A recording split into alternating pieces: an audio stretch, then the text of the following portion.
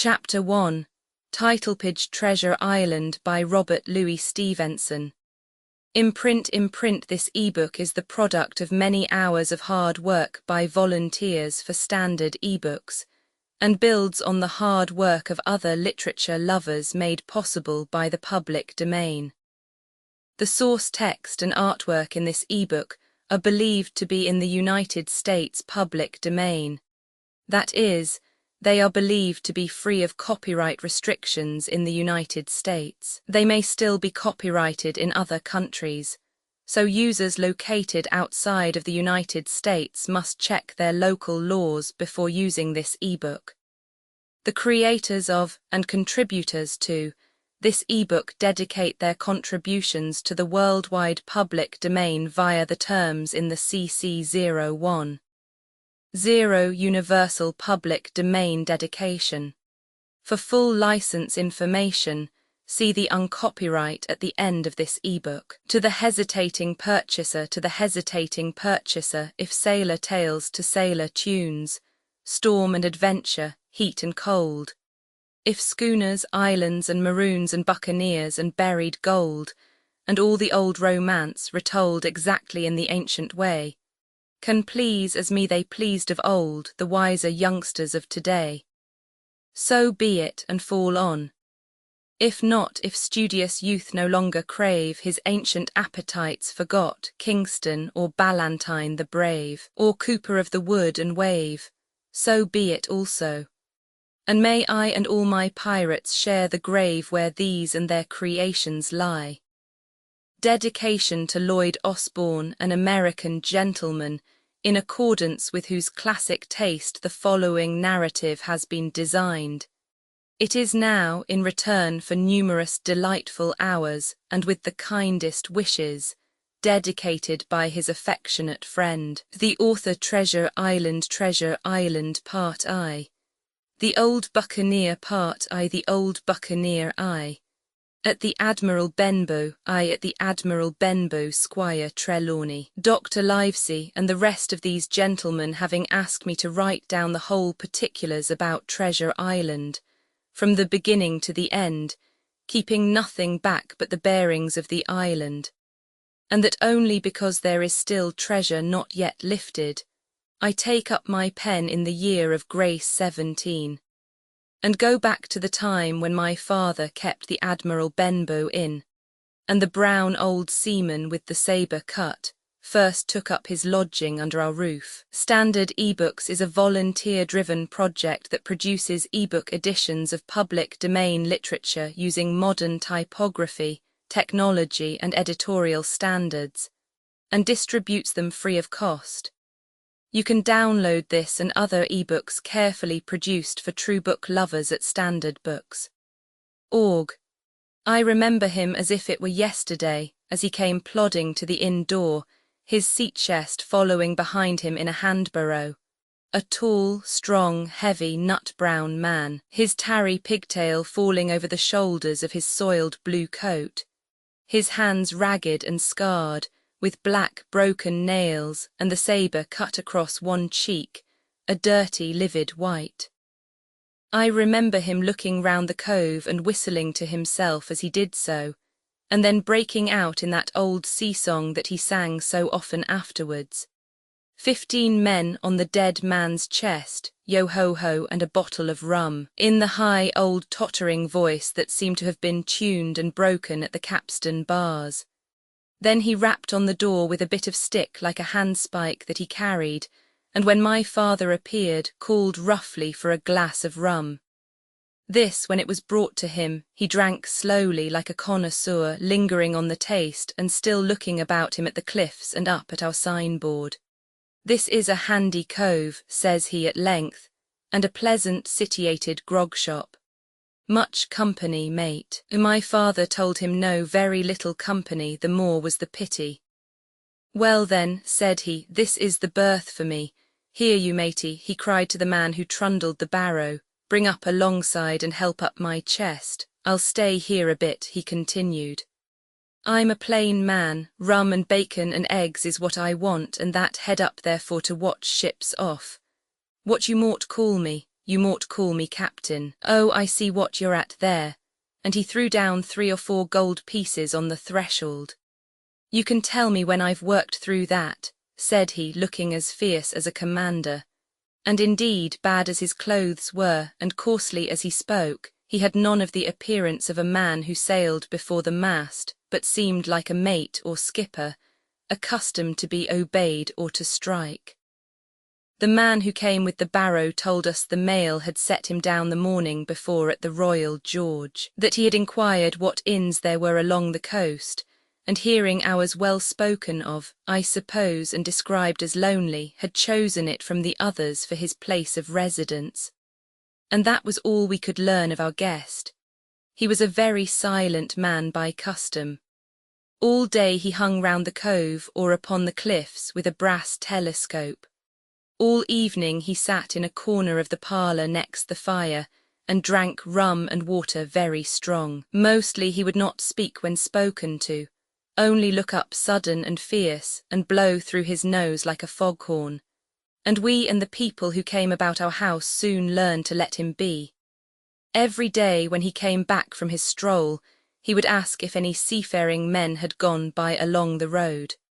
At first we thought it was the want of company of his own kind that made him ask this question, but at last we began to see he was desirous to avoid them. When a seaman put up at the Admiral Benbow, as now and then some did, making by the coast road for Bristol, he would look in at him through the curtained door before he entered the parlour, and he was always sure to be as silent as a mouse when any such was present. For me, at least, there was no secret about the matter, for I was, in a way, a sharer in his alarms. He had taken me aside one day and promised me a silver 4penny on the 1st of every month if I would only keep my weather eye open for a seafaring man with one leg, and let him know the moment he appeared. Often enough when the 1st of the month came round, and I applied to him for my wage, he would only blow through his nose at me and stare me down.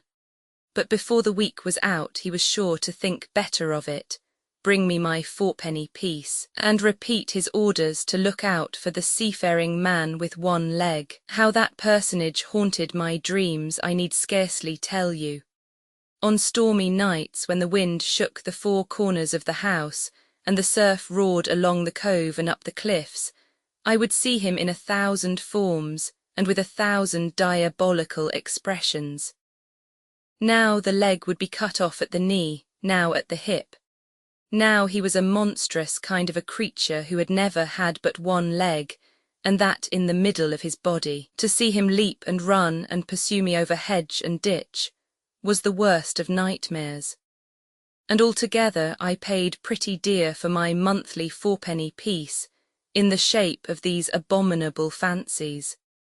But though I was so terrified by the idea of the seafaring man with one leg, I was far less afraid of the captain himself than anybody else who knew him. There were nights when he took a deal more rum and water than his head would carry, and then he would sometimes sit and sing his wicked, old, wild sea-songs, minding nobody. But sometimes he would call for glasses round, and force all the trembling company to listen to his stories or bear a chorus to his singing. Often I have heard the house shaking with yo-ho-ho and a bottle of rum, all the neighbours joining in for dear life, with the fear of death upon them, and each singing louder than the other to avoid remark. For in these fits he was the most overriding companion ever known. He would slap his hand on the table for silence all around. He would fly up in a passion of anger at a question, or sometimes because none was put, and so he judged the company was not following his story. Nor would he allow anyone to leave the inn till he had drunk himself sleepy and reeled off to bed. His stories were what frightened people worst of all. Dreadful stories they were, about hanging and walking the plank and storms at sea, and the dry Tortugas and wild deeds and places on the Spanish Main. By his own account, he must have lived his life among some of the wickedest men that God ever allowed upon the sea, and the language in which he told these stories shocked our plain country people almost as much as the crimes that he described. My father was always saying the inn would be ruined, for people would soon cease coming there to be tyrannized over and put down and sent shivering to their beds, but I really believe his presence did us good. People were frightened at the time, but on looking back they rather liked it. It was a fine excitement in a quiet country life, and there was even a party of the younger men who pretended to admire him, calling him a true sea dog and a real old salt, and such like names, and saying there was the sort of man that made England terrible at sea. In one way indeed he bade fair to ruin us, for he kept on staying week after week, and at last month after month, so that all the money had been long exhausted, and still my father never plucked up the heart to insist on having more.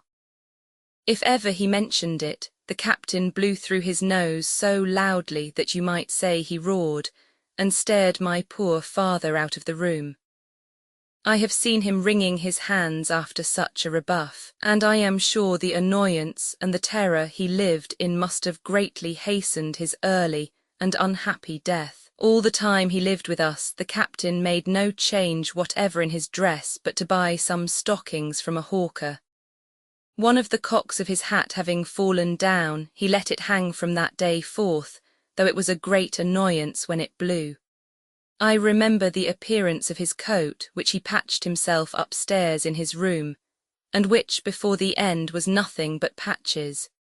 He never wrote or received a letter, and he never spoke with any but the neighbours, and with these, for the most part, only when drunk on rum. The great sea-chest none of us had ever seen open. He was only once crossed, and that was toward the end, when my poor father was far gone in a decline that took him off. Dr. Livesey came late one afternoon to see the patient, took a bit of dinner from my mother, and went into the parlour to smoke a pipe until his horse should come down from the hamlet, for we had no stabling at the old Benbow. I followed him in, and I remember observing the contrast, the neat, bright doctor with his powder as white as snow, and his bright, black eyes and pleasant manners made with the coltish country folk, and above all with that filthy, heavy, bleared scarecrow of a pirate of ours, sitting far gone in rum with his arms on the table. Suddenly he, the captain, that is, began to pipe up his eternal song.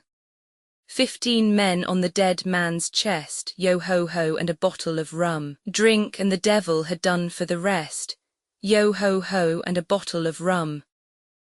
At first I had supposed the dead man's chest to be that identical big box of his upstairs in the front room, and the thought had been mingled in my nightmares with that of the one-legged seafaring man. But by this time we had all long ceased to pay any particular notice to the song.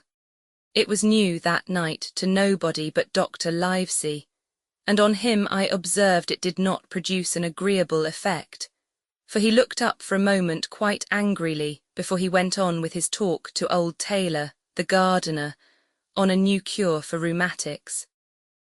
In the meantime the captain gradually brightened up at his own music, and at last flapped his hand upon the table before him in a way we all knew to mean silence. The voices stopped at once, all but Dr. Livesey's. He went on as before, speaking clear and kind, and drawing briskly at his pipe between every word or two. The captain glared at him for a while, flapped his hand again, glared still harder, and at last broke out with a villainous oath. "Silence there between decks. Were you addressing me, sir?" said the doctor, and when the ruffian had told him with another oath that this was so, replied, "I have only one thing to say to you, sir, that if you keep on drinking rum the world will soon be quit of a very dirty scoundrel." The old fellow's fury was awful. He sprang to his feet, drew and opened a sailor's clasp knife, and balancing it open on the palm of his hand, threatened to pin the doctor to the wall. The doctor never so much as moved. He spoke to him as before over his shoulder and in the same tone of voice, rather high, so that all the room might hear, but perfectly calm and steady. "If you do not put that knife this instant into your pocket, I promise, upon my honour, you shall hang at the next assizes. Then followed a battle of looks between them. But the captain soon knuckled under, put up his weapon, and resumed his seat, grumbling like a beaten dog. And now, sir, continued the doctor, since I now know there's such a fellow in my district, you may count I'll have an eye upon you day and night.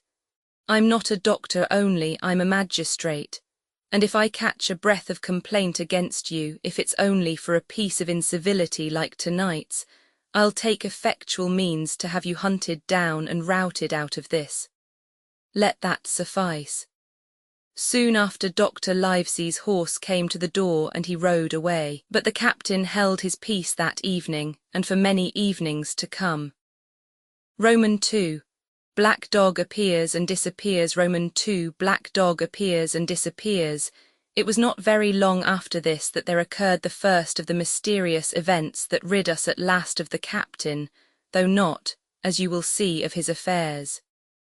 It was a bitter cold winter, with long, hard frosts and heavy gales, and it was plain from the first that my poor father was little likely to see the spring. He sank daily, and my mother and I had all the inn upon our hands, and were kept busy enough without paying much regard to our unpleasant guest. It was one January morning, very early, a pinching, frosty morning, the cove all grey with hoarfrost, the ripple lapping softly on the stones, the sun still low, and only touching the hilltops and shining far to seaward. The captain had risen earlier than usual and set out down the beach, his cutlass swinging under the broad skirts of the old blue coat, his brass telescope under his arm, his hat tilted back upon his head. I remember his breath hanging like smoke in his wake as he strode off, and the last sound I heard of him as he turned the big rock was a loud snort of indignation, as though his mind was still running upon Dr. Livesey. Well, mother was upstairs with father, and I was laying the breakfast table against the captain's return, when the parlour door opened, and a man stepped in on whom I had never set my eyes before. He was a pale, tallowy creature, wanting 2 fingers of the left hand, and though he wore a cutlass, he did not look much like a fighter. I had always my eyes open for seafaring men with 1 leg or 2, and I remember this one puzzled me. He was not sailorly, and yet he had a smack of the sea about him too. I asked him what was for his service, and he said he would take rum, but as I was going out of the room to fetch it, he sat down upon a table and motioned to me to draw near. I paused where I was with my napkin in my hand. "Come here, sonny," said he, "come nearer here." I took a step nearer. "Is this here table for my mate Bill?" he asked with a kind of leer. I told him I did not know his mate Bill, and this was for a person who stayed at our house whom we called the captain. "Well," said he, "my mate Bill would be called the captain as like as not. He has a cut on 1 cheek, and a mighty pleasant way with him, particularly in drink, has my mate Bill. We'll put it for argument like that your captain has a cut on 1 cheek, and we'll put it if you like that that cheek's the right one. Ah, well, I told you, now is my mate Bill in this here house?" I told him he was out walking. "Which way, sonny, which way is he gone?" And when I had pointed out the rock and told him how the captain was likely to return and how soon, and answered a few other questions, "Ah," said he, "this'll be as good as drink to my mate Bill." The expression of his face as he said these words was not at all pleasant, and I had my own reasons for thinking that the stranger was mistaken, even supposing he meant what he said. But it was no affair of mine, I thought, and besides it was difficult to know what to do. The stranger kept hanging about just inside the inn door, peering round the corner like a cat waiting for a mouse. Once I stepped out myself into the road, but he immediately called me back, and, as I did not obey quick enough for his fancy, a most horrible change came over his tallowy face, and he ordered me in with an oath that made me jump. As soon as I was back again, he returned to his former manner, half fawning, half sneering, patted me on the shoulder, told me I was a good boy and he had taken quite a fancy to me. I have a son of my own, said he, as like you as 2 blocks, and he's all the pride of my art.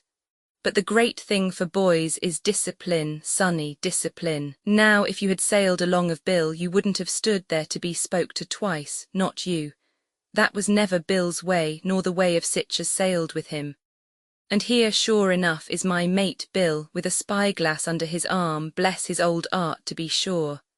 You and me'll just go back into the parlour, sonny, and get behind the door, and we'll give Bill a little surprise. Bless his art, I say again. So saying, the stranger backed along with me into the parlour, and put me behind him into the corner, so that we were both hidden by the open door. I was very uneasy and alarmed, as you may fancy, and it rather added to my fears to observe that the stranger was certainly frightened himself. He cleared the hilt of his cutlass and loosened the blade in the sheath, and all the time we were waiting there he kept swallowing, as if he felt what we used to call a lump in the throat. At last in strode the captain, slammed the door behind him without looking to the right or left, and marched straight across the room to where his breakfast awaited him. Bill, said the stranger, in a voice that I thought he had tried to make bold and big. The captain spun round on his heel and fronted us. All the brown had gone out of his face, and even his nose was blue. He had the look of a man who sees a ghost, or the evil one, or something worse, if anything can be. And, upon my word, I felt sorry to see him all in a moment turn so old and sick. Come, Bill, you know me, you know an old shipmate, Bill, surely, said the stranger. The captain made a sort of gasp. Black Dog, said he. And who else? Returned the other, getting more at his ease. Black Dog as ever was, come for to see his old shipmate Billy at the Admiral Benbow Inn. Ah, Bill, Bill, we have seen a sight of times, us two, since I lost them 2 talons. Holding up his mutilated hand. Now look here, said the captain. You've run me down, here I am. Well then, speak up, what is it? That's you, Bill, returned Black Dog. You're in the right of it, Billy. I'll have a glass of rum from this dear child here as I've took such a liking to, and we'll sit down, if you please, and talk square like old shipmates. When I returned with the rum, they were already seated on either side of the captain's breakfast table, Black Dog next to the door and sitting sideways, so as to have one eye on his old shipmate, and one, as I thought, on his retreat. He bade me go and leave the door wide open. None of your keyholes for me, sonny, he said, and I left them together and retired into the bar. For a long time, though I certainly did my best to listen, I could hear nothing but a low gabbling, but at last the voices began to grow higher and I could pick up a word or two, mostly oaths, from the captain. No, no, no, no, and an end of it, he cried once. And again, if it comes to swinging, swing all, say I. Then all of a sudden there was a tremendous explosion of oaths and other noises. The chair and table went over in a lump. A clash of steel followed, and then a cry of pain, and the next instant I saw Black Dog in full flight, and the captain hotly pursuing, both with drawn cutlasses, and the former streaming blood from the left shoulder. Just at the door the captain aimed at the fugitive one last tremendous cut, which would certainly have split him to the chin, had it not been intercepted by our big signboard of Admiral Benbow. You may see the notch on the lower side of the frame to this day. That blow was the last of the battle. Once out upon the road, Black Dog, in spite of his wound, showed a wonderful clean pair of heels and disappeared over the edge of the hill in half a minute. The captain, for his part, stood staring at the signboard like a bewildered man. Then he passed his hand over his eyes several times and at last turned back into the house. Jim, says he, rum, and as he spoke he reeled a little, and caught himself with one hand against the wall. Are you hurt? Cried I. Rum, he repeated. I must get away from here. Rum, rum. I ran to fetch it, but I was quite unsteadied by all that had fallen out, and I broke one glass and fouled the tap. and while I was still getting in my own way, I heard a loud fall in the parlour, and running in, beheld the captain lying full length upon the floor. At the same instant my mother, alarmed by the cries and fighting, came running downstairs to help me. Between us we raised his head. He was breathing very loud and hard, but his eyes were closed and his face was a horrible colour. "Dear, dearie me," cried my mother, "what a disgrace upon the house, and your poor father sick." In the meantime we had no idea what to do to help the captain, nor any other thought but that he had got his death hurt in the scuffle with the stranger. I got the rum, to be sure, and tried to put it down his throat, but his teeth were tightly shut, and his jaws as strong as iron. It was a happy relief for us when the door opened and Dr. Livesey came in on his visit to my father. "Oh, doctor," we cried, "what shall we do? Where is he wounded?" "Wounded, a fiddlestick's end," said the doctor. "No more wounded than you or I. The man has had a stroke, as I warned him. Now, Mrs. Hawkins, just you run upstairs to your husband and tell him, if possible, nothing about it. For my part, I must do my best to save this fellow's trebly worthless life.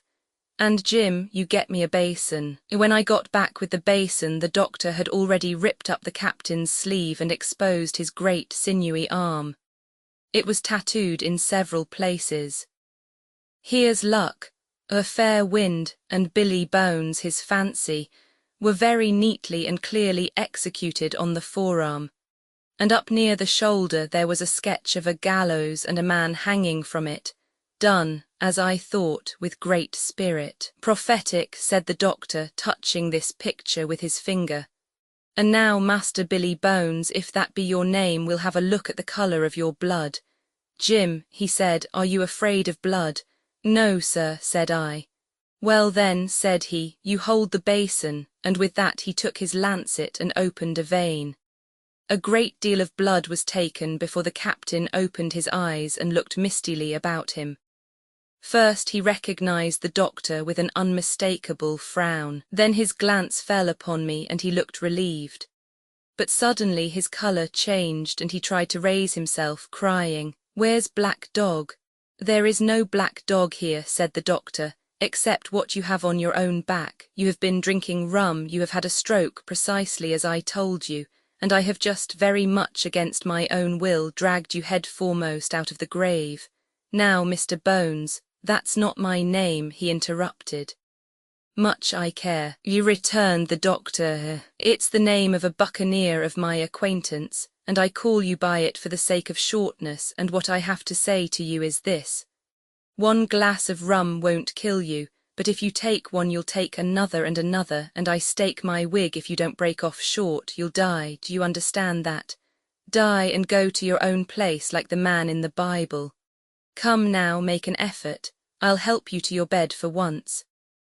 Between us, with much trouble, we managed to hoist him upstairs and laid him on his bed, where his head fell back on the pillow as if he were almost fainting.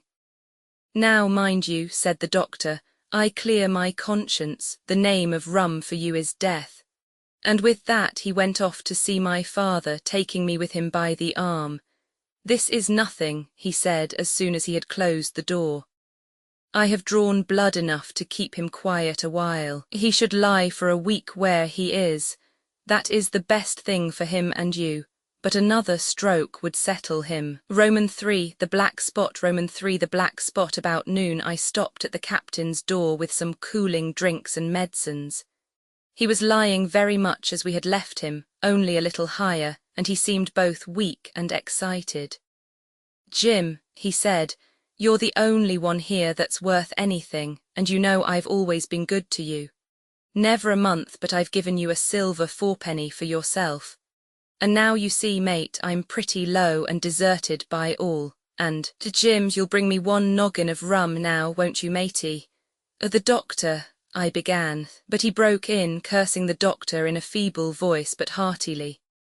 "Doctors is all swabs," he said, "and that doctor there, why, what do he know about seafaring men? I been in places hot as pitch, and mates dropping round with yellow jack, and the blessed land heaving like the sea with earthquakes. What do the doctor know of lands like that? And I lived on rum, I tell you. It's been meat and drink and man and wife to me, and if I am not to have my rum now, I'm a poor old hulk on a lee shore. My blood'll be on you, Jim, and that doctor swab, and he ran on again for a while with curses. Look, Jim, how my fingers fidges, he continued in the pleading tone. I can't keep him still, not I haven't had a drop this blessed day. That doctor's a fool, I tell you. If I don't have a drain o' rum, Jim, I'll have the horrors. I seen some on already. I seen old Flint in the corner there behind you. As plain as print I seen him, and if I get the horrors, I'm a man that has lived rough and I'll raise Cain. Your doctor hisself said 1 glass wouldn't hurt me. I'll give you a golden guinea for a noggin, Jim. He was growing more and more excited, and this alarmed me, for my father, who was very low that day, needed quiet. Besides, I was reassured by the doctor's words now quoted to me, and rather offended by the offer of a bribe. I want none of your money, said I, but what you owe my father. I'll get you 1 glass and no more. When I brought it to him, he seized it greedily and drank it out. Aye, said he, that's some better, sure enough. And now, matey, did that doctor say how long I was to lie here in this old berth? A week at least, said I. Thunder, he cried. A week, I can't do that, they'd have the black spot on me by then. The lubbers is going about to get the wind of me this blessed moment. Lubbers as couldn't keep what they got and want to nail what is another's. Is that seamanly behaviour now, I want to know, but I'm a saving soul. I never wasted good money of mine, nor lost it neither, and I'll trick 'em again. I'm not afraid on 'em. I'll shake out another reef, matey, and daddle 'em again. As he was thus speaking, he had risen from bed with great difficulty, holding to my shoulder with a grip that almost made me cry out, and moving his legs like so much dead weight.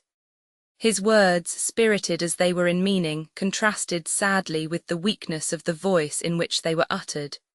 He paused when he had got into a sitting position on the edge. That doctor's done me, he murmured. My ears is singing, lay me back.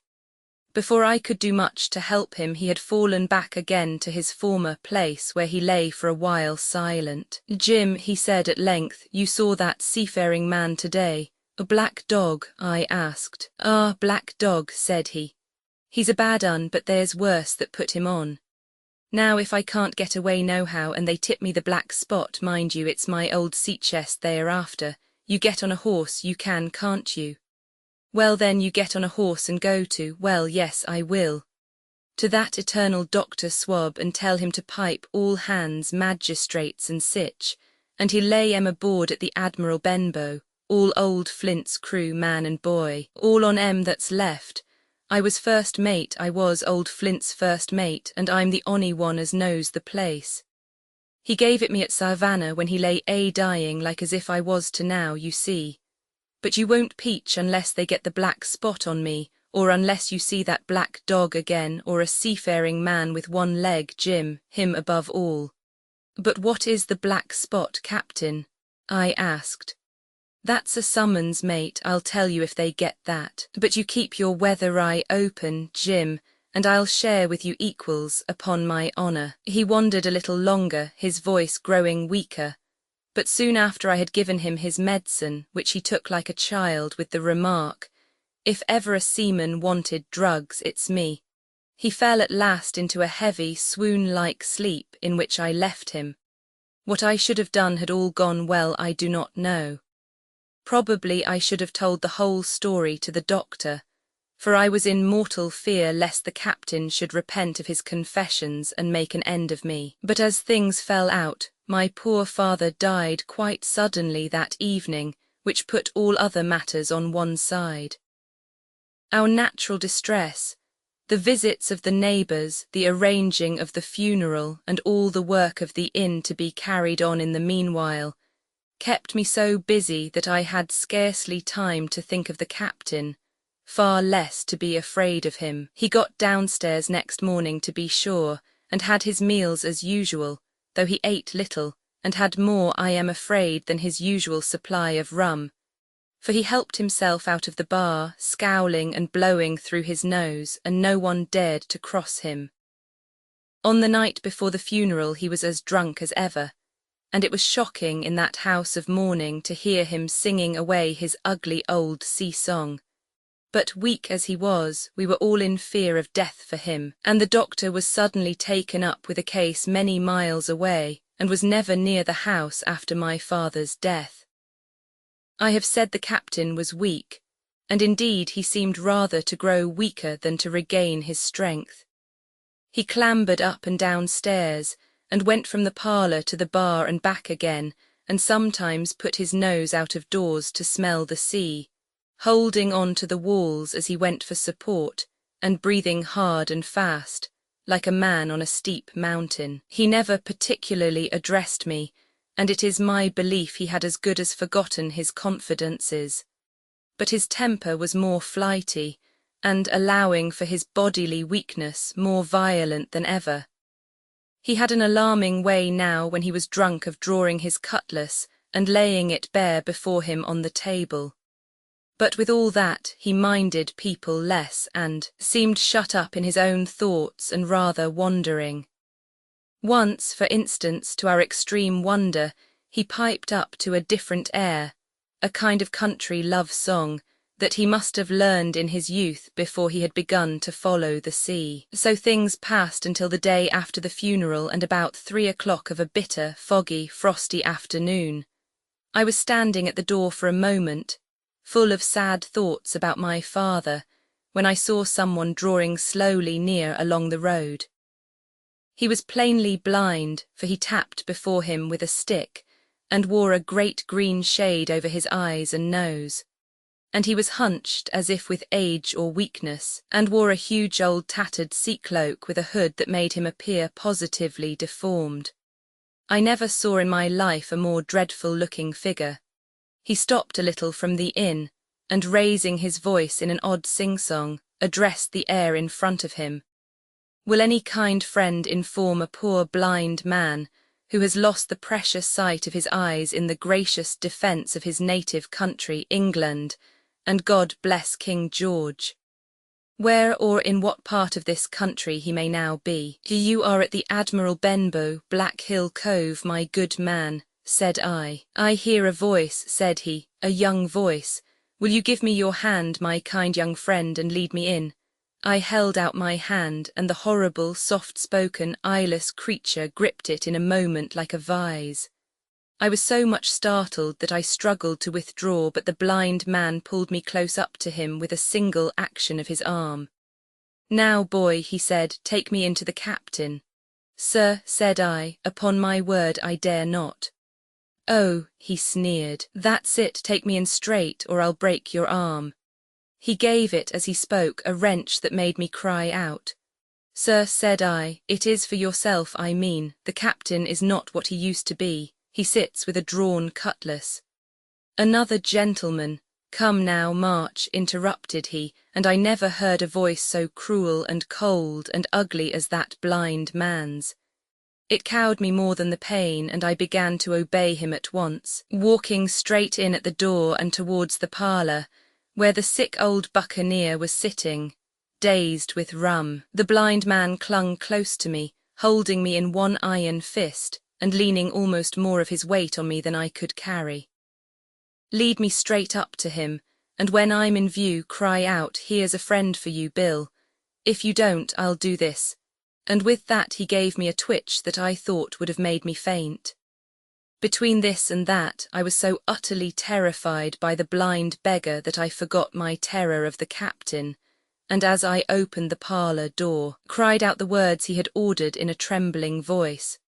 The poor captain raised his eyes, and at one look the rum went out of him and left him staring sober. The expression of his face was not so much of terror as of mortal sickness. He made a movement to rise, but I do not believe he had enough force left in his body. Now, Bill, sit where you are, said the beggar. If I can't see, I can hear a finger stirring. Business is business. Hold out your left hand.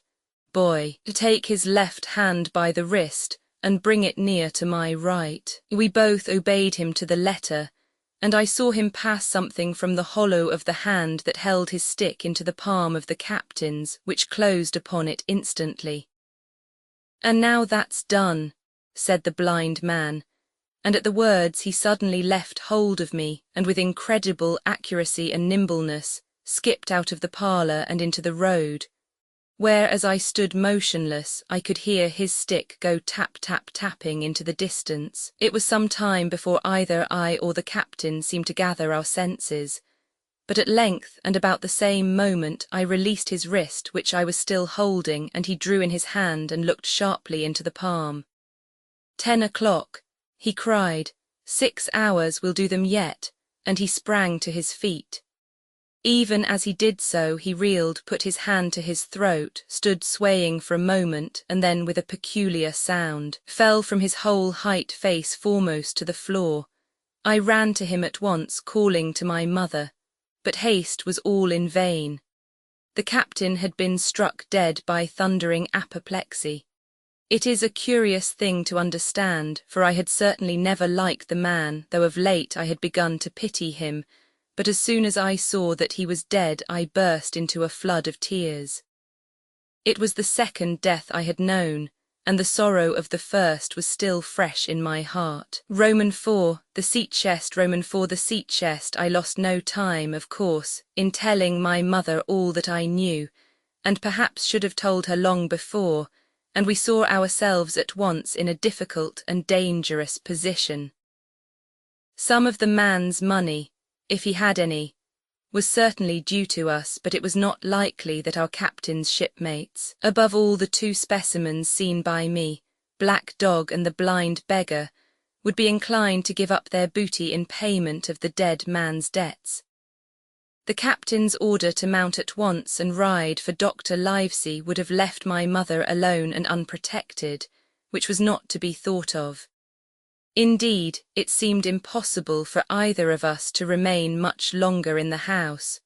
The fall of coals in the kitchen grate, the very ticking of the clock, filled us with alarm. The neighbourhood to our ears seemed haunted by approaching footsteps, and what between the dead body of the captain on the parlour floor and the thought of that detestable blind beggar hovering near at hand and ready to return, there were moments when, as the saying goes, I jumped in my skin for terror.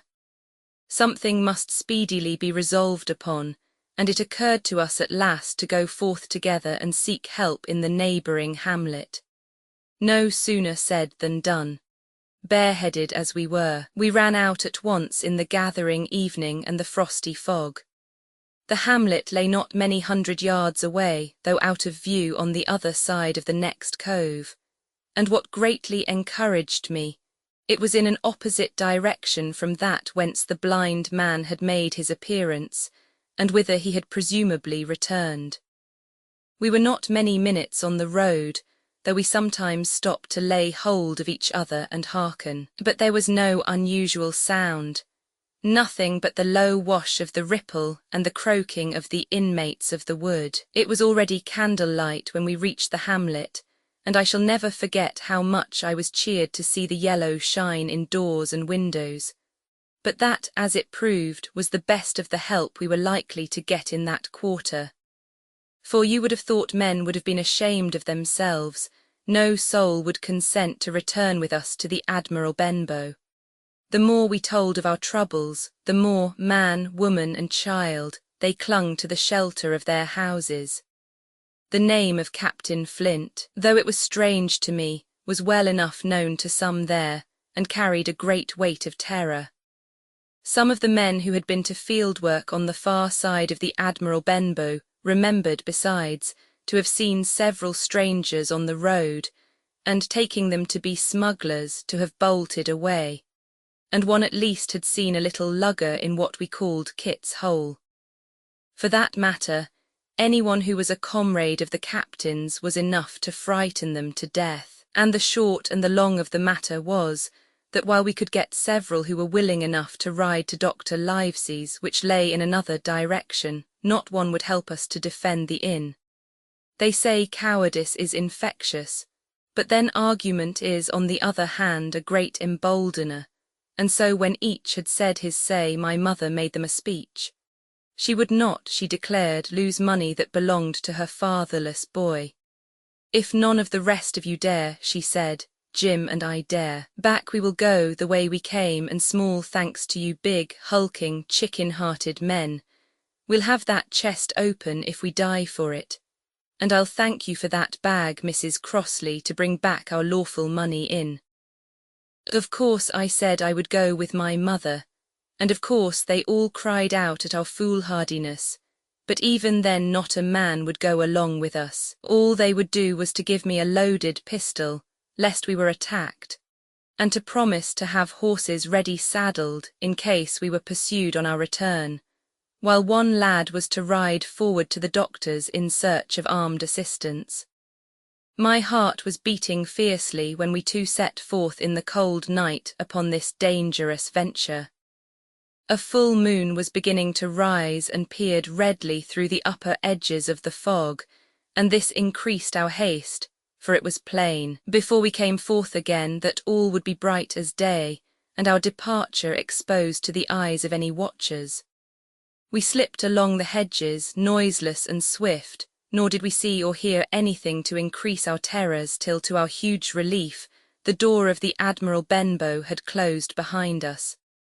I slipped the bolt at once, and we stood and panted for a moment in the dark, alone in the house with the dead captain's body. Then my mother got a candle in the bar and, holding each other's hands, we advanced into the parlour. He lay as we had left him on his back with his eyes open and one arm stretched out. Draw down the blind, Jim, whispered my mother. They might come and watch outside.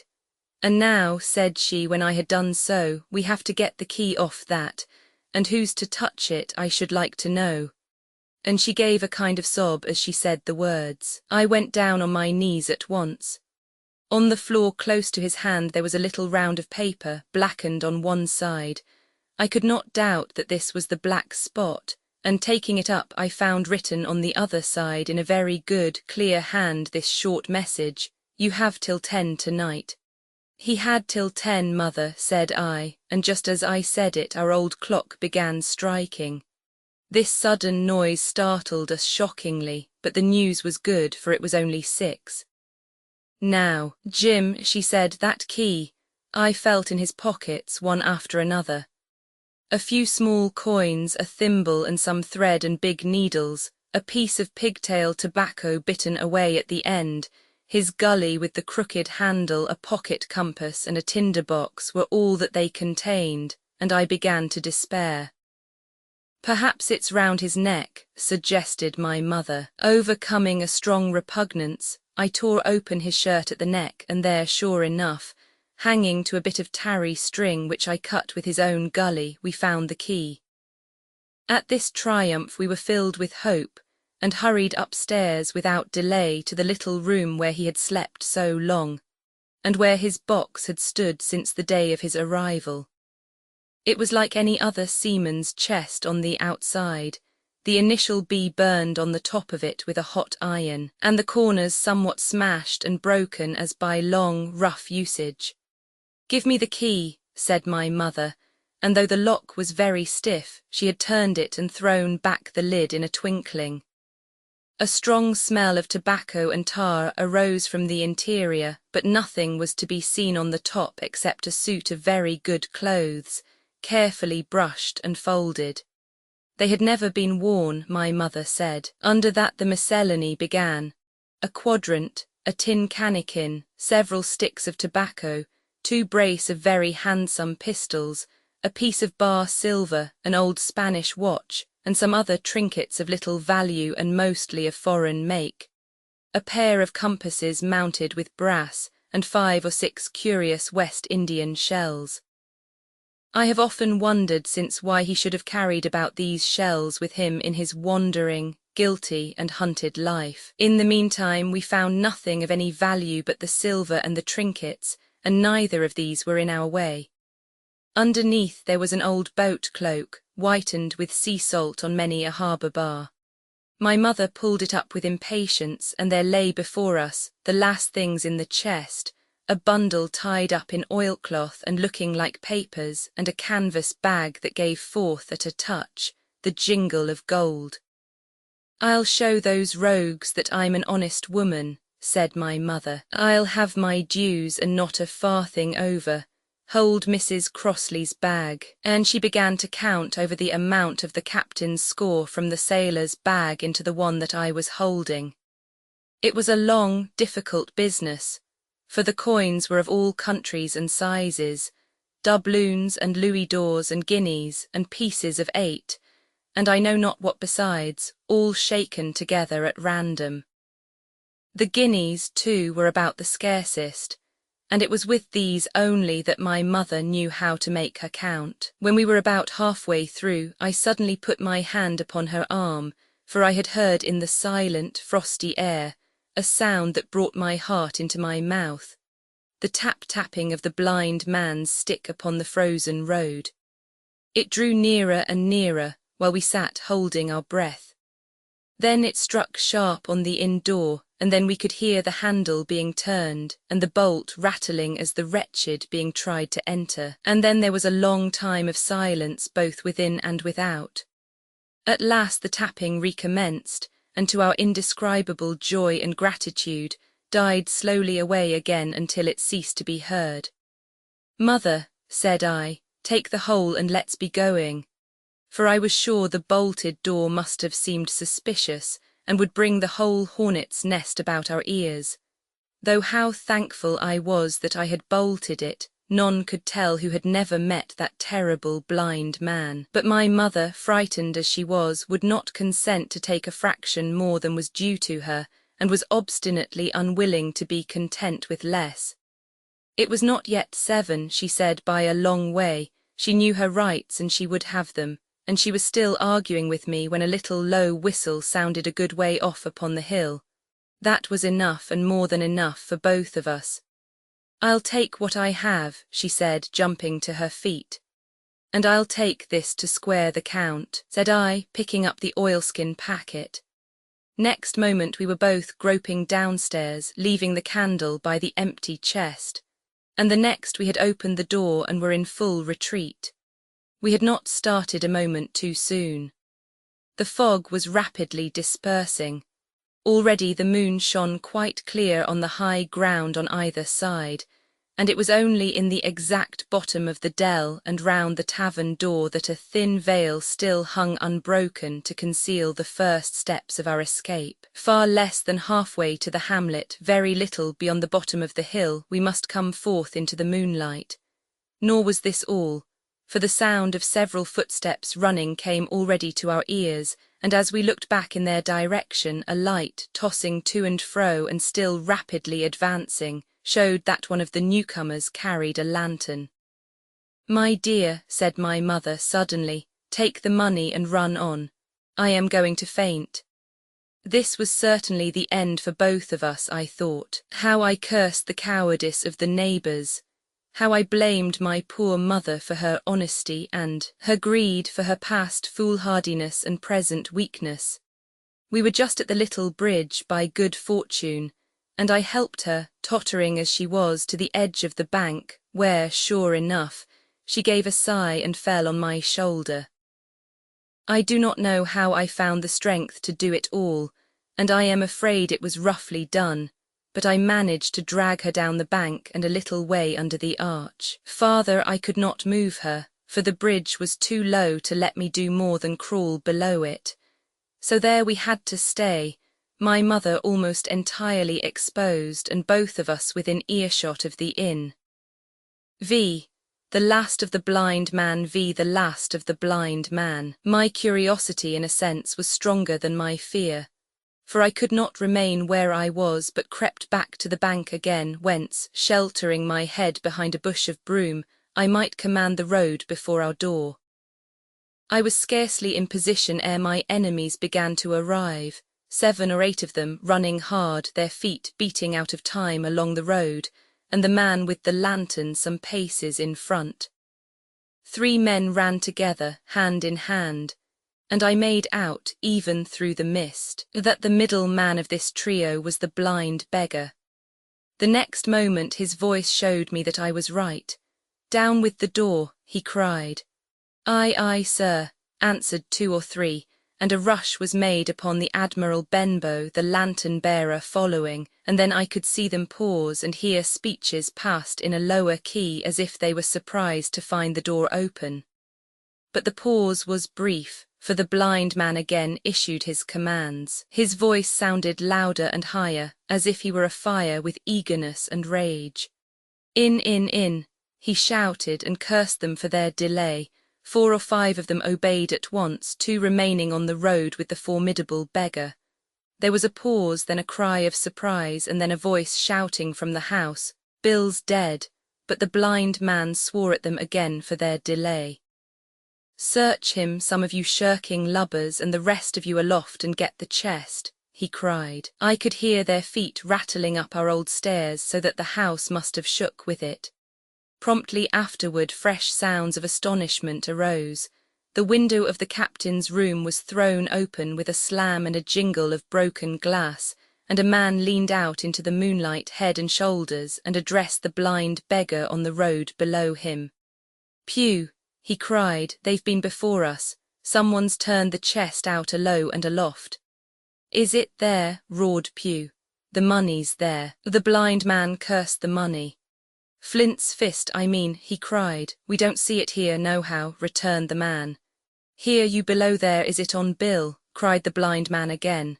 At that another fellow, probably he who had remained below to search the captain's body, came to the door of the inn. "Bill's been overhauled already," said he, "nothin' left.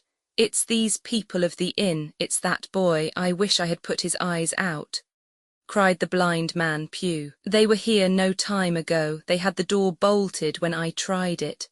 Scatter, lads, and find 'em." "Sure enough, they left their glim here," said the fellow from the window.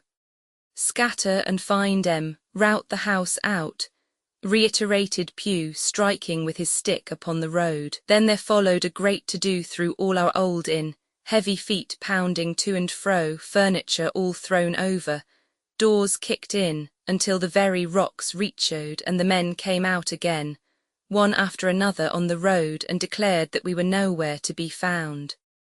And just then the same whistle that had alarmed my mother and myself over the dead captain's money was once more clearly audible through the night, but this time twice repeated.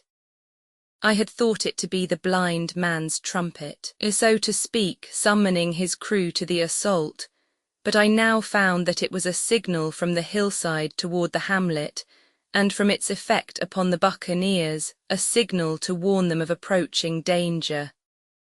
"There's Dirk again," said one. "Twice, we'll have to budge, mates." "Budge, you skulk," cried Pew.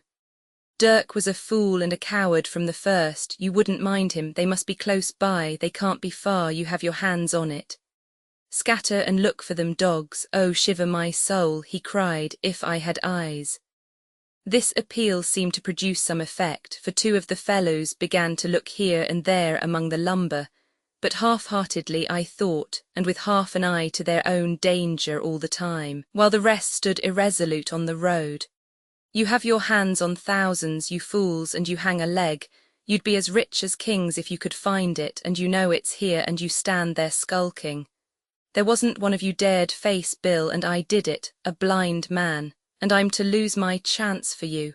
I'm to be a poor, crawling beggar sponging for rum when I might be rolling in a coach. If you had the pluck of a weevil in a biscuit, you would catch them still." "Hang it, Pew, we've got the doubloons," grumbled one. "They might have hid the blessed thing," said another. "Take the Georges, Pew, and don't stand here squalling." Squalling was the word for it. Pew's anger rose so high at these objections, till at last, his passion completely taking the upper hand, he struck at them right and left in his blindness, and his stick sounded heavily on more than one. These, in their turn, cursed back at the blind miscreant, threatened him in horrid terms, and tried in vain to catch the stick and wrest it from his grasp. This quarrel was the saving of us, for while it was still raging, another sound came from the top of the hill on the side of the hamlet, the tramp of horses galloping. Almost at the same time a pistol shot, flash and report came from the hedge side. And that was plainly the last signal of danger, for the buccaneers turned at once and ran, separating in every direction, one seaward along the cove, one slant across the hill, and so on, so that in half a minute not a sign of them remained but Pew. Him they had deserted, whether in sheer panic or out of revenge for his ill words and blows, I know not. But there he remained behind, tapping up and down the road in a frenzy and groping and calling for his comrades. Finally he took the wrong turn and ran a few steps past me towards the hamlet, crying, "Johnny, Black Dog, Dirk, and other names. You won't leave old Pew, mates, not old Pew." Just then the noise of horses topped the rise, and 4 or 5 riders came in sight in the moonlight and swept at full gallop down the slope. At this Pew saw his error, turned with a scream and ran straight for the ditch into which he rolled. But he was on his feet again in a second and made another dash, now utterly bewildered, right under the nearest of the coming horses. The rider tried to save him, but in vain. Down went Pew with a cry that rang high into the night, and the 4 hoofs trampled and spurned him and passed by. He fell on his side, then gently collapsed upon his face and moved no more. I leaped to my feet and hailed the riders. They were pulling up at any rate, horrified at the accident, and I soon saw what they were. One, tailing out behind the rest, was a lad that had gone from the hamlet to Dr. Livesey's. The rest were revenue officers, whom he had met by the way, and with whom he had had the intelligence to return at once. Some news of the lugger in Kit's Hole had found its way to Supervisor Dance, and set him forth that night in our direction, and to that circumstance my mother and I owed our preservation from death. Pew was dead, stone dead. As for my mother, when we had carried her up to the hamlet, a little cold water and salts very soon brought her back again, and she was none the worse for her terror, though she still continued to deplore the balance of the money. In the meantime the supervisor rode on as fast as he could to Kit's Hole, but his men had to dismount and grope down the dingle, leading and sometimes supporting their horses, and in continual fear of ambushes. So it was no great matter for surprise that when they got down to the hole the lugger was already under way, though still close in. He hailed her. A voice replied, telling him to keep out of the moonlight, or he would get some lead in him, and at the same time a bullet whistled close by his arm. Soon after the lugger doubled the point and disappeared. Mr. Dance stood there, as he said, like a fish out of water, and all he could do was to dispatch a man to warn the cutter. "And that," said he, "is just about as good as nothing. They've got off clean and there's an end. Only," he added, "I'm glad I trod on Master Pew's corns," for by this time he had heard my story. I went back with him to the Admiral Benbow, and you cannot imagine a house in such a state of smash. The very clock had been thrown down by these fellows in their furious hunt after my mother and myself, and though nothing had actually been taken away except the captain's money bag and a little silver from the till, I could see at once that we were ruined. Mr. Dance could make nothing of the scene. They got the money, you say. Well then, Hawkins, what in fortune were they after? More money, I suppose. "No, sir, not money, I think," replied I. "In fact, sir, I believe I have the thing in my breast pocket, and to tell you the truth, I should like to get it put in safety." "To be sure, boy, quite right," said he. "I'll take it if you like." "I thought perhaps Dr. Livesey," I began. "Perfectly right," he interrupted very cheerily, "perfectly right, a gentleman and a magistrate. And now I come to think of it, I might as well ride round there myself, and report to him or squire. Master Pew's dead when all's done. Not that I regret it, but he's dead, you see, and people will make it out against an officer of His Majesty's revenue if make it out they can. Now I'll tell you, Hawkins, if you like, I'll take you along." I thanked him heartily for the offer, and we walked back to the hamlet where the horses were, By the time I had told mother of my purpose, they were all in the saddle. "Dogger," said Mr. Dance, "you have a good horse, take up this lad behind you." As soon as I was mounted, holding on to Dogger's belt, the supervisor gave the word, and the party struck out at a bouncing trot on the road to Dr. Livesey's house. VI. The captain's papers, VI the captain's papers. We rode hard all the way till we drew up before Dr. Livesey's door. The house was all dark to the front. Mr. Dance told me to jump down and knock, and Dogger gave me a stirrup to descend by. The door was opened almost at once by the maid. "Is Dr. Livesey in?" I asked. "No," she said. He had come home in the afternoon, but had gone up to the hall to dine and pass the evening with the squire. "So there we go, boys," said Mr. Dance. This time, as the distance was short, I did not mount, but ran with Dogger's stirrup leather to the lodge gates, and up the long, leafless, moonlit avenue to where the white line of the hall buildings looked on either hand on great old gardens. Here Mr. Dance dismounted, and taking me along with him, was admitted at a word into the house.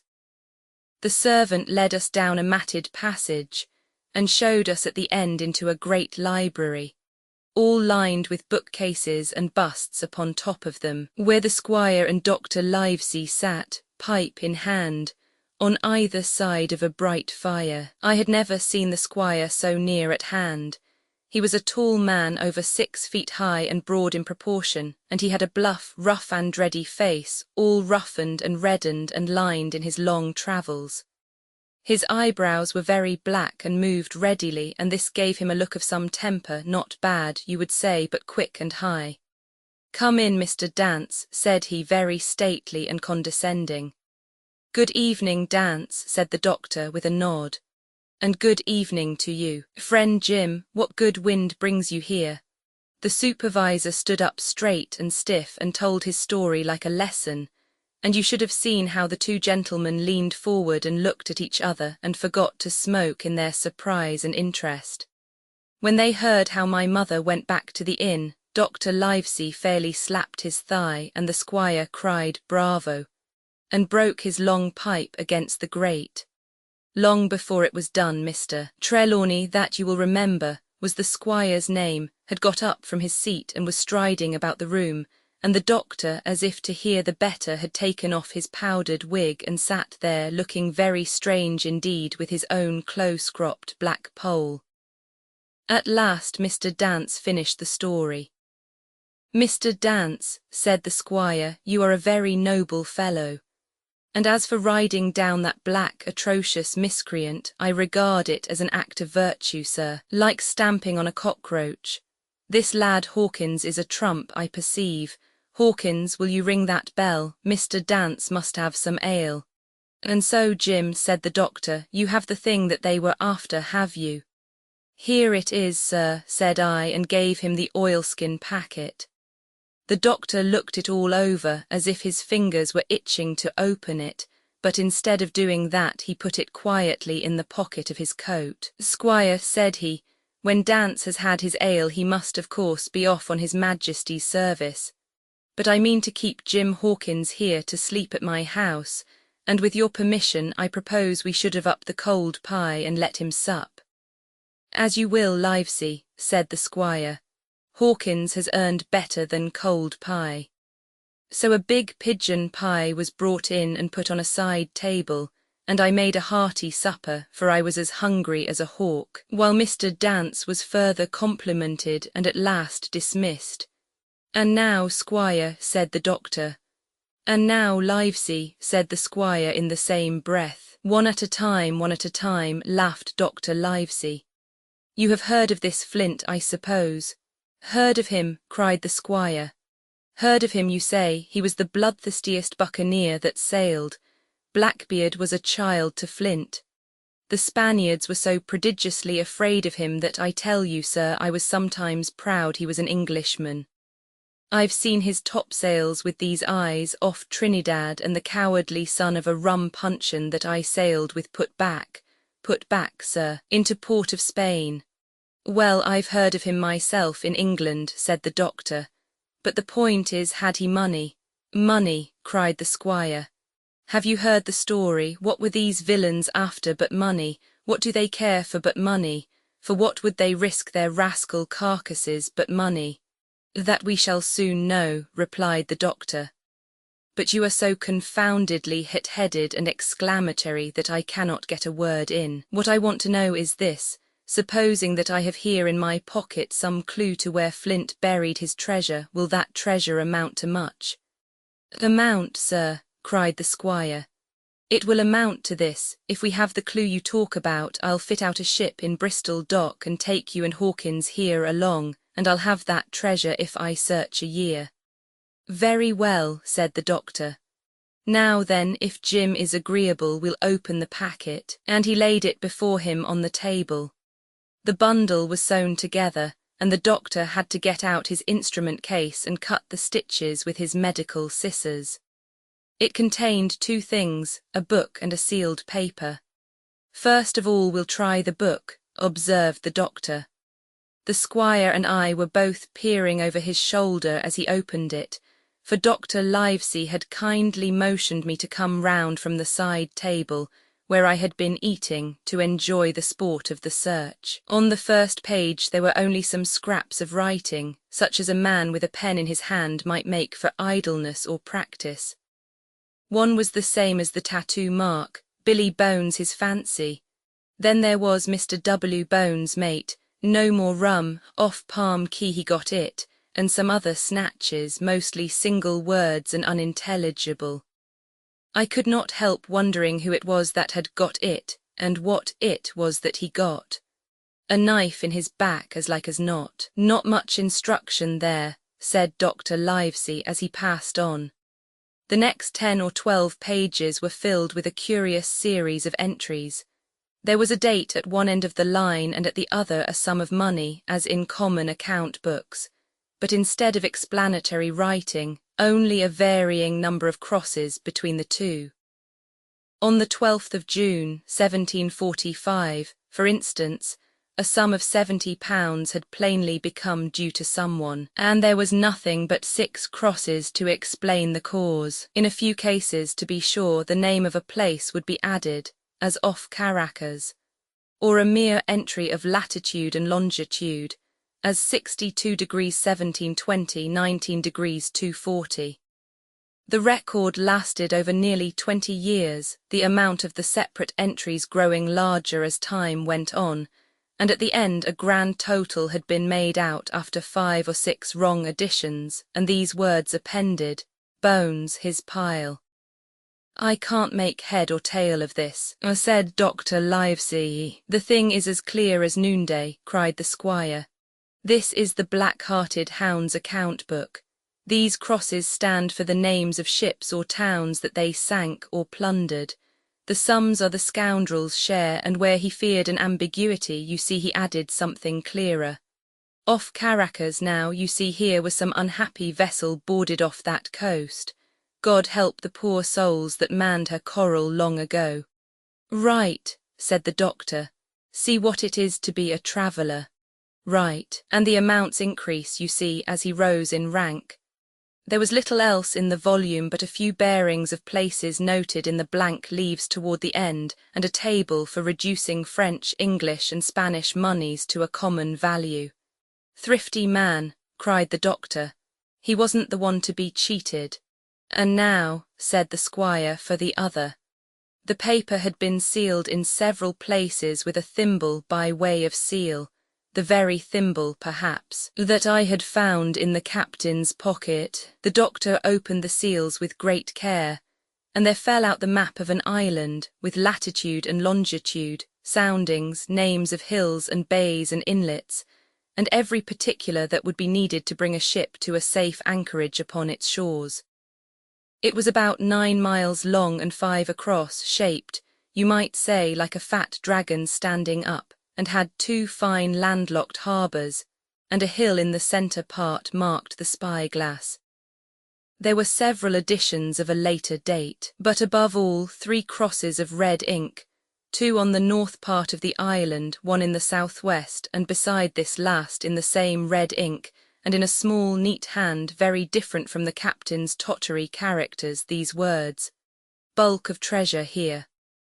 Over on the back the same hand had written this further information, "Tall tree spyglass shoulder bearing a point to the N, of NNE, Skeleton Island ESE and by E, 10 feet. The bar silver is in the north cache.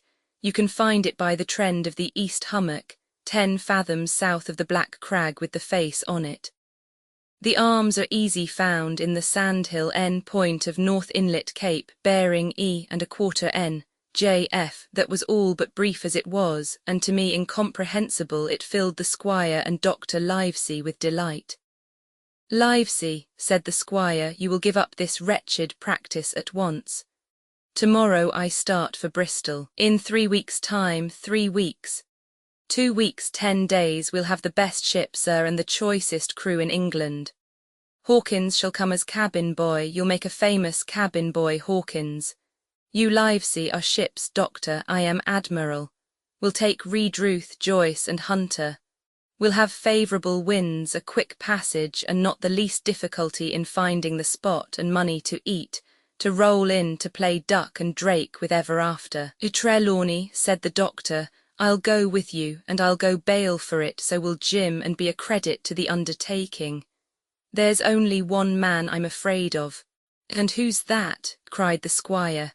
"Name the dog, sir." "You," replied the doctor, "for you cannot hold your tongue. We are not the only men who know of this paper. These fellows who attacked the inn tonight, bold, desperate blades for sure, and the rest who stayed aboard that lugger and more, I dare say, not far off, are one and all, through thick and thin, bound that they'll get that money. We must none of us go alone till we get to sea. Jim and I shall stick together in the meanwhile. You'll take Joyce and Hunter when you ride to Bristol, and, from first to last, not one of us must breathe a word of what we've found." "Livesey," returned the squire, "you are always in the right of it. I'll be as silent as the grave. Part Roman 2, the Sea Cook Part Roman 2, the Sea Cook Roman 7. I go to Bristol Roman 7, I go to Bristol. It was longer than the squire imagined ere we were ready for the sea, and none of our first plans, not even Dr. Livesey's, of keeping me beside him, could be carried out as we intended. The doctor had to go to London for a physician to take charge of his practice. The squire was hard at work at Bristol, and I lived on at the Hall under the charge of old Redruth, the gamekeeper, almost a prisoner, but full of sea dreams and the most charming anticipations of strange islands and adventures. I brooded by the hour together over the map, all the details of which I well remembered. Sitting by the fire in the housekeeper's room, I approached that island in my fancy, from every possible direction. I explored every acre of its surface. I climbed 1,000 times to that tall hill they call the Spyglass, and from the top enjoyed the most wonderful and changing prospects. Sometimes the isle was thick with savages with whom we fought, sometimes full of dangerous animals that hunted us. But in all my fancies nothing occurred to me so strange and tragic as our actual adventures. So the weeks passed on, till one fine day there came a letter addressed to Dr. Livesey, with this addition, to be opened in the case of his absence by Tom Redruth or young Hawkins. Obeying this order we found, or rather I found, for the gamekeeper was a poor hand at reading anything but print, the following important news. Old Anchor in Bristol, March 1, 17. Dear Livesey, as I do not know whether you are at the Hall or still in London, I send this in double to both places. The ship is bought and fitted. She lies at anchor ready for sea. You never imagined a sweeter schooner. A child might sail her, 200 tons, name Hispaniola. I got her through my old friend Blandley, who has proved himself throughout the most surprising trump. The admirable fellow literally slaved in my interest, and so, I may say, did everyone in Bristol, As soon as they got wind of the port we sailed for treasure, I mean. Read Ruth, said I, interrupting the letter. Dr. Livesey will not like that. The squire has been talking after all. Well, who's a better right? Growled the gamekeeper. A pretty rum go if squire ain't to talk for Dr. Livesey, I should think. At that I gave up all attempt at commentary and read straight on. Blandly himself found the Hispaniola and by the most admirable management got her for the merest trifle. There is a class of men in Bristol monstrously prejudiced against Blandly. They go the length of declaring that this honest creature would do anything for money, that the Hispaniola belonged to him, and that he sold to me absurdly high the most transparent calumnies. None of them dare, however, to deny the merits of the ship. So far there was not a hitch. The work-people, to be sure, riggers and what-not, were most annoyingly slow, but time cured that. It was the crew that troubled me. I wished a round score of men, in case of natives, buccaneers, or the odious French, and I had the worry of the deuce itself to find so much as half a dozen, till the most remarkable stroke of fortune brought me the very man that I required. I was standing on the dock, when by the merest accident I fell in talk with him. I found he was an old sailor, kept a public house, knew all the seafaring men in Bristol, had lost his health ashore and wanted a good berth as cook to get to sea again. He had hobbled down there that morning, he said, to get a smell of the salt. I was monstrously touched, so would you have been, and out of pure pity I engaged him on the spot to be ship's cook. Long John Silver he is called and has lost a leg, but that I regarded as a recommendation, since he lost it in his country's service under the immortal Hawke. He has no pension, Livesey. Imagine the abominable age we live in. Well, sir, I thought I had only found a cook, but it was a crew I had discovered. Between Silver and myself we got together in a few days a company of the toughest old salts imaginable, not pretty to look at, but fellows by their faces of the most indomitable spirit. I declare we could fight a frigate. Long John even got rid of 2 out of the 6 or 7 I had already engaged. He showed me in a moment that they were just the sort of freshwater swabs we had to fear in an adventure of importance. I am in the most magnificent health and spirits, eating like a bull, sleeping like a tree, yet I shall not enjoy a moment till I hear my old tarpaulins tramping round the capstan. Seaward ho! Hang the treasure! It's the glory of the sea that has turned my head. So now, Livesey, come post. Do not lose an hour if you respect me. Let young Hawkins go at once to see his mother, with Redruth for a guard, and then both come full speed to Bristol. John Trelawney, P.S. I did not tell you that Blandly, who, by the way, is to send a consort after us if we don't turn up by the end of August, had found an admirable fellow for sailing master. A stiff man, which I regret, but in all other respects a treasure.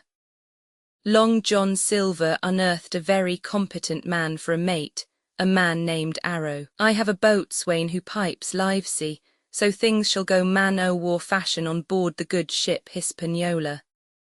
I forgot to tell you that Silver is a man of substance. I know of my own knowledge that he has a banker's account which has never been overdrawn. He leaves his wife to manage the inn, and as she is a woman of colour, a pair of old bachelors like you and I may be excused for guessing that it is the wife, quite as much as the health, that sends him back to roving. J. T.P.P.S. Hawkins may stay one night with his mother. J.T. You can fancy the excitement into which that letter put me. I was half beside myself with glee, and if ever I despised a man it was old Tom Redruth, who could do nothing but grumble and lament.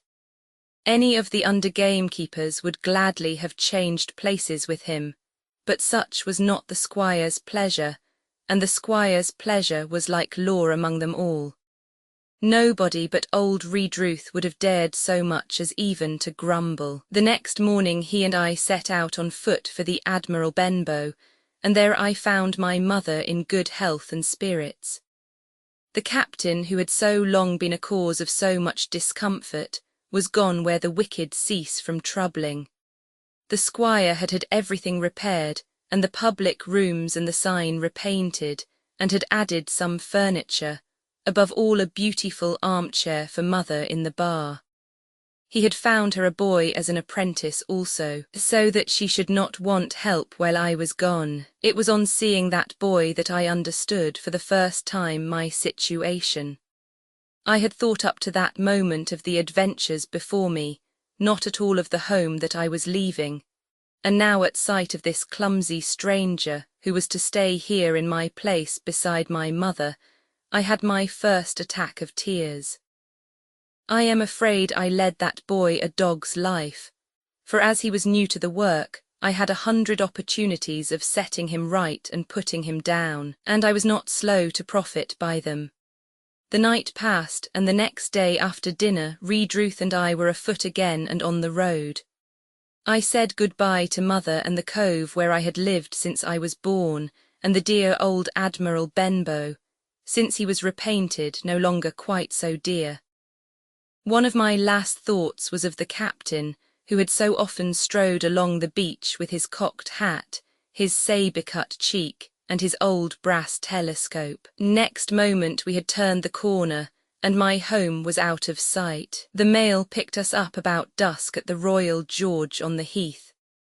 I was wedged in between Redruth and a stout old gentleman, and in spite of the swift motion and the cold night air, I must have dozed a great deal from the very first, and then slept like a log up hill and down dale, through stage after stage. For when I was awakened at last, it was by a punch in the ribs, and I opened my eyes to find that we were standing still before a large building in a city street, and that the day had already broken a long time. "Where are we?" I asked. "Bristol," said Tom. "Get down." Mr. Trelawney had taken up his residence at an inn far down the docks to superintend the work upon the schooner. Thither we had now to walk, and our way, to my great delight, lay along the quays and beside the great multitude of ships of all sizes and rigs and nations. In one, sailors were singing at their work. In another there were men aloft, high over my head, hanging to threads that seemed no thicker than a spider's. Though I had lived by the shore all my life, I seemed never to have been near the sea till then. The smell of tar and salt was something new. I saw the most wonderful figureheads that had all been far over the ocean. I saw besides many old sailors, with rings in their ears and whiskers curled in ringlets and tarry pigtails, and their swaggering, clumsy sea-walk. And if I had seen as many kings or archbishops, I could not have been more delighted. And I was going to see myself, to see in a schooner with a piping boatswain and pigtailed singing seamen, to see bound for an unknown island and to seek for buried treasure. While I was still in this delightful dream, we came suddenly in front of a large inn and met Squire Trelawney, all dressed out like a sea officer in stout blue cloth, coming out of the door with a smile on his face and a capital imitation of a sailor's walk. "Here you are," he cried, "and the doctor came last night from London. Bravo, the ship's company complete." "Oh, sir," cried I, "when do we sail?" "Sail," says he, "we sail tomorrow." Roman 8. At the sign of the spyglass, Roman 8. At the sign of the spyglass, when I had done breakfasting, the squire gave me a note addressed to John Silver at the sign of the spyglass, and told me I should easily find the place by following the line of the docks, and keeping a bright lookout for a little tavern, with a large brass telescope for a sign. I set off, overjoyed at this opportunity to see some more of the ships and seamen, and picked my way among a great crowd of people and carts and bales, for the dock was now at its busiest, until I found the tavern in question. It was a bright enough little place of entertainment. The sign was newly painted, the windows had neat red curtains, the floor was cleanly sanded. There was a street on each side and an open door on both, which made the large, low room pretty clear to see in spite of clouds of tobacco smoke. The customers were mostly seafaring men, and they talked so loudly that I hung at the door, almost afraid to enter. As I was waiting, a man came out of a side room, and at a glance I was sure he must be Long John. His left leg was cut off close by the hip, and under the left shoulder he carried a crutch, which he managed with wonderful dexterity, hopping about upon it like a bird. He was very tall and strong, with a face as big as a ham, plain and pale but intelligent and smiling.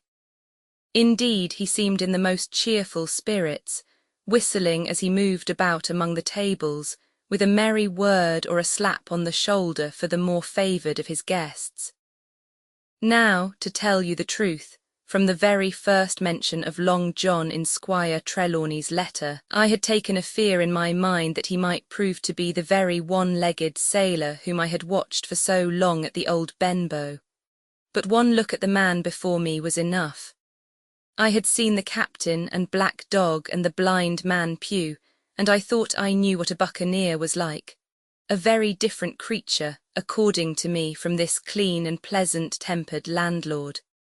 I plucked up courage at once, crossed the threshold, and walked right up to the man where he stood, propped on his crutch, talking to a customer. "Mr. Silver, sir?" I asked, holding out the note. "Yes, my lad," said he. "Such is my name, to be sure. And who may you be?" And when he saw the squire's letter, he seemed to me to give something almost like a start. "Oh," said he, quite aloud, and offering his hand, "I see, you are our new cabin boy, pleased I am to see you." And he took my hand in his large, firm grasp. Just then one of the customers at the far side rose suddenly and made for the door. It was close by him, and he was out in the street in a moment. But his hurry had attracted my notice, and I recognized him at a glance. It was the tallow-faced man, wanting 2 fingers, who had come first to the Admiral Benbow. "Oh," I cried, "stop him, it's Black Dog." "I don't care 2 coppers who he is," cried Silver, "but he hasn't paid his score. Harry, run and catch him." One of the others who was nearest the door leaped up and started in pursuit. "If he were Admiral Hawke, he shall pay his score," cried Silver, and then relinquishing my hand, "Who did you say he was?" he asked. "Black what? Dog, sir," said I. "Has Mr. Trelawney not told you of the buccaneers? He was one of them." "So," cried Silver, "in my house, Ben, run and help Harry, one of those swabs was he. Was that you drinking with him, Morgan? Step up here." The man whom he called Morgan, an old, grey-haired, mahogany-faced sailor, came forward pretty sheepishly, rolling his quid. "Now, Morgan," said Long John very sternly, "you never clapped your eyes on that Black Dog before, did you now?" "Not I, sir," said Morgan with a salute. "Or you didn't know his name, did you?" "Oh, no, sir." "By the powers, Tom Morgan, it's as good for you," exclaimed the landlord. "If you had been mixed up with the like of that, you would never have put another foot in my house, you may lay to that. And what was he saying to you?" "I don't rightly know, sir," answered Morgan. "Do you call that a head on your shoulders, or a blessed dead-eye?" cried Long John. "Don't rightly know, don't you? Perhaps you don't happen to rightly know who you were speaking to, perhaps. Come now, what was he jawing, ages, captain's ships? Pipe up, what was it?" "We was a-talking of keel-hauling," answered Morgan. "Keel-hauling was you, and a mighty suitable thing too, and you may lay to that. Get back to your place for a lubber, Tom."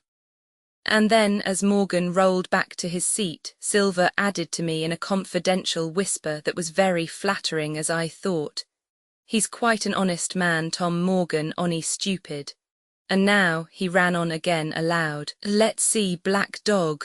No, I don't know the name, not I. Yet I kind of think I've seen the swab. He used to come here with a blind beggar he used." "That he did, you may be sure," said I. "I knew that blind man too, his name was Pew." "It was," cried Silver, now quite excited. "Pew, that were his name for certain. Ah, he looked a shark, he did. If we run down this Black Dog now, there'll be news for Captain Trelawney." Ben's a good runner, few seamen run better than Ben, he should run him down. Hand over hand by the powers, he talked o' keel-hauling, did he? I'll keel-haul him. All the time he was jerking out these phrases, he was stumping up and down the tavern on his crutch, slapping tables with his hand, and giving such a show of excitement as would have convinced an Old Bailey judge or a Bow Street runner. My suspicions had been thoroughly reawakened on finding Black Dog at the spy-glass, and I watched the cook narrowly. But he was too deep, and too ready, and too clever for me, and by the time the two men had come back out of breath, and confessed that they had lost the track in a crowd and been scolded like thieves, I would have gone bail for the innocence of Long John Silver. "See here now, Hawkins," said he, "here's a blessed hard thing on a man like me now, ain't it? There's Cap'n Trelawney, what's he to think? Here I have this confounded son of a Dutchman sitting in my own house, drinking of my own rum. Here you comes and tells me of it plain, and here I let him give us all the slip before my blessed dead lights. Now, Hawkins, you do me justice with the cap'n. You're a lad, you are, but you're as smart as paint. I see that when you first came in. Now here it is, what could I do with this old timber I hobble on? When I was in a B-master mariner, I'd have come up alongside of him, hand over hand, and broached him to in a brace of old shakes, I would, and now. And then all of a sudden he stopped, and his jaw dropped as though he had remembered something. The score, he burst out. 3 gozo rum, why shiver my timbers if I hadn't forgotten my score, and falling on a bench, he laughed until the tears ran down his cheeks. I could not help joining, and we laughed together, peal after peal, until the tavern rang again. "Why, what a precious old sea-calf I am," he said at last, wiping his cheeks. "You and me should get on well, Hawkins, for I'll take my Davy I should be rated ship's boy. But come now, stand by to go about, this won't do. Duty is duty, messmates. I'll put on my old cocked hat and step along of you to Cap'n Trelawney and report this here affair. For mind you, it's serious, young Hawkins, and neither you nor me's come out of it with what I should make so bold as to call credit. Nor you neither, says you, not smart, none of the pair of us smart, but dash my buttons, that was a good un about my score." And he began to laugh again, and that so heartily that though I did not see the joke as he did, I was again obliged to join him in his mirth. On our little walk along the quays he made himself the most interesting companion, telling me about the different ships that we passed by, their rig, tonnage, and nationality, explaining the work that was going forward, how one was discharging, another taking in cargo, and a third making ready for sea, and every now and then telling me some little anecdote of ships or seamen, or repeating a nautical phrase till I had learned it perfectly. I began to see that here was one of the best of possible shipmates. When we got to the inn, the squire and Dr. Livesey were seated together, finishing a quart of ale with a toast in it, before they should go aboard the schooner on a visit of inspection. Long John told the story from first to last, with a great deal of spirit and the most perfect truth. That was how it were now, weren't it, Hawkins? He would say now and again, and I could always bear him entirely out. The two gentlemen regretted that Black Dog had got away, but we all agreed there was nothing to be done, and after he had been complimented, Long John took up his crutch and departed. "All hands aboard by 4 this afternoon," shouted the squire after him. "Aye, aye, sir," cried the cook in the passage. "Well, squire," said Dr. Livesey, "I don't put much faith in your discoveries as a general thing, but I will say this, John Silver suits me." "That man's a perfect trump," declared the squire. "And now," added the doctor, "Jim may come on board with us, may he not?" "To be sure he may," said the squire. "Take your hat, Hawkins, and we'll see the ship." Roman 9, powder and arms, Roman 9, powder and arms. The Hispaniola lay some way out, and we went under the figureheads and around the sterns of many other ships, and their cables sometimes grated beneath our keel, and sometimes swung above us. At last, however, we swung alongside and were met and saluted as we stepped aboard by the mate, Mr. Arrow, a brown old sailor, with earrings in his ears and a squint. He and the squire were very thick and friendly, but I soon observed that things were not the same between Mr. Trelawney and the captain. This last was a sharp-looking man who seemed angry with everything on board and was soon to tell us why, for we had hardly got down into the cabin when a sailor followed us. "Captain Smollett, sir, axing to speak with you," said he. "I am always at the captain's orders. Show him in," said the squire. The captain, who was close behind his messenger, entered at once and shut the door behind him. "Well, Captain Smollett, what have you to say? All well, I hope, all shipshape and seaworthy." "Well, sir," said the captain, "better speak plain, I believe, at the risk of offence. I don't like this cruise, I don't like the men, and I don't like my officer. That's short and sweet." "Perhaps, sir, you don't like the ship?" inquired the squire, very angry as I could see. "I can't speak as to that, sir, not having seen her tried," said the captain. "She seems a clever craft. More I can't say." "Possibly, sir, you may not like your employer either," said the squire, but here Dr. Livesey cut in. "Stay a bit," said he, "stay a bit.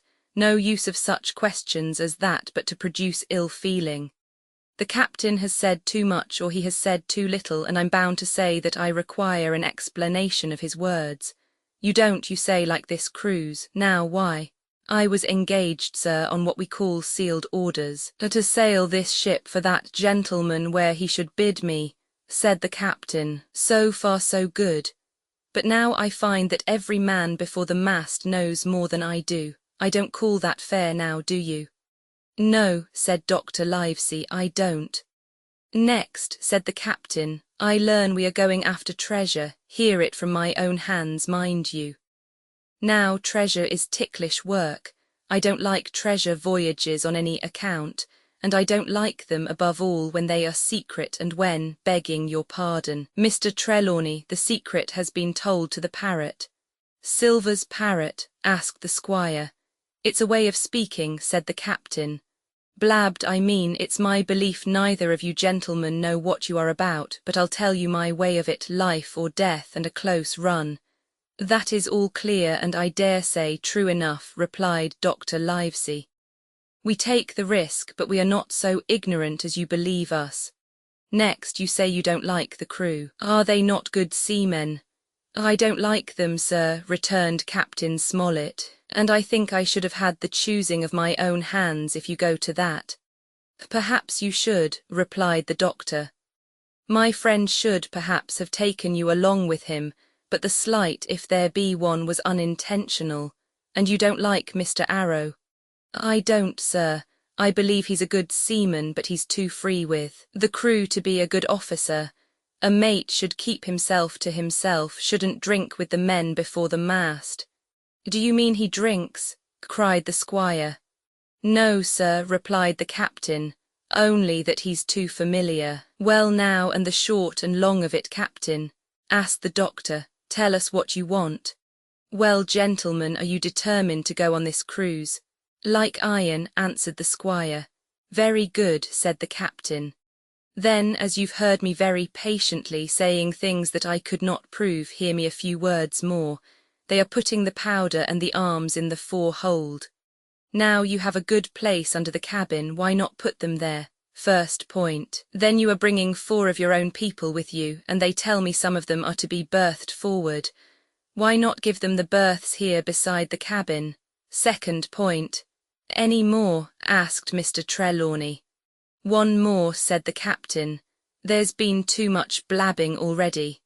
"Far too much," agreed the doctor. "I'll tell you what I've heard myself," continued Captain Smollett, "that you have a map of an island, that there's crosses on the map to show where treasure is and that the island lies." And then he named the latitude and longitude exactly.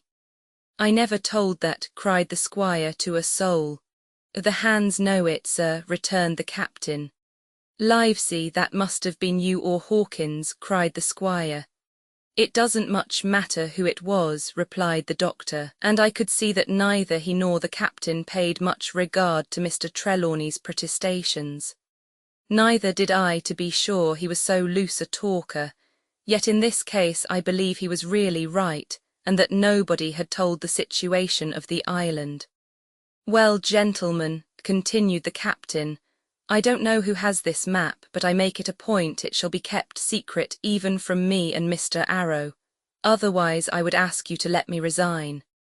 I see, said the doctor. You wish us to keep this matter dark, and to make a garrison of the stern part of the ship, manned with my friend's own people and provided with all the arms and powder on board. In other words, you fear a mutiny. Sir, said Captain Smollett, with no intention to take offence, I deny your right to put words into my mouth. No captain, sir, would be justified in going to sea at all if he had ground enough to say that. As for Mr. Arrow, I believe him thoroughly honest. Some of the men are the same, all may be for what I know.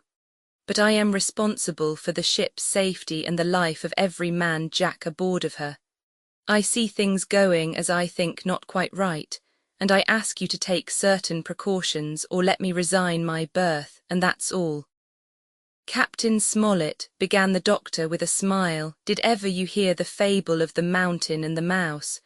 You'll excuse me, I dare say, but you remind me of that fable. When you came in here, I'll stake my wig you meant more than this. Doctor, said the captain, you are smart. When I came in here I meant to get discharged. I had no thought that Mr. Trelawney would hear a word.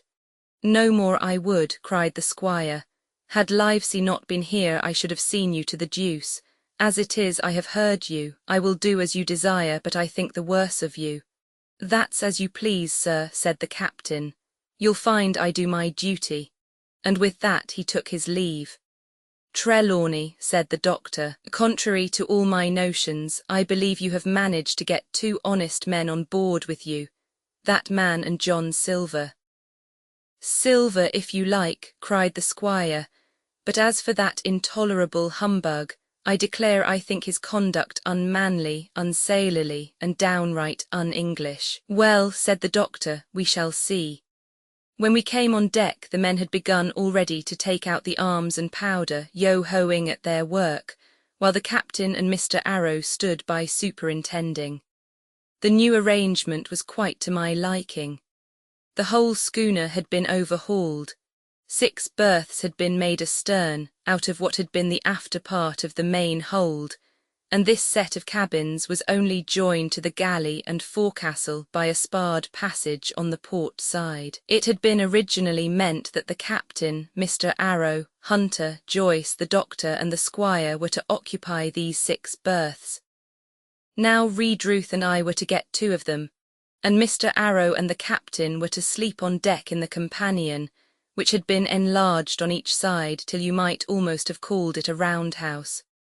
Very low it was still, of course, but there was room to swing 2 hammocks, and even the mate seemed pleased with the arrangement. Even he, perhaps, had been doubtful as to the crew, but that is only guess, for as you shall hear, we had not long the benefit of his opinion. We were all hard at work changing the powder and the berths, when the last man or 2, and Long John along with them, came off in a shore boat. The cook came up the side like a monkey for cleverness, and as soon as he saw what was doing, so ho, mates, said he, what's this? We're 8 changing the powder, Jack, answers one. Why, by the powers, cried Long John, if we do we'll miss the morning tide. My orders, said the captain shortly. You may go below, my man, Hans will want supper. Aye, aye, sir, answered the cook, and touching his forelock he disappeared at once in the direction of his galley. That's a good man, captain, said the doctor. Very likely, sir, replied Captain Smollett. Easy with that, men, easy. He ran on to the fellows who were shifting the powder, and then suddenly observing me examining the swivel we carried amidships, a long brass 9. Here, you ship's boy, he cried, out o' that, off with you to the cook and get some work. And then as I was hurrying off I heard him say quite loudly to the doctor, I'll have no favourites on my ship.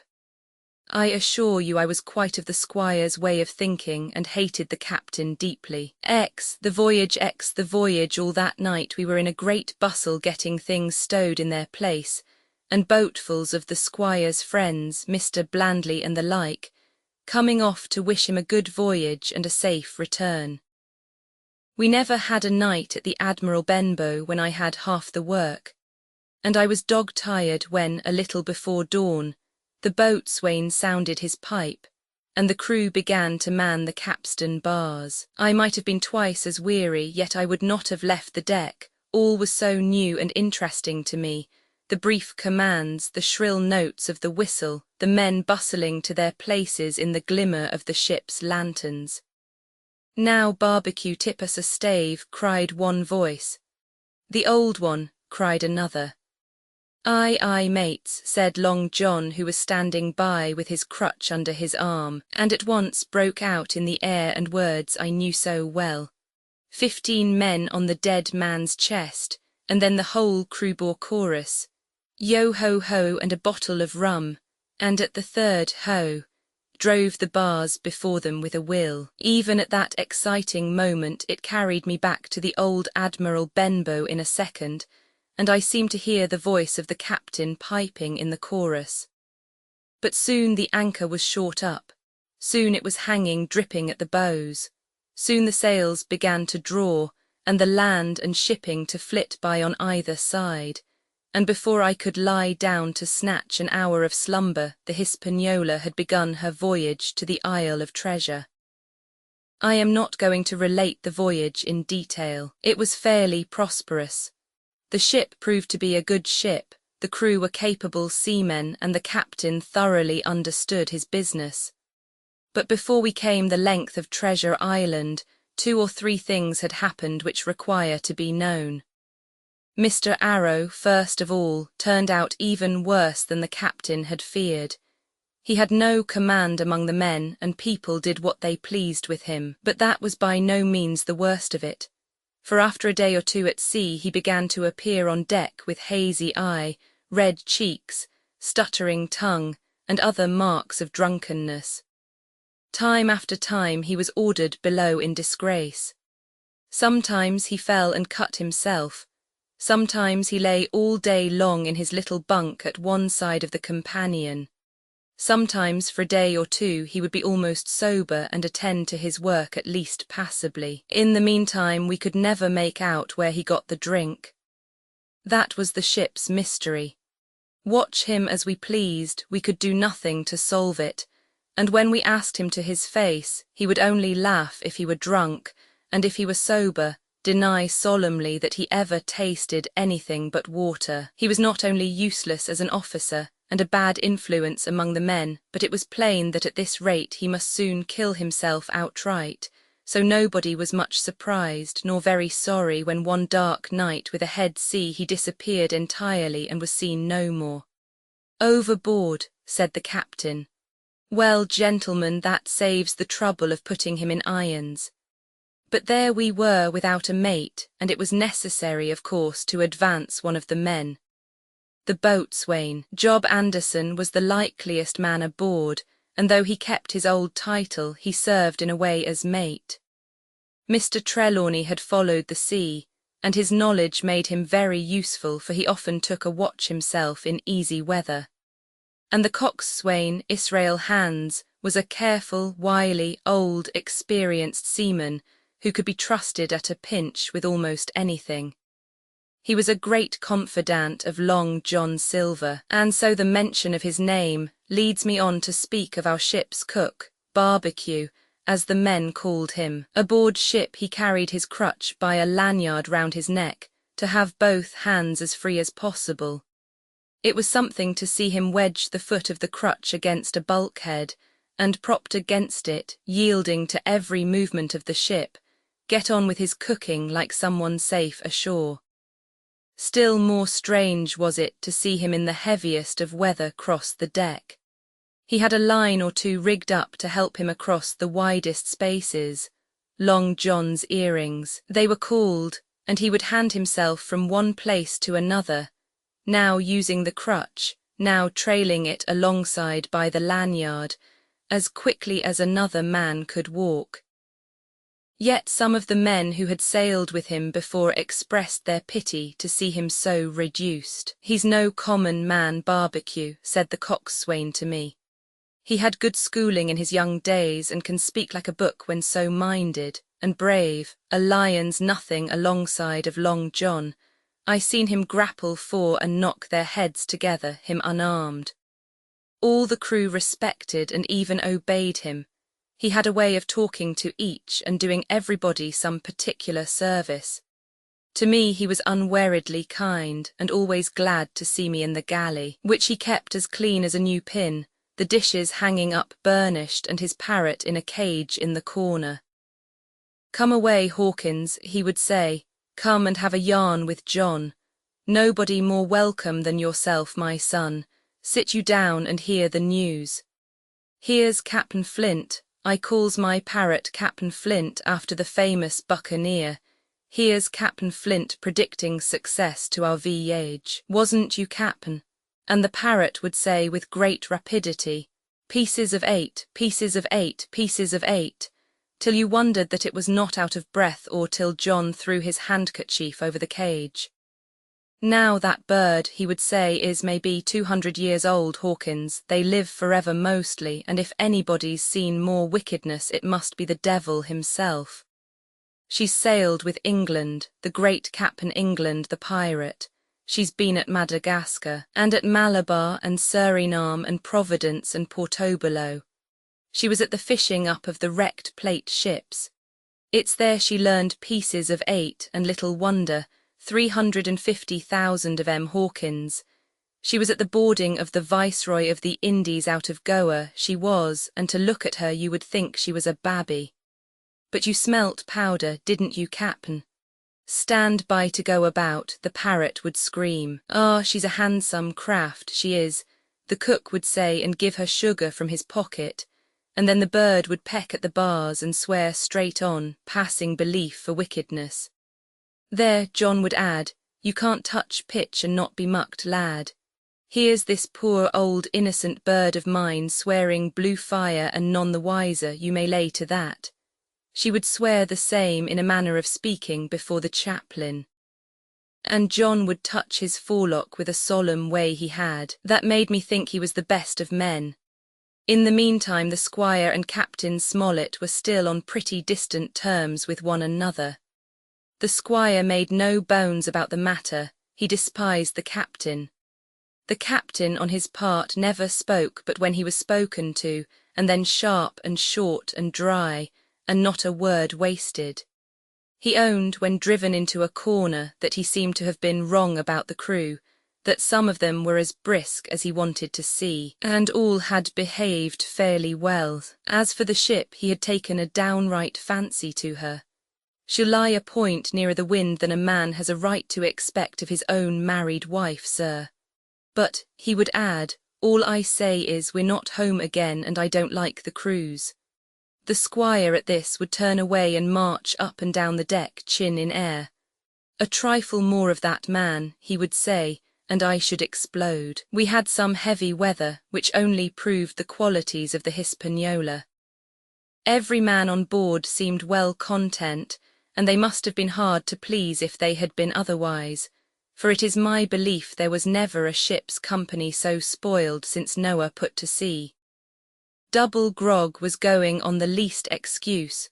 There was duff on odd days, as for instance, if the squire heard it was any man's birthday, and always a barrel of apples standing broached in the waist, for anyone to help himself that had a fancy. Never knew good to come of it yet, the captain said to Dr. Livesey. Spoil forecastle hands make devils, that's my belief. But good did come of the apple barrel, as you shall hear, for if it had not been for that we should have had no note of warning and might all have perished by the hand of treachery. This is how it came about. We had run up the trades to get the wind of the island we were after. I am not allowed to be more plain.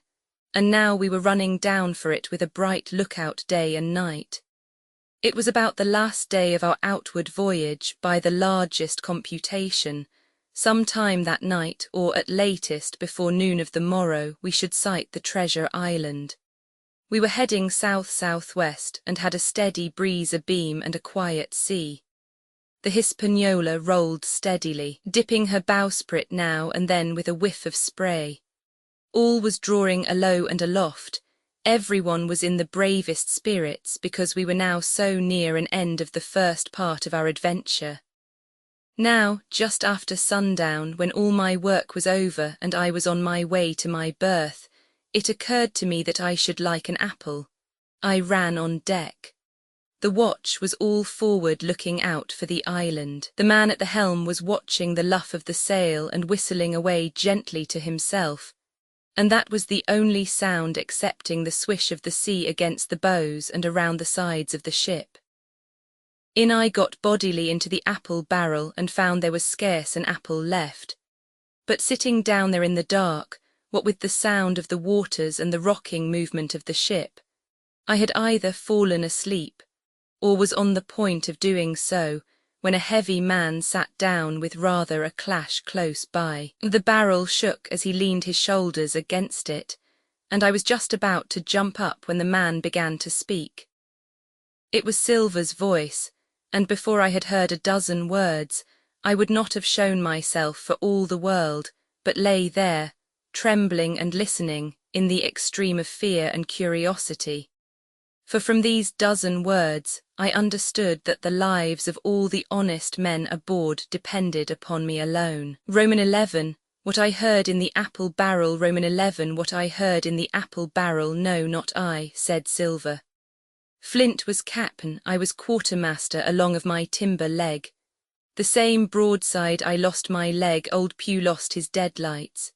It was a master surgeon, him that amputated me out of college and all, Latin by the bucket and what not, but he was hanged like a dog and sun-dried like the rest at Corso Castle.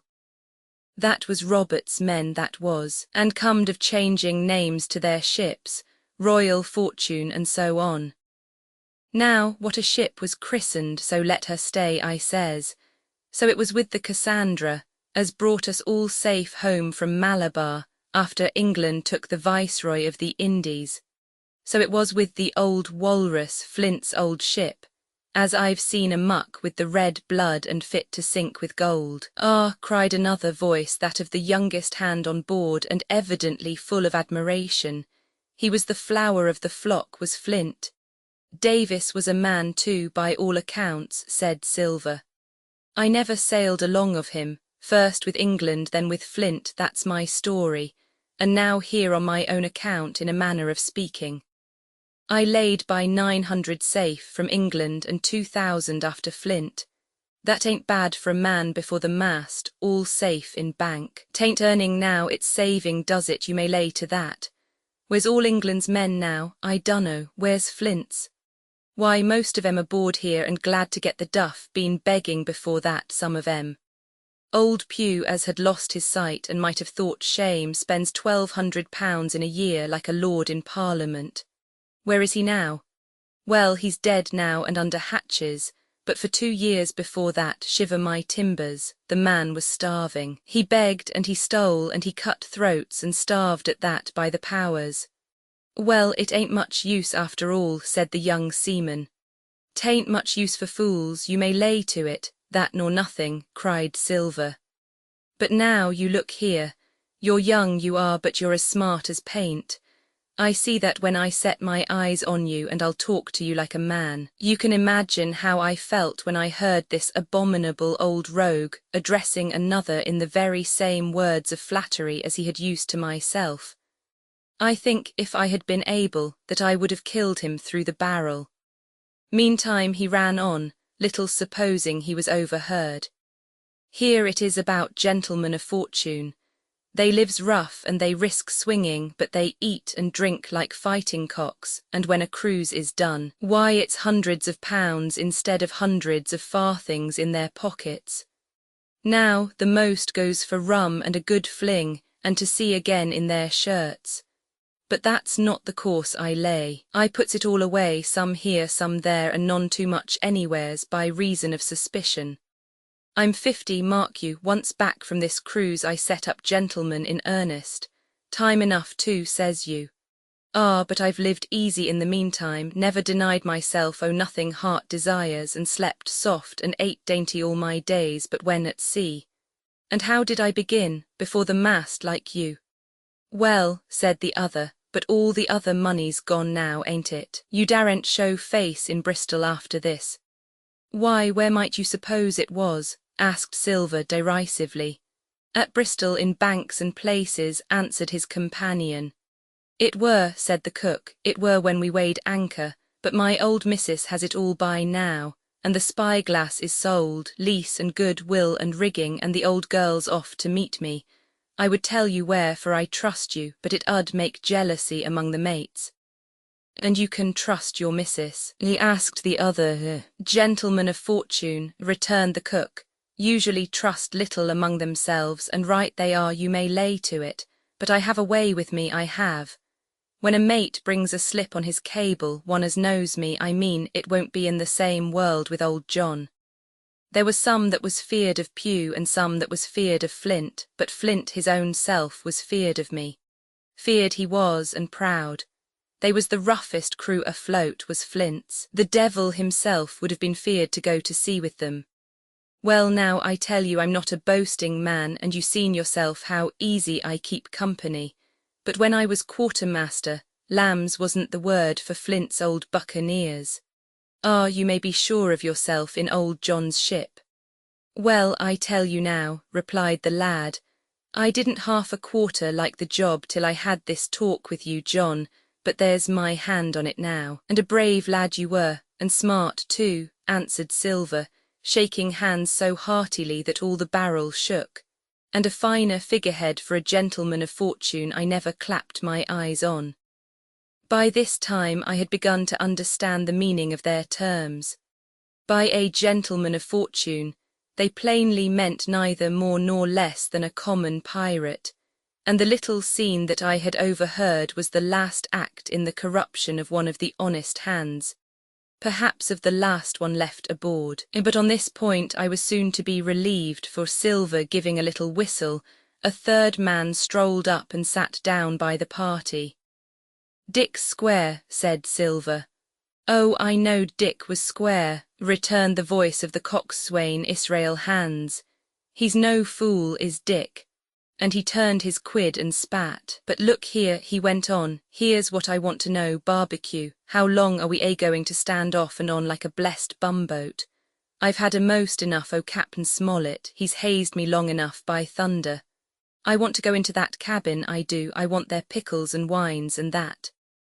Israel, said Silver, your head ain't much account, nor never was, but you're able to hear, I reckon, leastways your ears is big enough. Now here's what I say, you'll berth forward, and you'll live hard, and you'll speak soft, and you'll keep sober, till I give the word, and you may lay to that, my son. Well, I don't say no, do I? Growled the coxswain. What I say is when, that's what I say. When, by the powers, cried Silver. Well now, if you want to know, I'll tell you when. The last moment I can manage, and that's when. Here's a first-rate seaman, Captain Smollett, sails the blessed ship for us. Here's this squire and doctor with a map and such. I don't know where it is, do I? No more do you, says you. Well then, I mean this squire and doctor shall find the stuff and help us to get it aboard, by the powers. Then we'll see. If I was sure of you all, sons of double Dutchmen, I'd have Captain Smollett navigate us halfway back again before I struck. Why, we're all seamen aboard here, I should think, said the lad Dick. We're all forecastle hands, you mean, snapped Silver. We can steer a course, but who's to set one? That's what all you gentlemen split on first and last. If I had my way, I'd have Captain Smollett work us back into the trades at least. Then we'd have no blessed miscalculations and a spoonful of water a day. But I know the sort you are. I'll finish with them at the island as soon's the blunt's on board, and a pity it is. But you're never happy till you're drunk. Split my sides, I've a sick heart to sail with the likes of you. Easy all, Long John, cried Israel. Who's crossin' of you? Why, how many tall ships, think ye now, have I seen laid aboard, and how many brisk lads drying in the sun at Execution Dock? Cried Silver, and all for this same hurry and hurry and hurry, you hear me? I seen a thing or two at sea, I have. If you would only lay your course and a peint to windward, you would ride in carriages, you would. But not you. I know you. You'll have your mouthful of rum tomorrow and go hang. Everybody knowed you was a kind of a chaplain, John, but there's others as could hand and steer as well as you, said Israel. They liked a bit o' fun, they did. They wasn't so high and dry nohow, but took their fling like jolly companions, everyone. So, said Silver. Well, and where are they now? Pew was that sort, and he died a beggar man. Flint was, and he died of rum at Savannah. Ah, they was a sweet crew, they was. Onny, where are they? But, asked Dick, when we do lay 'em athwart, what are we to do with 'em anyhow? There's the man for me, cried the cook admiringly. That's what I call business. Well, what would you think? Put 'em ashore like maroons, that would have been England's way, or cut 'em down like that much pork, that would have been Flint's or Billy Bones's. Billy was the man for that, said Israel. Dead men don't bite, says he. Well, he's dead now hisself. He knows the long and short on it now, and if ever a rough hand come to port, it was Billy. Right you are, said Silver, rough and ready. But mark you here, I'm an easy man, I'm quite the gentleman, says you, but this time it's serious. Duty is duty, mates, I give my vote, death. When I'm in Parliament and riding in my coach, I don't want none of these sea lawyers in the cabin coming home, unlooked for like the devil at prayers. Wait is what I say, but when the time comes, why let her rip? John, cried the coxswain, you're a man. You'll say so. Israel, when you see, said Silver. Only one thing I claim Trelawney. I'll wring his calf's head off his body with these hands. Dick, he added, breaking off, you must jump up like a sweet lad and get me an apple to wet my pipe like. You may fancy the terror I was in. I should have leaped out and run for it if I had found the strength, but my limbs and heart alike misgave me. I heard Dick begin to rise, and then someone seemingly stopped him, and the voice of Hans exclaimed, "Oh, stow that, don't you get sucking of that bilge, John, let's have a go of the rum." Dick, said Silver, I trust you. I've a gauge on the keg, mind, there's the key, you fill a pannikin and bring it up. Terrified as I was, I could not help thinking to myself that this must have been how Mr. Arrow got the strong waters that destroyed him. Dick was gone but a little while, and during his absence Israel spoke straight on in the cook's ear. It was but a word or two that I could catch, and yet I gathered some important news. For besides other scraps that tended to the same purpose, this whole clause was audible, not another man of them'll jine. Hence there were still faithful men on board. When Dick returned, one after another of the trio took the pannikin and drank, one to Luck, another with here's to old Flint, and Silver himself saying in a kind of song, "Here's to ourselves, and hold your luff, plenty of prizes and plenty of duff."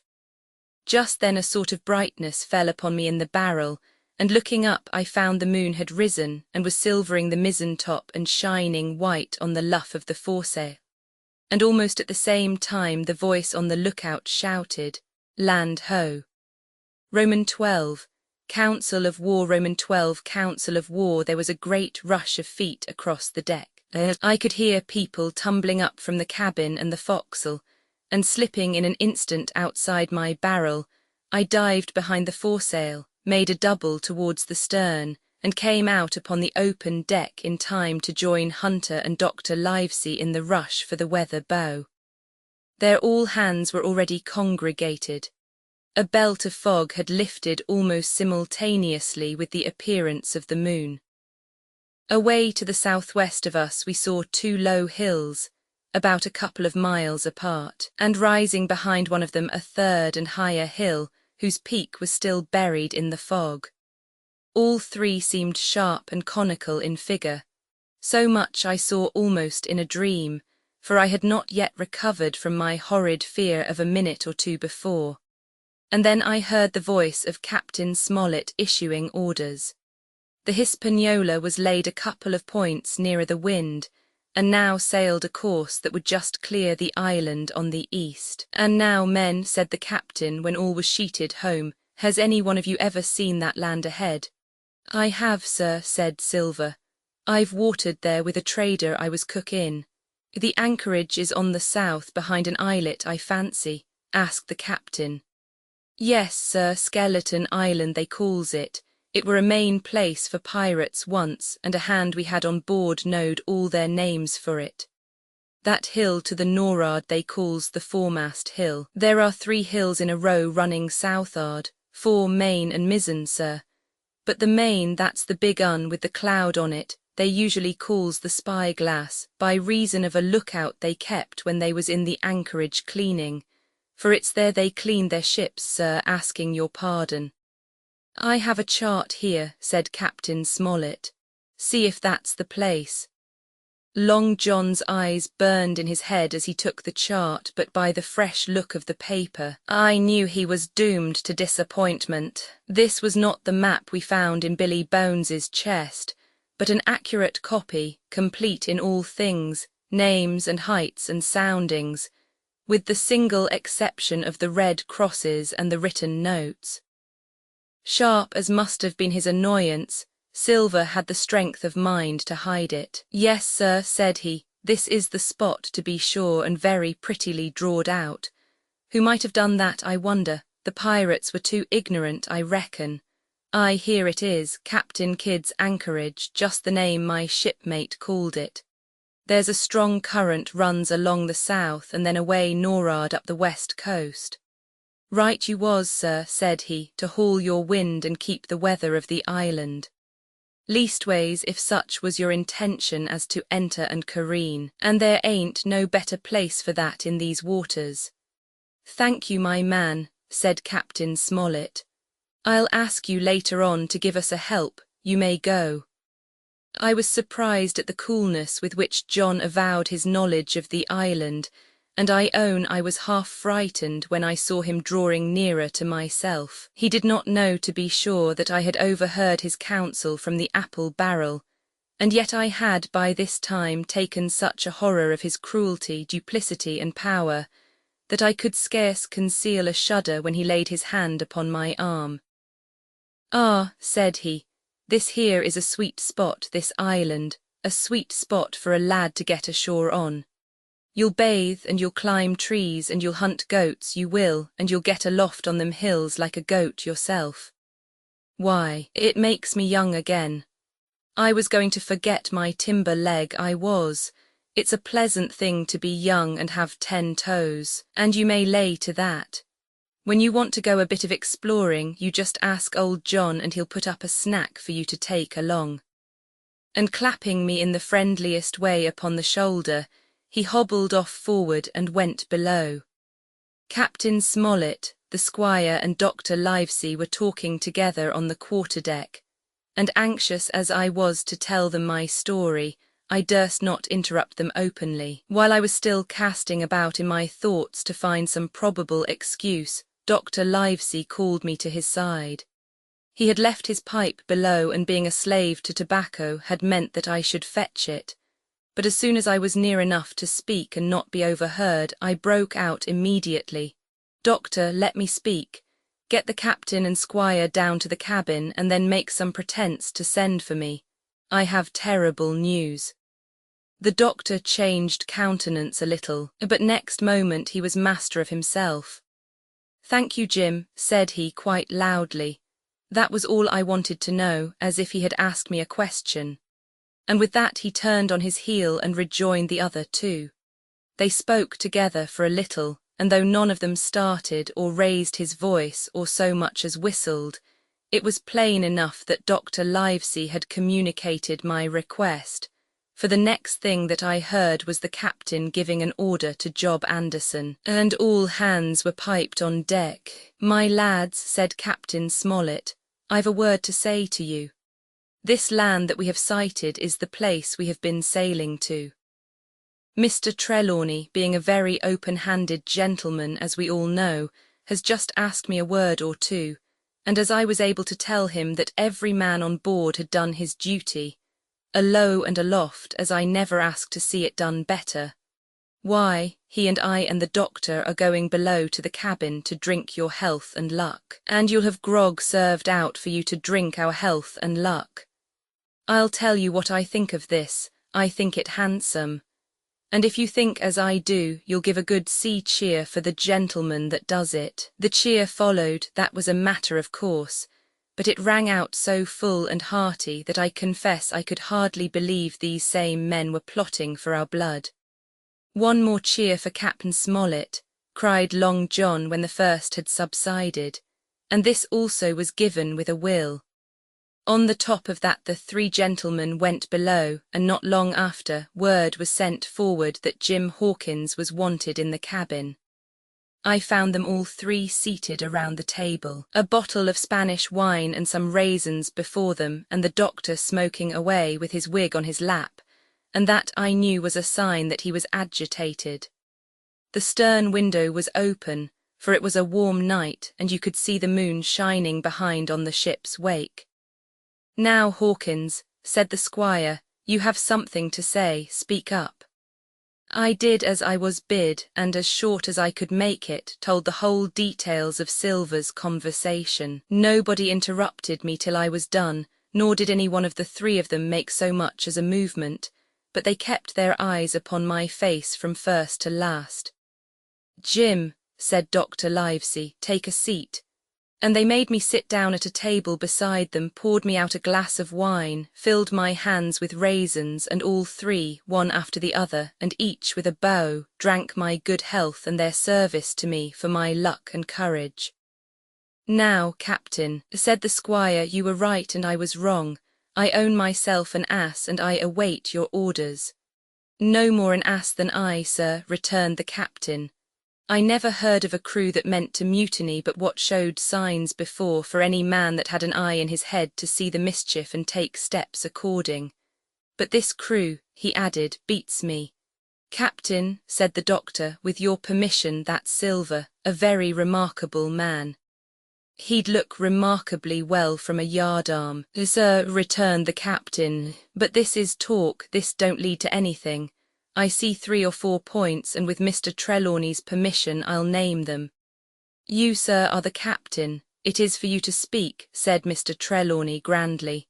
"First point," began Mr. Smollett, "we must go on because we can't turn back. If I gave the word to turn about, they would rise at once. Second point, we have time before us, at least until this treasure's found. Third point, there are faithful hands. Now, sir, it's got to come to blows sooner or later, and what I propose is to take time by the forelock, as the saying is, and come to blows some fine day when they least expect it. We can count, I take it, on your own home servants, Mr. Trelawney." "As upon myself," declared the squire. "3, reckoned the captain. Ourselves make 7, counting Hawkins here. Now about the honest hands." "Most likely Trelawney's own men," said the doctor, "those he picked up for himself before he lit on Silver." "Nay," replied the squire, "Hans was one of mine." "I did think I could have trusted Hans," added the captain. "And to think that they are all Englishmen," broke out the squire. "Sir, I could find it in my heart to blow the ship up."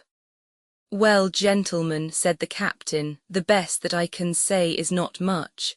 We must lay to, if you please, and keep a bright lookout. It's trying on a man, I know. It would be pleasanter to come to blows, but there's no help for it till we know our men.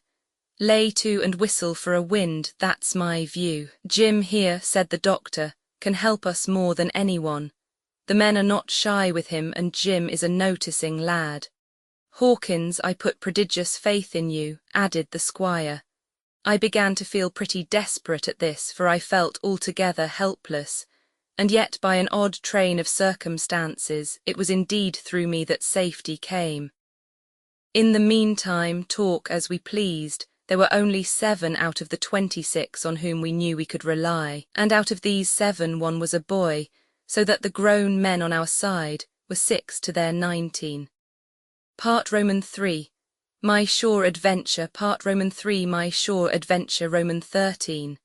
How my shore adventure began. Roman 13. How my shore adventure began. The appearance of the island when I came on deck next morning was altogether changed. Although the breeze had now utterly ceased, we had made a great deal of way during the night, and were now lying becalmed about half a mile to the southeast of the low eastern coast. Grey-coloured woods covered a large part of the surface. This even tint was indeed broken up by streaks of yellow sandbreak in the lower lands and by many tall trees of the pine family, out-topping the others, some singly, some in clumps, but the general colouring was uniform and sad. The hills ran up clear above the vegetation in spires of naked rock.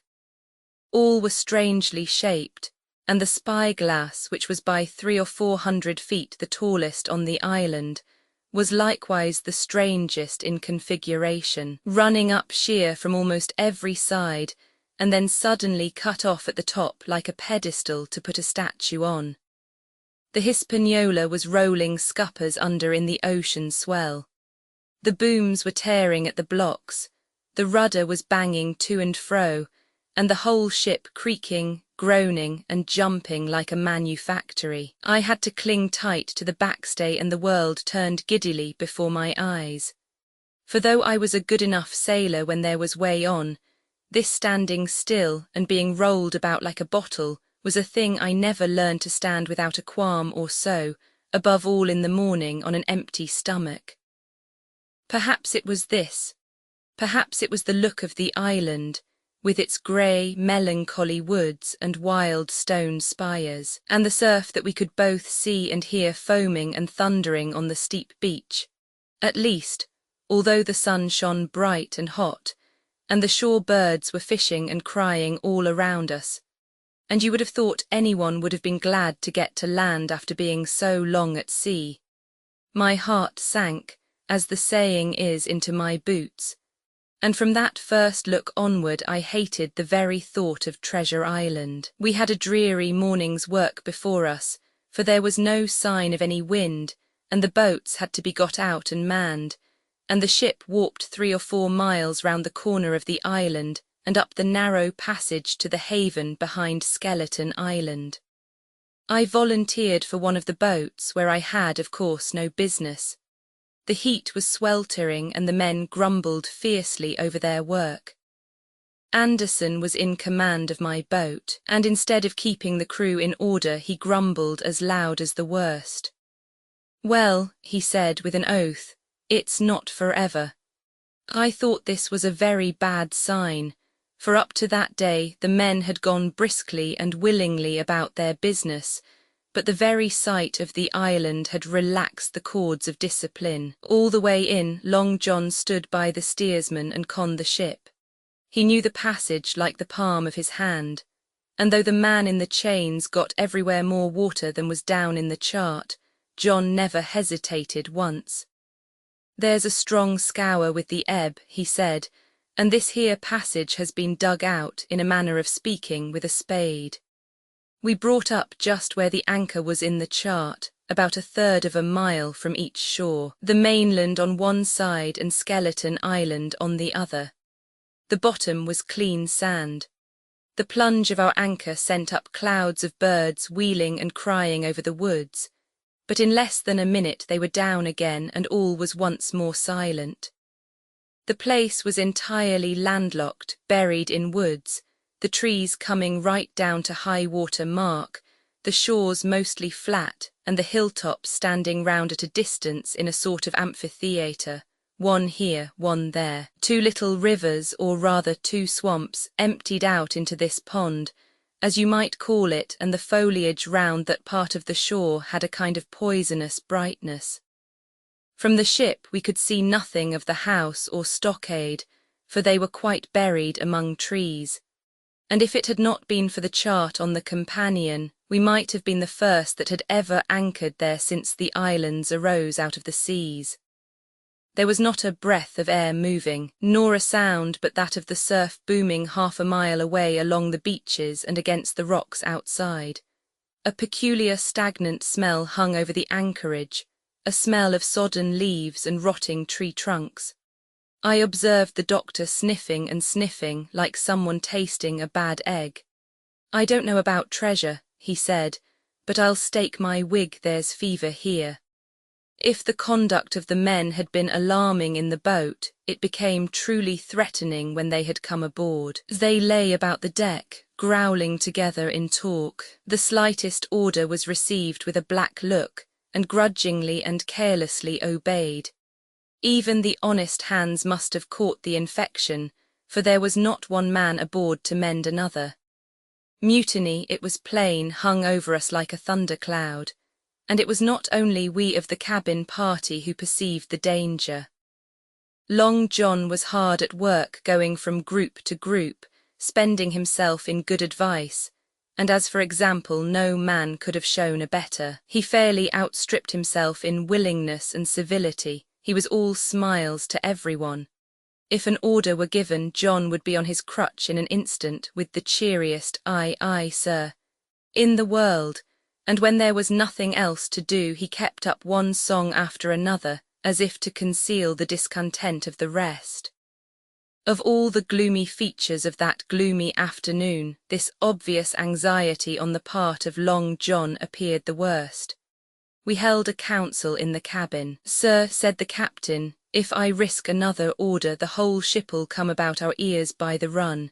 You see, sir, here it is. I get a rough answer, do I not?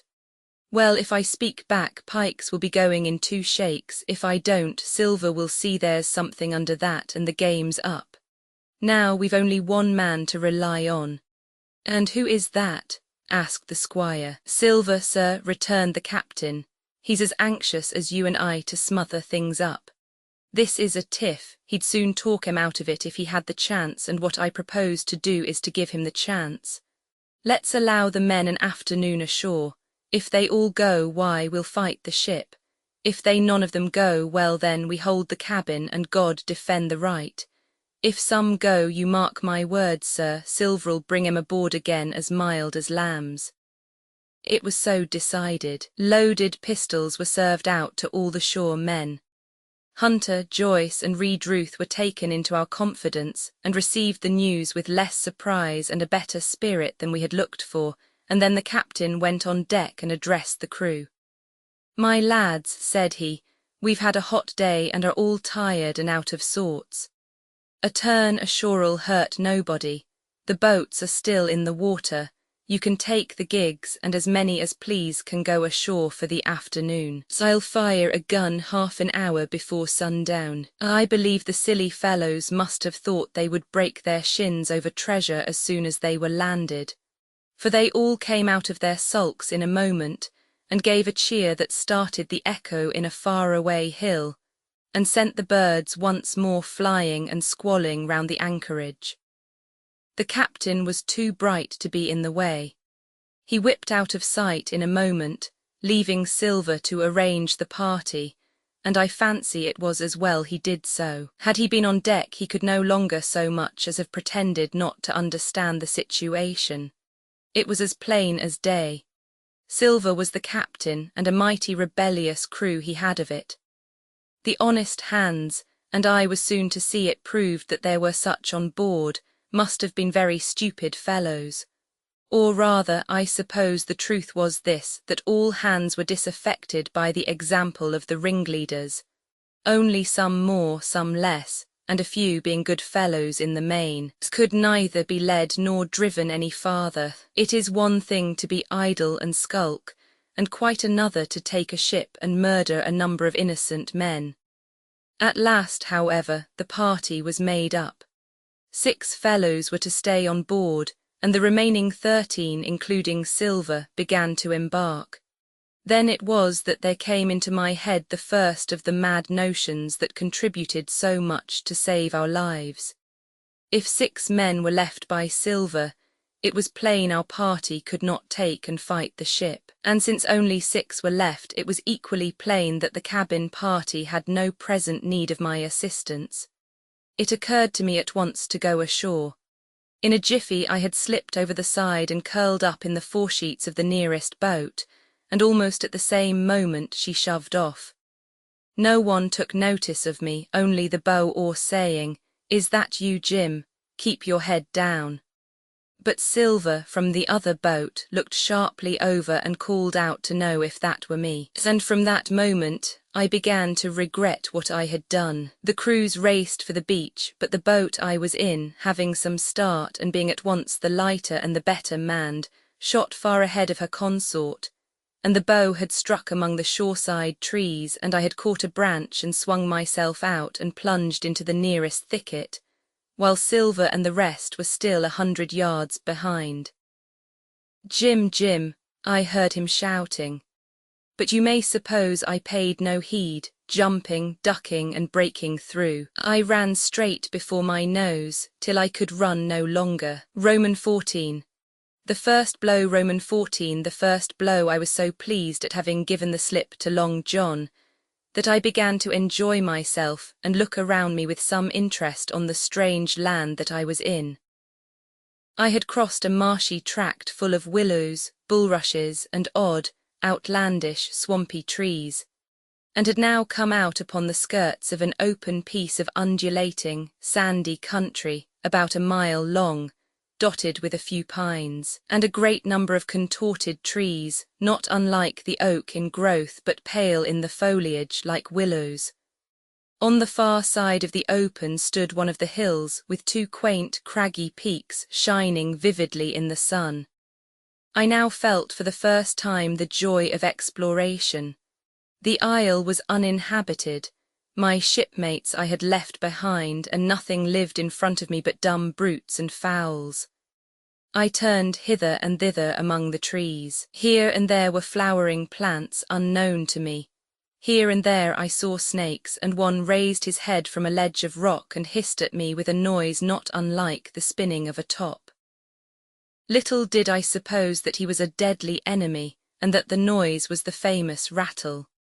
Then I came to a long thicket of these oak-like trees, live or evergreen oaks, I heard afterward they should be called, which grew low along the sand like brambles, the boughs curiously twisted, the foliage compact like thatch. The thicket stretched down from the top of one of the sandy knolls, spreading and growing taller as it went, until it reached the margin of the broad, reedy fen, through which the nearest of the little rivers soaked its way into the anchorage. The marsh was steaming in the strong sun, and the outline of the spyglass trembled through the haze. All at once there began to go a sort of bustle among the bulrushes. A wild duck flew up with a quack, another followed, and soon over the whole surface of the marsh a great cloud of birds hung screaming and circling in the air. I judged at once that some of my shipmates must be drawing near along the borders of the fen. Nor was I deceived, for soon I heard the very distant and low tones of a human voice, which, as I continued to give ear, grew steadily louder and nearer. This put me in great fear, and I crawled under cover of the nearest live oak and squatted there hearkening as silent as a mouse. Another voice answered, and then the first voice, which I now recognized to be Silver's, once more took up the story and ran on for a long while in a stream, only now and again interrupted by the other. By the sound they must have been talking earnestly and almost fiercely, but no distinct word came to my hearing. At last the speakers seemed to have paused, and perhaps to have sat down, for not only did they cease to draw any nearer, but the birds themselves began to grow more quiet, and to settle again to their places in the swamp. And now I began to feel that I was neglecting my business, that since I had been so foolhardy as to come ashore with these desperadoes, the least I could do was to overhear them at their councils, and that my plain and obvious duty was to draw as close as I could manage, under the favourable ambush of the crouching trees. I could tell the direction of the speakers pretty exactly, not only by the sound of their voices, but by the behaviour of the few birds that still hung in alarm above the heads of the intruders. Crawling on all fours, I made steadily but slowly towards them, till at last, raising my head to an aperture among the leaves, I could see clear down into a little green dell beside the marsh, and closely set about with trees, where Long John Silver and another of the crew stood face to face in conversation. The sun beat full upon them. Silver had thrown his hat beside him on the ground, and his great, smooth, blonde face, all shining with heat, was lifted to the other man's in a kind of appeal. "Mate," he was saying, "it's because I thinks gold dust of you, gold dust, and you may lay to that. If I hadn't took to you like pitch, do you think I'd have been here warning of you?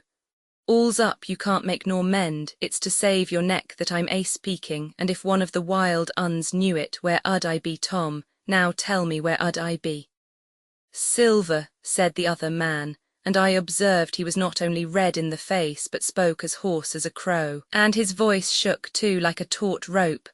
"Silver," says he, "you're old and you're honest, or has the name for it, and you've money too, which lots of poor sailors hasn't, and you're brave, or I'm mistook. And will you tell me you'll let yourself be led away with that kind of a mess of swabs? Not you. As sure as God sees me, I'd sooner lose my hand. If I turn agin my duty." And then all of a sudden he was interrupted by a noise. I had found one of the honest hands.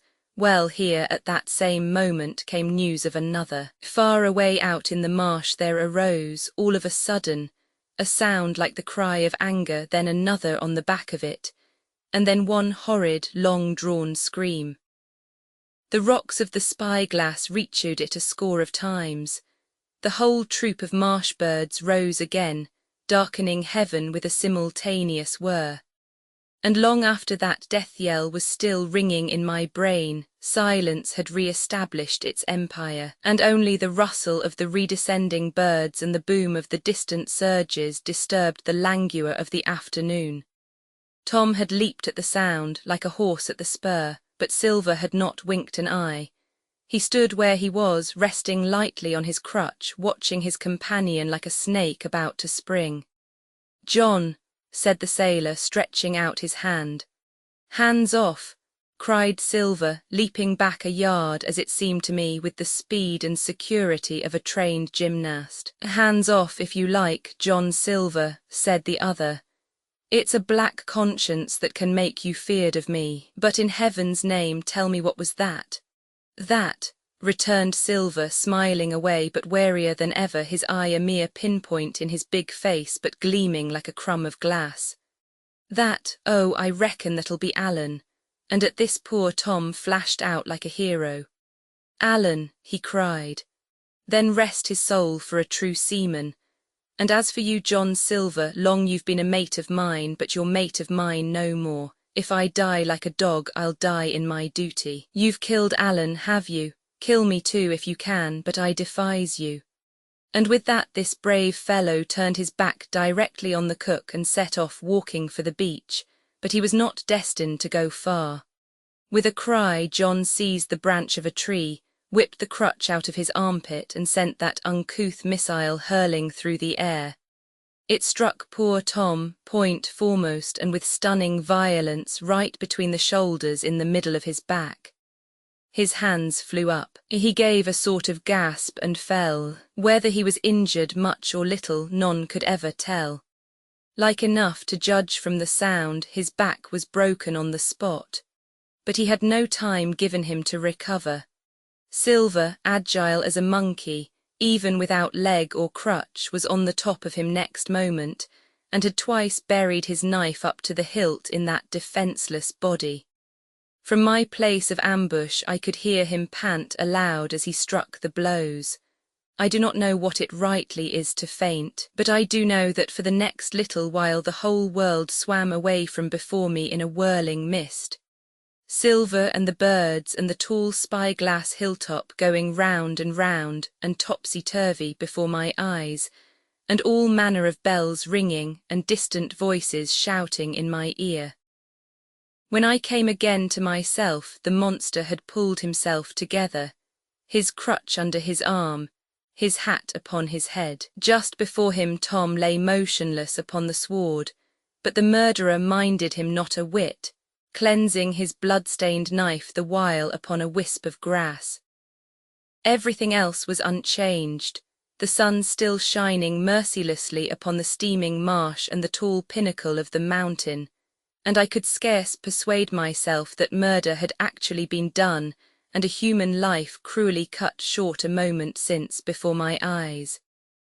But now John put his hand into his pocket, brought out a whistle, and blew upon it several modulated blasts that rang far across the heated air.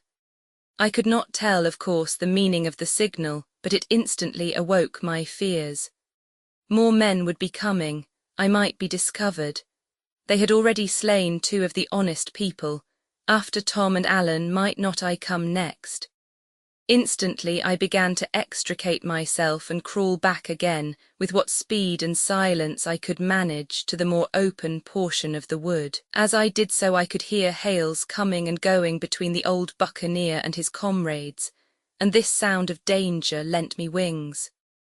As soon as I was clear of the thicket, I ran as I never ran before, scarce minding the direction of my flight, so long as it led me from the murderers, and as I ran, fear grew and grew upon me until it turned into a kind of frenzy. Indeed, could anyone be more entirely lost than I? When the gun fired, how should I dare to go down to the boats among those fiends still smoking from their crime? Would not the first of them who saw me wring my neck like a snipe's? Would not my absence itself be an evidence to them of my alarm and therefore of my fatal knowledge? It was all over, I thought. Goodbye to the Hispaniola, goodbye to the squire, the doctor, and the captain. There was nothing left for me but death by starvation, or death by the hands of the mutineers. All this while, as I say, I was still running, and without taking any notice, I had drawn near to the foot of the little hill with the 2 peaks, and had got into a part of the island where the wild oaks grew more widely apart, and seemed more like forest trees in their bearing and dimensions. Mingled with these were a few scattered pines, some 50, some nearer 70 feet high. The air, too, smelled more fresh than down beside the marsh, and here a fresh alarm brought me to a standstill with a thumping heart. Roman 15. The man of the island, Roman 15, the man of the island. From the side of the hill, which was here steep and stony, a spout of gravel was dislodged and fell rattling and bounding through the trees. My eyes turned instinctively in that direction, and I saw a figure leap with great rapidity behind the trunk of a pine. What it was, whether bear or man or monkey, I could in no wise tell. It seemed dark and shaggy, more I knew not. But the terror of this new apparition brought me to a stand. I was now, it seemed, cut off upon both sides. Behind me the murderers, before me this lurking nondescript. And immediately I began to prefer the dangers that I knew to those I knew not. Silver himself appeared less terrible in contrast with this creature of the woods, and I turned on my heel, and looking sharply behind me over my shoulder, began to retrace my steps in the direction of the boats. Instantly the figure reappeared, and making a wide circuit began to head me off. I was tired at any rate, but had I been as fresh as when I rose, I could see it was in vain for me to contend in speed with such an adversary. From trunk to trunk the creature flitted like a deer, running manlike on 2 legs, but unlike any man that I had ever seen, stooping almost double as it ran. Yet a man it was. I could no longer be in doubt about that. I began to recall what I had heard of cannibals. I was within an ace of calling for help, but the mere fact that he was a man, however wild, had somewhat reassured me, and my fear of Silver began to revive in proportion. I stood still, therefore, and cast about for some method of escape, and as I was so thinking, the recollection of my pistol flashed into my mind. As soon as I remembered I was not defenceless, courage glowed again in my heart, and I set my face resolutely for this man of the island and walked briskly toward him. He was concealed by this time behind another tree trunk, but he must have been watching me closely, for as soon as I began to move in his direction he reappeared and took a step to meet me. Then he hesitated, drew back, came forward again, and at last, to my wonder and confusion, threw himself on his knees and held out his clasped hands in supplication. At that I once more stopped. "Who are you?" I asked. "Ben Gunn," he answered, and his voice sounded hoarse and awkward, like a rusty lock. "I'm poor Ben Gunn, I am, and I haven't spoke with a Christian these 3 years." I could now see that he was a white man like myself and that his features were even pleasing. His skin, wherever it was exposed, was burned by the sun. Even his lips were black, and his fair eyes looked quite startling in so dark a face. Of all the beggar men that I had seen or fancied, he was the chief for raggedness. He was clothed with tatters of old ship's canvas and old sea cloth, and this extraordinary patchwork was all held together by a system of the most various and incongruous fastenings, brass buttons, bits of stick, and loops of tarry gaskin. About his waist he wore an old brass-buckled leather belt, which was the one thing solid in his whole accoutrement. 3 years, I cried. Were you shipwrecked? Nay, mate, said he, marooned. I had heard the word, and I knew it stood for a horrible kind of punishment common enough among the buccaneers, in which the offender is put ashore with a little powder and shot, and left behind on some desolate and distant island. Marooned 3 years agone, he continued, and lived on goats since then and berries and oysters. Wherever a man is, says I, a man can do for himself. But mate, my heart is sore for Christian diet. You mightn't happen to have a piece of cheese about you now, no. Well, many's the long night I've dreamed of cheese, toasted mostly, and woke up again, and here I were. If ever I can get aboard again, said I, you shall have cheese by the stone. All this time he had been feeling the stuff of my jacket, smoothing my hands, looking at my boots, and generally in the intervals of his speech, showing a childish pleasure in the presence of a fellow creature. But at my last words he perked up into a kind of startled slyness. If ever you get aboard again, says you, he repeated. Why now, who's to hinder you? Not you, I know, was my reply. And right you was, he cried. Now you, what do you call yourself, mate? Jim, I told him. Jim, says he, quite pleased apparently. Well now, Jim, I've lived that rough as you'd be ashamed to hear of.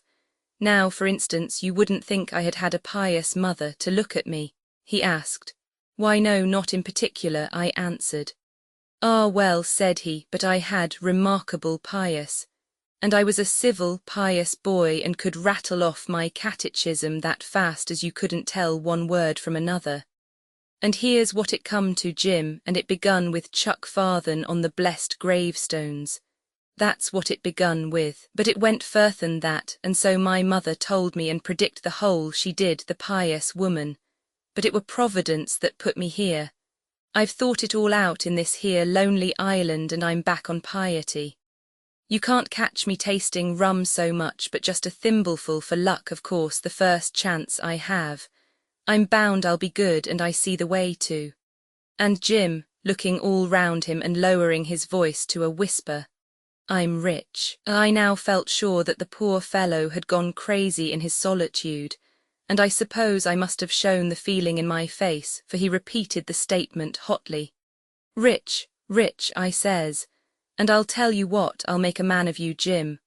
Ah, Jim, you'll bless your stars, you will, you was the first that found me. And at this there came suddenly a lowering shadow over his face, and he tightened his grasp upon my hand and raised a forefinger threateningly before my eyes. Now, Jim, you tell me true that ain't Flint's ship? He asked. At this I had a happy inspiration. I began to believe that I had found an ally, and I answered him at once. It's not Flint's ship and Flint is dead, but I'll tell you true as you ask me, there are some of Flint's hands aboard, worse luck for the rest of us. Not a man with one leg, he gasped. Silver, I asked. Ah, Silver, says he, that were his name. He's the cook and the ringleader too. He was still holding me by the wrist, and at that he gave it quite a wring. If you were sent by Long John, he said, I'm as good as pork and I know it. But where was you, do you suppose? I had made my mind up in a moment, and by way of answer told him the whole story of our voyage and the predicament in which we found ourselves.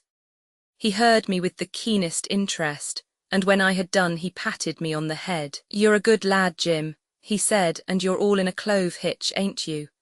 Well, you just put your trust in Ben Gunn. Ben Gunn's the man to do it. Would you think it likely now that your squire would prove a liberal-minded one in case of help, him being in a clove hitch, as you remark?" I told him the squire was the most liberal of men.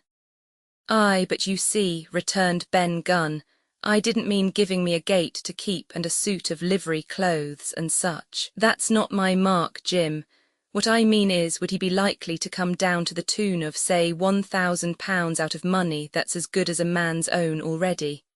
"I am sure he would," said I. As it was, all hands were to share.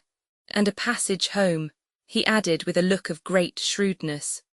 "Why," I cried, "the squire's a gentleman, and besides, if we got rid of the others we should want you to help work the vessel home." "Ah," said he, "so you would," and he seemed very much relieved. "Now I'll tell you what," he went on, "so much I'll tell you and no more. I were in Flint's ship when he buried the treasure, he and 6 strong seamen. They was ashore nigh on a week and a standing off and on in the old Walrus. One fine day up went the signal, and here come Flint by himself in a little boat and his head done up in a blue scarf. The sun was getting up and mortal white he looked about the cutwater. But there he was, you mind, and the 6 all dead and buried. How had he done it? Not a man aboard us could make out. It was battle, murder and sudden death, leastways him against 6. Billy Bones was the mate, Long John he was quartermaster, and they asked him where the treasure was. "Ah," says he, "you can go ashore if you like and stay," he says, "but as for the ship, she'll beat up for more by thunder," that's what he said. Well, I was in another ship 3 years back and we sighted this island. "Boys," said I, "here's Flint's treasure, let's land and find it." The captain was displeased at that, but my messmates were all of a mind and landed. 12 days they looked for it, and every day they had the worse word for me, until one fine morning all hands went aboard. "As for you, Benjamin Gunn," says they, "here's a musket," they says, "and a spade and a pickaxe. You can stay here and find Flint's money for yourself," they says. Well, Jim, 3 years have I been here, and not a bite of Christian diet from that day to this. But now you look here. Look at me, do I look like a man before the mast? No, says you, nor I weren't neither, I says. And with that he winked and pinched me hard. "Just you mention them words to your squire, Jim," he went on.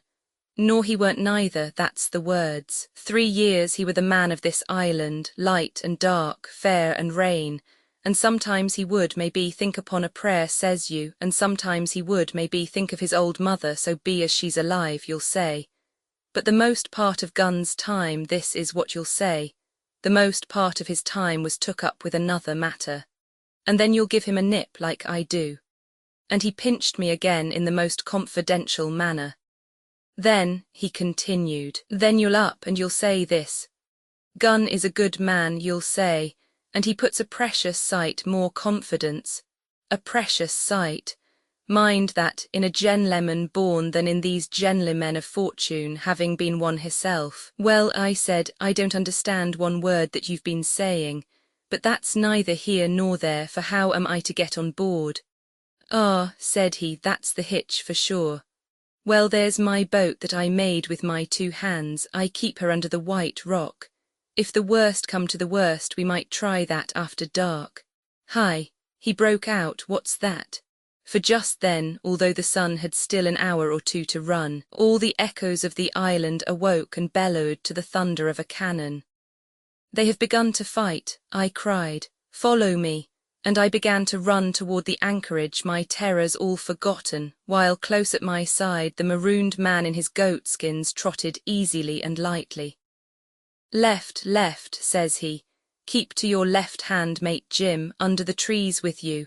There's where I killed my first goat. They don't come down here now. They are all mast-headed on the mountings for the fear of Benjamin Gunn." Ah, and there's the cemetery he must have meant. You see the mounds. I come here and prayed nows and thens when I thought maybe a Sunday would be about due. It weren't quite a chapel, but it seemed more solemn like. And then says you Ben Gunn was short-handed, no chapling nor so much as a Bible and a flag, you says. So he kept talking as I ran, neither expecting nor receiving any answer. The cannon shot was followed after a considerable interval by a volley of small arms. Another pause, and then, not a quarter of a mile in front of me, I beheld the Union Jack flutter in the air above a wood. Part Roman 4, the stockade. Part Roman 4, the stockade. Roman 16. Narrative continued by the doctor. How the ship was abandoned. Roman 16. Narrative continued by the doctor. How the ship was abandoned. It was about 1:30, 3 bells in the sea phrase, that the 2 boats went ashore from the Hispaniola. The captain, the squire, and I were talking matters over in the cabin. Had there been a breath of wind, we should have fallen on the 6 mutineers who were left aboard with us, slipped our cable and away to sea. But the wind was wanting, and to complete our helplessness, down came Hunter with the news that Jim Hawkins had slipped into a boat and was gone ashore with the rest. It had never occurred to us to doubt Jim Hawkins, but we were alarmed for his safety. With the men in the temper they were in, it seemed an even chance if we should see the lad again. We ran on deck. The pitch was bubbling in the seams, the nasty stench of the place turned me sick. If ever a man smelled fever and dysentery, it was in that abominable anchorage. The 6 scoundrels were sitting grumbling under a sail in the forecastle.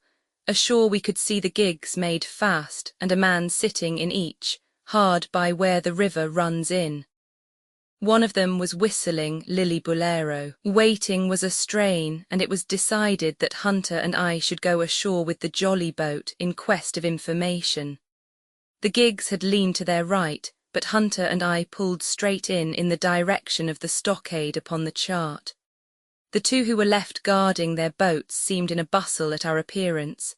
Lily Bolero stopped off, and I could see the pair discussing what they ought to do. Had they gone and told Silver, all might have turned out differently, but they had their orders, I suppose, and decided to sit quietly where they were and hark back again to Lily Bolero. There was a slight bend in the coast, and I steered so as to put it between us. Even before we landed we had thus lost sight of the gigs.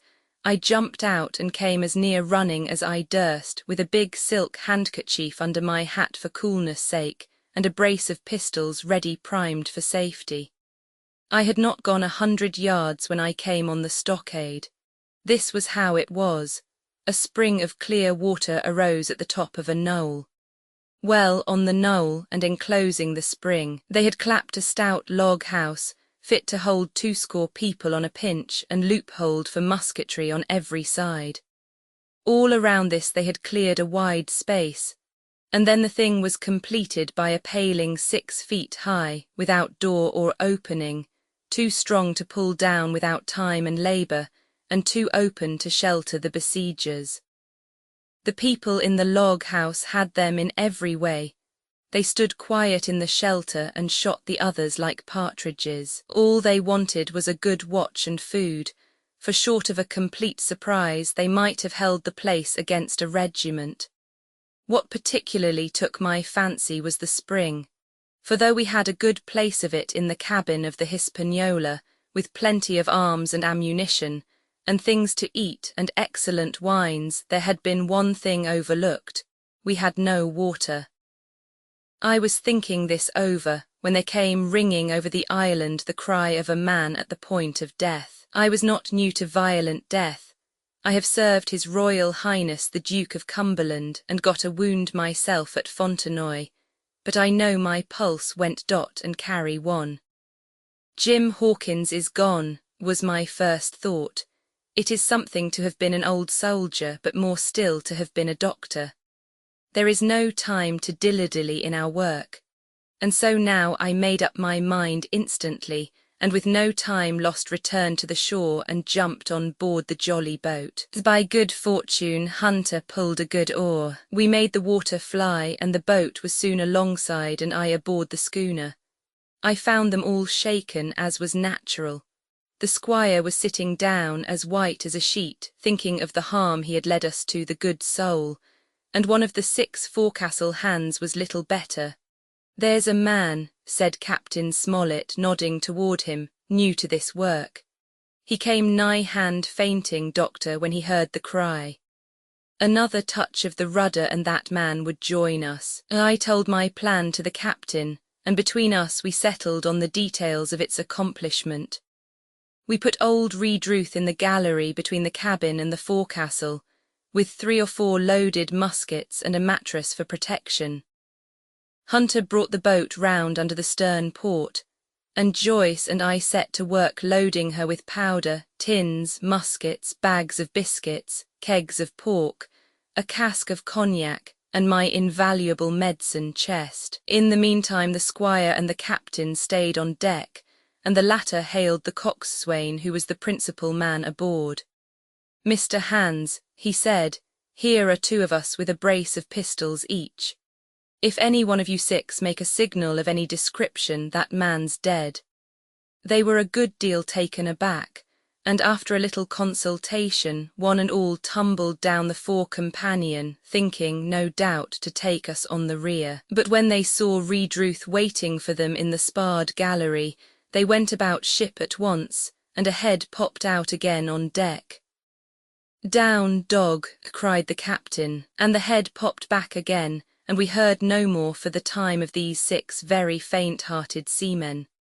By this time, tumbling things in as they came, we had the jolly boat loaded as much as we dared. Joyce and I got out through the stern port, and we made for shore again as fast as oars could take us.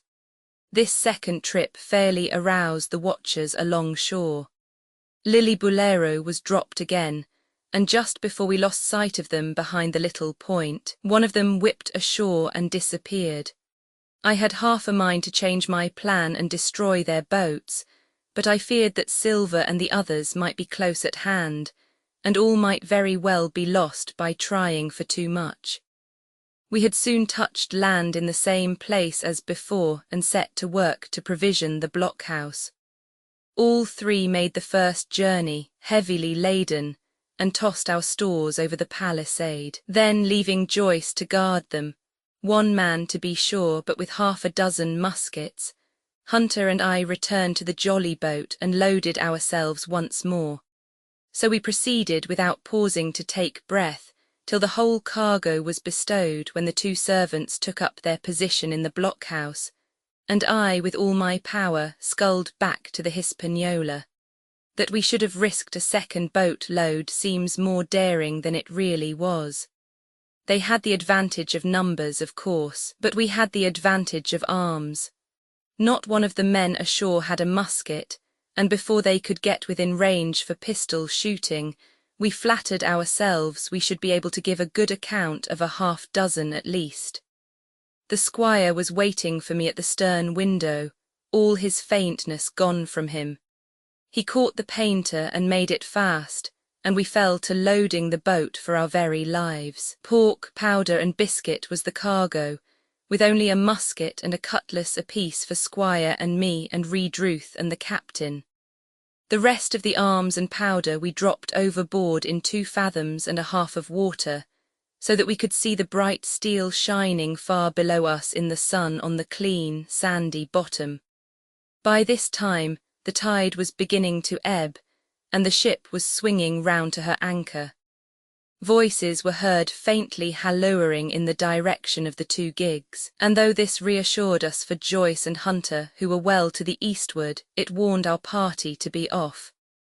Redruth retreated from his place in the gallery and dropped into the boat, which we then brought round to the ship's counter to be handier for Captain Smollett. "Now, men," said he, "do you hear me?" There was no answer from the forecastle. "It's to you, Abraham Gray, it's to you I am speaking." Still no reply. "Gray," resumed Mr. Smollett a little louder, I am leaving this ship and I order you to follow your captain. I know you are a good man at bottom, and I dare say not one of the lot of you's as bad as he makes out. I have my watch here in my hand. I give you 30 seconds to join me in." There was a pause. "Come, my fine fellow," continued the captain, "don't hang so long in stays. I'm risking my life and the lives of these good gentlemen every second." There was a sudden scuffle, a sound of blows, and out burst Abraham Gray with a knife cut on the side of the cheek, and came running to the captain like a dog to the whistle. "I'm with you, sir," said he. And the next moment he and the captain had dropped aboard of us, and we had shoved off and given way. We were clear out of the ship, but not yet ashore in our stockade. Romans 17, narrative continued by the doctor. The jolly boat's last trip. Romans 17, narrative continued by the doctor. The jolly boat's last trip. This fifth trip was quite different from any of the others. In the first place, the little gallipot of a boat that we were in was gravely overloaded. 5 grown men, and 3 of them, Trelawney, Redruth, and the captain, over 6 feet high, was already more than she was meant to carry. Add to that the powder, pork, and the bread bags. The gunwale was lipping astern.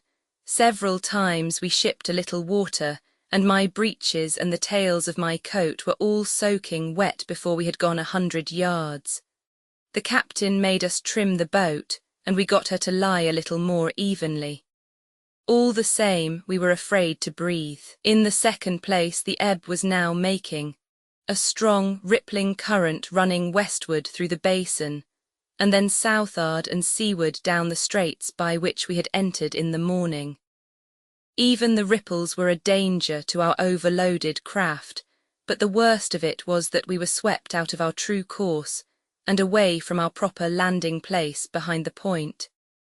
If we let the current have its way, we should come ashore beside the gigs, where the pirates might appear at any moment. "I cannot keep her head for the stockade, sir," said I to the captain.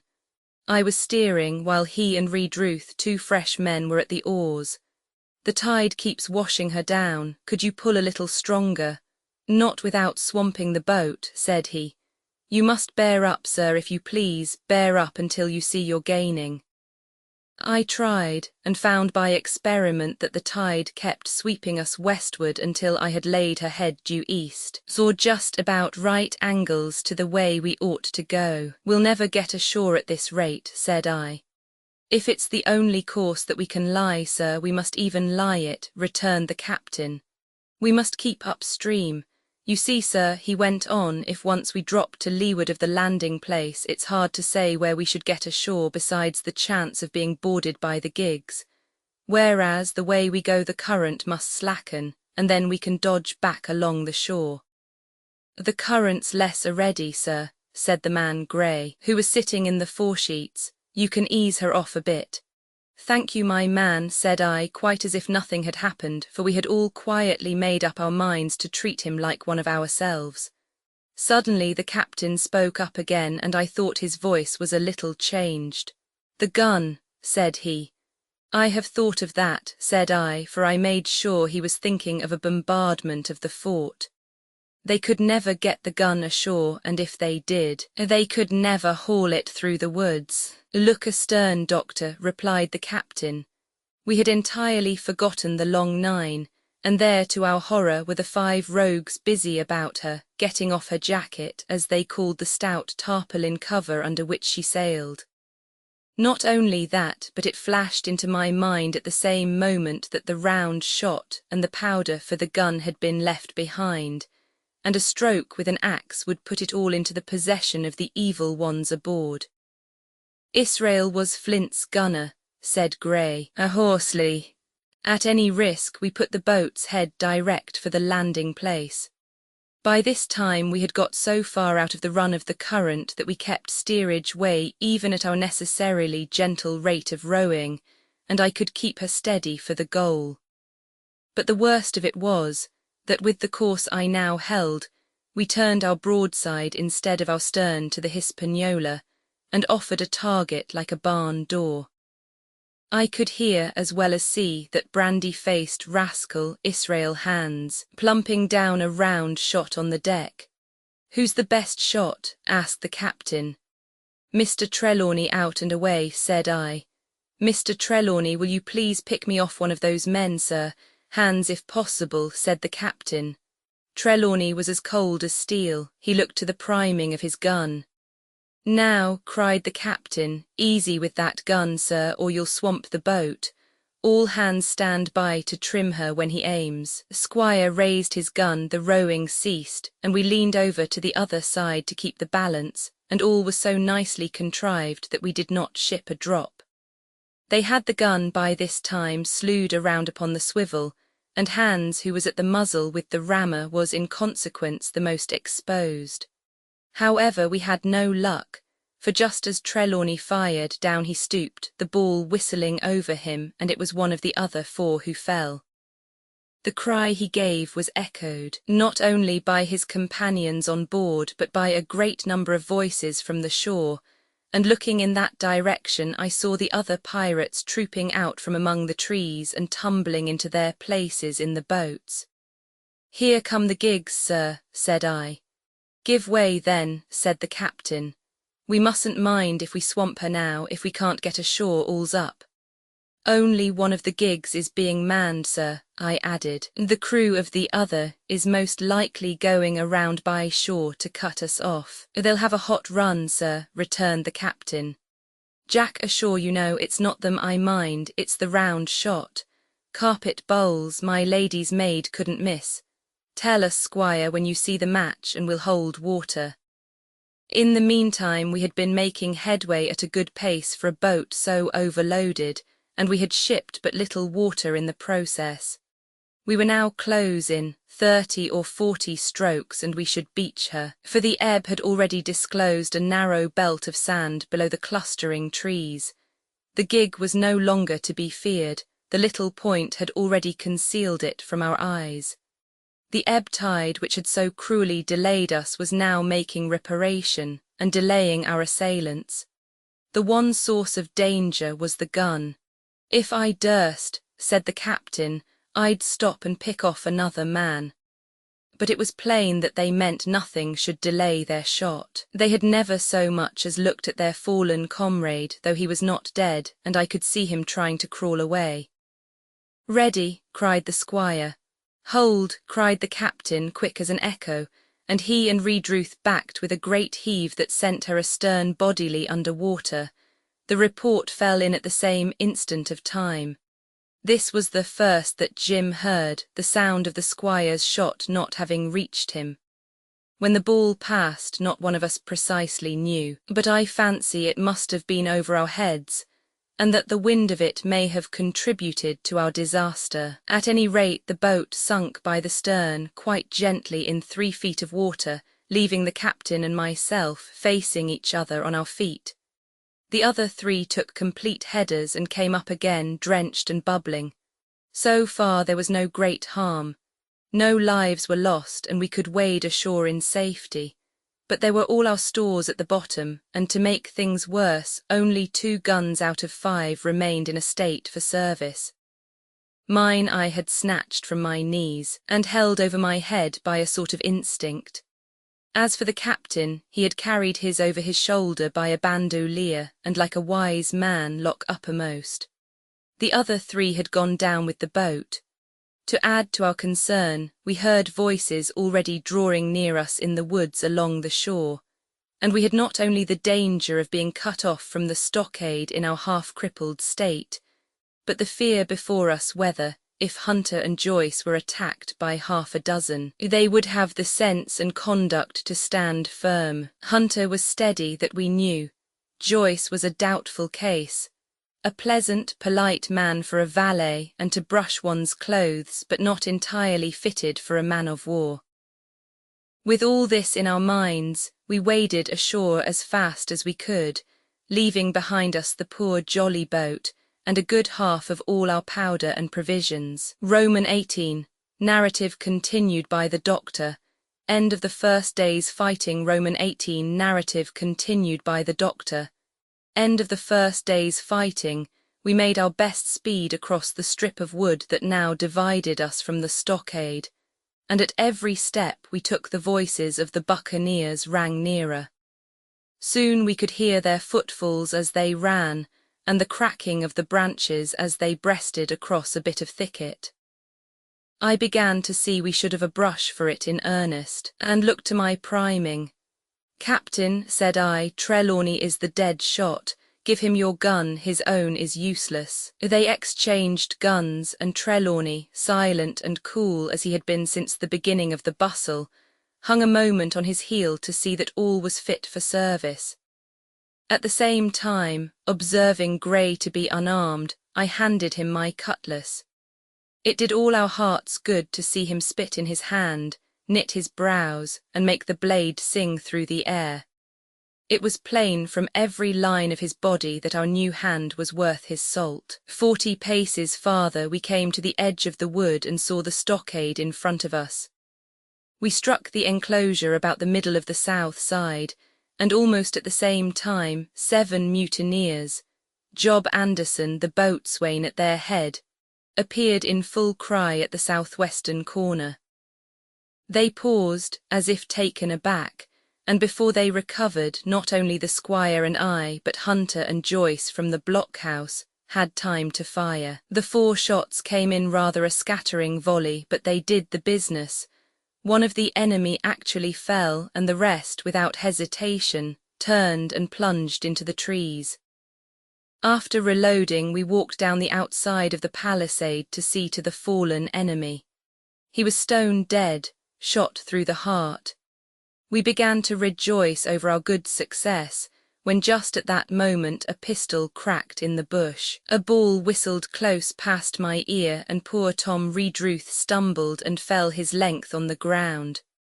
Both the squire and I returned the shot, but as we had nothing to aim at, it is probable we only wasted powder. Then we reloaded and turned our attention to poor Tom. The captain and Grey were already examining him, and I saw with half an eye that all was over. I believe the readiness of our return volley had scattered the mutineers once more, for we were suffered without further molestation to get the poor old gamekeeper hoisted over the stockade, and carried, groaning and bleeding, into the log house. Poor old fellow! He had not uttered one word of surprise, complaint, fear, or even acquiescence, from the very beginning of our troubles till now. When we had laid him down in the log-house to die, he had lain like a Trojan behind his mattress in the gallery. He had followed every order silently, doggedly, and well. He was the oldest of our party by a score of years, and now, sullen, old, serviceable servant, it was he that was to die. The squire dropped down beside him on his knees and kissed his hand, crying like a child. "Be I going, doctor?" he asked. "Tom, my man," said I, "you're going home." "I wish I had had a lick at them with the gun first," he replied. "Tom," said the squire, "say you forgive me, won't you?" "Would that be respectful like from me to you, squire?" was the answer. "Howsoever, so be it, amen." After a little while of silence, he said he thought somebody might read a prayer. "It's the custom, sir," he added apologetically, and not long after, without another word, he passed away. In the meantime the captain, whom I had observed to be wonderfully swollen about the chest and pockets, had turned out a great many various stores. The British colours, a Bible, a coil of stoutish rope, pen, ink, the logbook, and pounds of tobacco. He had found a longish fir tree lying felled and cleared in the enclosure, and with the help of Hunter he had set it up at the corner of the log house, where the trunks crossed and made an angle. Then, climbing on the roof, he had with his own hand bent and run up the colours. This seemed mightily to relieve him. He re-entered the log-house and set about counting up the stores as if nothing else existed. But he had an eye on Tom's passage for all that, and as soon as all was over came forward with another flag and reverently spread it on the body. "Don't you take on, sir," he said, shaking the squire's hand. "All's well with him, no fear for a hand that's been shot down in his duty to captain and owner. It mayn't be good divinity, but it's a fact. Then he pulled me aside. Dr. Livesey, he said, in how many weeks do you and Squire expect the consort? I told him it was a question not of weeks but of months, that if we were not back by the end of August, Blandley was to send to find us, but neither sooner nor later. You can calculate for yourself, I said. Why, yes, returned the captain, scratching his head, and making a large allowance, sir, for all the gifts of Providence. I should say we were pretty close hauled. How do you mean? I asked. It's a pity, sir, we lost that second load. That's what I mean, replied the captain. As for powder and shot will do, but the rations are short, very short, so short, Dr. Livesey, that we are perhaps as well without that extra mouth. And he pointed to the dead body under the flag. Just then, with a roar and a whistle, a round shot passed high above the roof of the log house and plumped far beyond us in the wood. "Oh-ho," said the captain. "Blaze away, you've little enough powder already, my lads." At the second trial the aim was better, and the ball descended inside the stockade, scattering a cloud of sand but doing no further damage. "Captain," said the squire, "the house is quite invisible from the ship. It must be the flag they are aiming at. Would it not be wiser to take it in?" "Strike my colours," cried the captain. "No, sir, not I," and as soon as he had said the words I think we all agreed with him. For it was not only a piece of stout, seemingly good feeling, it was good policy besides, and showed our enemies that we despised their cannonade. All through the evening they kept thundering away. Ball after ball flew over or fell short or kicked up the sand in the enclosure. But they had to fire so high that the shot fell dead and buried itself in the soft sand. We had no ricochet to fear, and though one popped in through the roof of the log house and out again through the floor, we soon got used to that sort of horseplay and minded it no more than cricket. "There is one thing good about all this," observed the captain. "The wood in front of us is likely clear. The ebb has made a good while our stores should be uncovered. Volunteers to go and bring in pork." Gray and Hunter were the first to come forward. Well armed, they stole out of the stockade, but it proved a useless mission. The mutineers were bolder than we fancied, or they put more trust in Israel's gunnery, for 4 or 5 of them were busy carrying off our stores and wading out with them to one of the gigs that lay close by, pulling an oar or so to hold her steady against the current. Silver was in the stern sheets in command, and every man of them was now provided with a musket from some secret magazine of their own. The captain sat down to his log, and here is the beginning of the entry. Alexander Smollett, master; David Livesey, ship's doctor; Abraham Gray, carpenter's mate; John Trelawney, owner; John Hunter and Richard Joyce, owner's servants, landsmen, being all that is left faithful of the ship's company, with stores for 10 days at short rations, came ashore this day and flew British colours on the log house in Treasure Island. Thomas Redruth, owner's servant, landsman, shot by the mutineers; James Hawkins, cabin boy; and at the same time I was wondering over poor Jim Hawkins' fate, a hail on the land side. "Somebody hailing us," said Hunter, who was on guard. "Doctor, Squire, Captain, hallo Hunter, is that you?" came the cries, and I ran to the door in time to see Jim Hawkins, safe and sound, come climbing over the stockade. Roman 19, narrative resumed by Jim Hawkins. The garrison in the stockade. Roman 19, narrative resumed by Jim Hawkins. The garrison in the stockade. As soon as Ben Gunn saw the colours he came to a halt, stopped me by the arm and sat down. "Now," said he, "there's your friends sure enough." "Far more likely it's the mutineers," I answered. "That," he cried. "Why, in a place like this where nobody puts in but gentlemen of fortune, Silver would fly the Jolly Roger, you don't make no doubt of that. No, that's your friends. There's been blows too, and I reckon your friends has had the best of it. And here they are ashore in the old stockade, as was made years and years ago by Flint." Ah, he was the man to have a headpiece, was Flint. Barring rum, his match was never seen.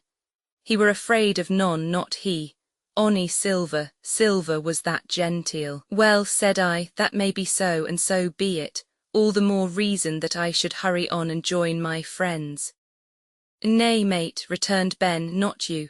You're a good boy, or I'm mistook, but you're ony a boy all told. Now Ben Gunn is fly. Rum wouldn't bring me there where you're going, not rum wouldn't, till I see you're born genlemon and gets it on his word of honour. And you won't forget my words, a precious sight, that's what you'll say, a precious sight, more confidence, and then nips him. And he pinched me the third time with the same air of cleverness. And when Ben Gunn is wanted you know where to find him, Jim, just where you found him today. And him that comes is to have a white thing in his hand, and he's to come alone. Oh, and you'll say this, Ben Gunn says you has reasons of his own. Well, said I believe I understand. You have something to propose, and you wish to see the squire or the doctor, and you're to be found where I found you. Is that all? And when, says you, he added. Why, from about noon observation to about 6 bells. Good, says I, and now may I go? You won't forget, he inquired anxiously.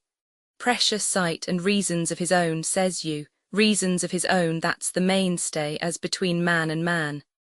Well then, still holding me. I reckon you can go, Jim, and Jim, if you was to see silver you wouldn't go for to sell Ben Gunn, wild horses wouldn't draw it from you. No, says you. And if them pirates came ashore, Jim, what would you say but there'd be widders in the morning? Here he was interrupted by a loud report, and a cannon ball came tearing through the trees and pitched in the sand, not 100 yards from where we two were talking. The next moment each of us had taken to our heels in a different direction. For a good hour to come frequent reports shook the island, and balls kept crashing through the woods. I moved from hiding place to hiding place, always pursued, or so it seemed to me, by these terrifying missiles. But toward the end of the bombardment, though still I durst not venture in the direction of the stockade, where the balls fell oftenest, I had begun in a manner to pluck up my heart again, and after a long detour to the east, crept down among the shoreside trees. The sun had just set, the sea breeze was rustling and tumbling in the woods, and ruffling the grey surface of the anchorage. The tide, too, was far out, and great tracts of sand lay uncovered. The air, after the heat of the day, chilled me through my jacket. The Hispaniola still lay where she had anchored, but sure enough there was the Jolly Roger, the black flag of piracy, flying from her peak. Even as I looked there came another red flash and another report that sent the echoes clattering, and one more round shot whistled through the air. It was the last of the cannonade. I lay for some time, watching the bustle which succeeded the attack. Men were demolishing something with axes on the beach near the stockade, the poor jolly boat I afterwards discovered. Away near the mouth of the river, a great fire was glowing among the trees, and between that point and the ship one of the gigs kept coming and going, the men, whom I had seen so gloomy, shouting at the oars like children. But there was a sound in their voices which suggested rum. At length I thought I might return towards the stockade.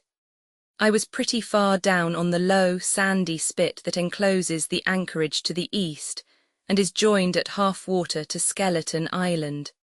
And now, as I rose to my feet, I saw, some distance farther down the spit, and rising from among low bushes, an isolated rock, pretty high and peculiarly white in colour. It occurred to me that this might be the white rock of which Ben Gunn had spoken, and that some day or other a boat might be wanted, and I should know where to look for one. Then I skirted among the woods until I had regained the rear or shoreward side of the stockade, and was soon warmly welcomed by the faithful party. I had soon told my story and began to look about me. The log house was made of unsquared trunks of pine, roof, walls, and floor. The latter stood in several places as much as a foot or a foot and a half above the surface of the sand. There was a porch at the door, and under this porch the little spring welled up into an artificial basin of a rather odd kind. No other than a great ship's kettle of iron, with the bottom knocked out and sunk to her bearings, as the captain said, among the sand. Little had been left beside the framework of the house, but in one corner there was a stone slab laid down by way of hearth, and an old rusty iron basket to contain the fire. The slopes of the knoll and all the inside of the stockade had been cleared of timber to build the house, and we could see by the stumps what a fine and lofty grove had been destroyed. Most of the soil had been washed away or buried in drift after the removal of the trees. Only where the streamlet ran down from the kettle, a thick bed of moss, and some ferns and little creeping bushes were still green among the sand. Very close around the stockade, too close for defence, they said, the wood still flourished high and dense, all of fir on the land side but toward the sea with a large admixture of live oaks. The cold evening breeze of which I have spoken whistled through every chink of the rude building, and sprinkled the floor with a continual rain of fine sand. There was sand in our eyes, sand in our teeth, sand in our suppers, sand dancing in the spring at the bottom of the kettle, for all the world like porridge beginning to boil. Our chimney was a square hole in the roof. It was but a little part of the smoke that found its way out, and the rest eddied about the house, and kept us coughing and piping the eye. Add to this that Gray, the new man, had his face tied up in a bandage for a cut he had got in breaking away from the mutineers, and that poor old Tom Redruth, still unburied, lay along the wall, stiff and stark, under the Union Jack. If we had been allowed to sit idle, we should all have fallen in the blues, but Captain Smollett was never the man for that. All hands were called up before him, and he divided us into watches. The doctor and Gray and I for one, the squire, Hunter and Joyce upon the other. Tired as we all were, 2 were sent out for firewood, 2 more were sent to dig a grave for Redruth. The doctor was named cook, I was put sentry at the door, and the captain himself went from one to another, keeping up our spirits and lending a hand wherever it was wanted. From time to time the doctor came to the door for a little air and to rest his eyes, which were almost smoked out of his head, and whenever he did so he had a word for me. That man Smollett, he said once, is a better man than I am, and when I say that it means a deal, Jim. Another time he came and was silent for a while, then he put his head on one side and looked at me. "Is this Ben Gunn a man?" he asked. "I do not know, sir," said I. "I am not very sure whether he's sane." "If there's any doubt about the matter, he is," returned the doctor. "A man who has been 3 years biting his nails on a desert island, Jim, can't expect to appear as sane as you or me. It doesn't lie in human nature. Was it cheese you said he had a fancy for?" "Yes, sir, cheese," I answered. "Well, Jim," says he, "just see the good that comes of being dainty in your food. You've seen my snuff-box, haven't you? And you never saw me take snuff, the reason being that in my snuff-box I carry a piece of Parmesan cheese, a cheese made in Italy, very nutritious. Well, that's for Ben Gunn." Before supper was eaten we buried old Tom in the sand and stood round him for a while bareheaded in the breeze. A good deal of firewood had been got in, but not enough for the captain's fancy, and he shook his head over it, and told us we must get back to this tomorrow rather livelier. Then, when we had eaten our pork and each had a good stiff glass of brandy grog, the 3 chiefs got together in a corner to discuss our prospects. It appears they were at their wits' end what to do, the stores being so low that we must have been starved into surrender long before help came. But our best hope, it was decided, was to kill off the buccaneers until they either hauled down their flag or ran away with the Hispaniola. From 19 they were already reduced to 15, 2 others were wounded, and one at least, the man shot beside the gun, severely wounded if he were not dead. Every time we had a crack at them, we were to take it, saving our own lives with the extremest care. And beside that, we had 2 able allies, rum and the climate. As for the first, though we were about half a mile away, we could hear them roaring and singing late into the night. And as for the second, the doctor staked his wig that camped where they were in the marsh, and unprovided with remedies, the half of them would be on their backs before a week. So, he added, if we are not all shot down first, they'll be glad to be packing in the schooner.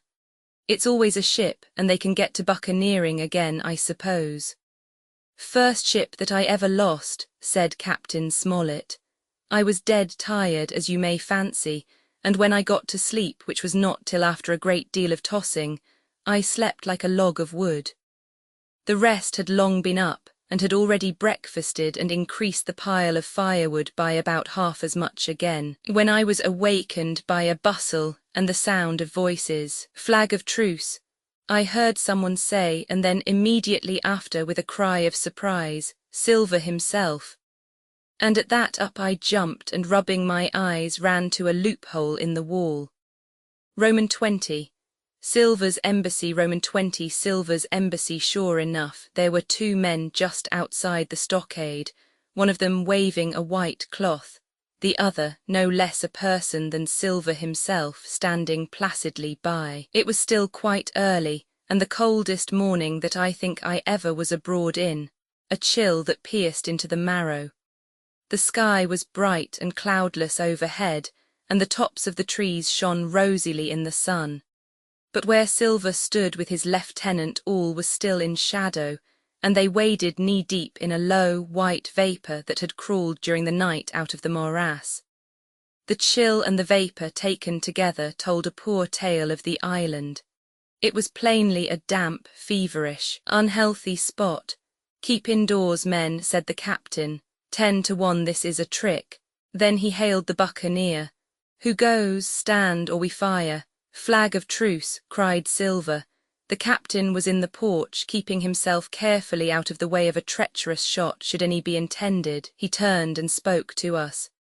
Doctors, watch on the lookout. Dr. Livesey, take the north side, if you please. Jim, the east. Gray, west. The watch below. All hands to load muskets.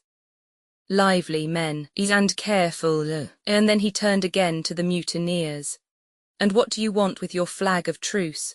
He cried. This time it was the other man who replied. Captain Silver, sir, to come on board and make terms, he shouted. Captain Silver, don't know him. Who's he? Cried the captain, and we could hear him adding to himself, Captain is it, my heart, and here's promotion. Long John answered for himself. Me, sir. These poor lads have chosen me captain after your desertion, sir, laying a particular emphasis upon the word desertion. We are willing to submit if we can come to terms and no bones about it.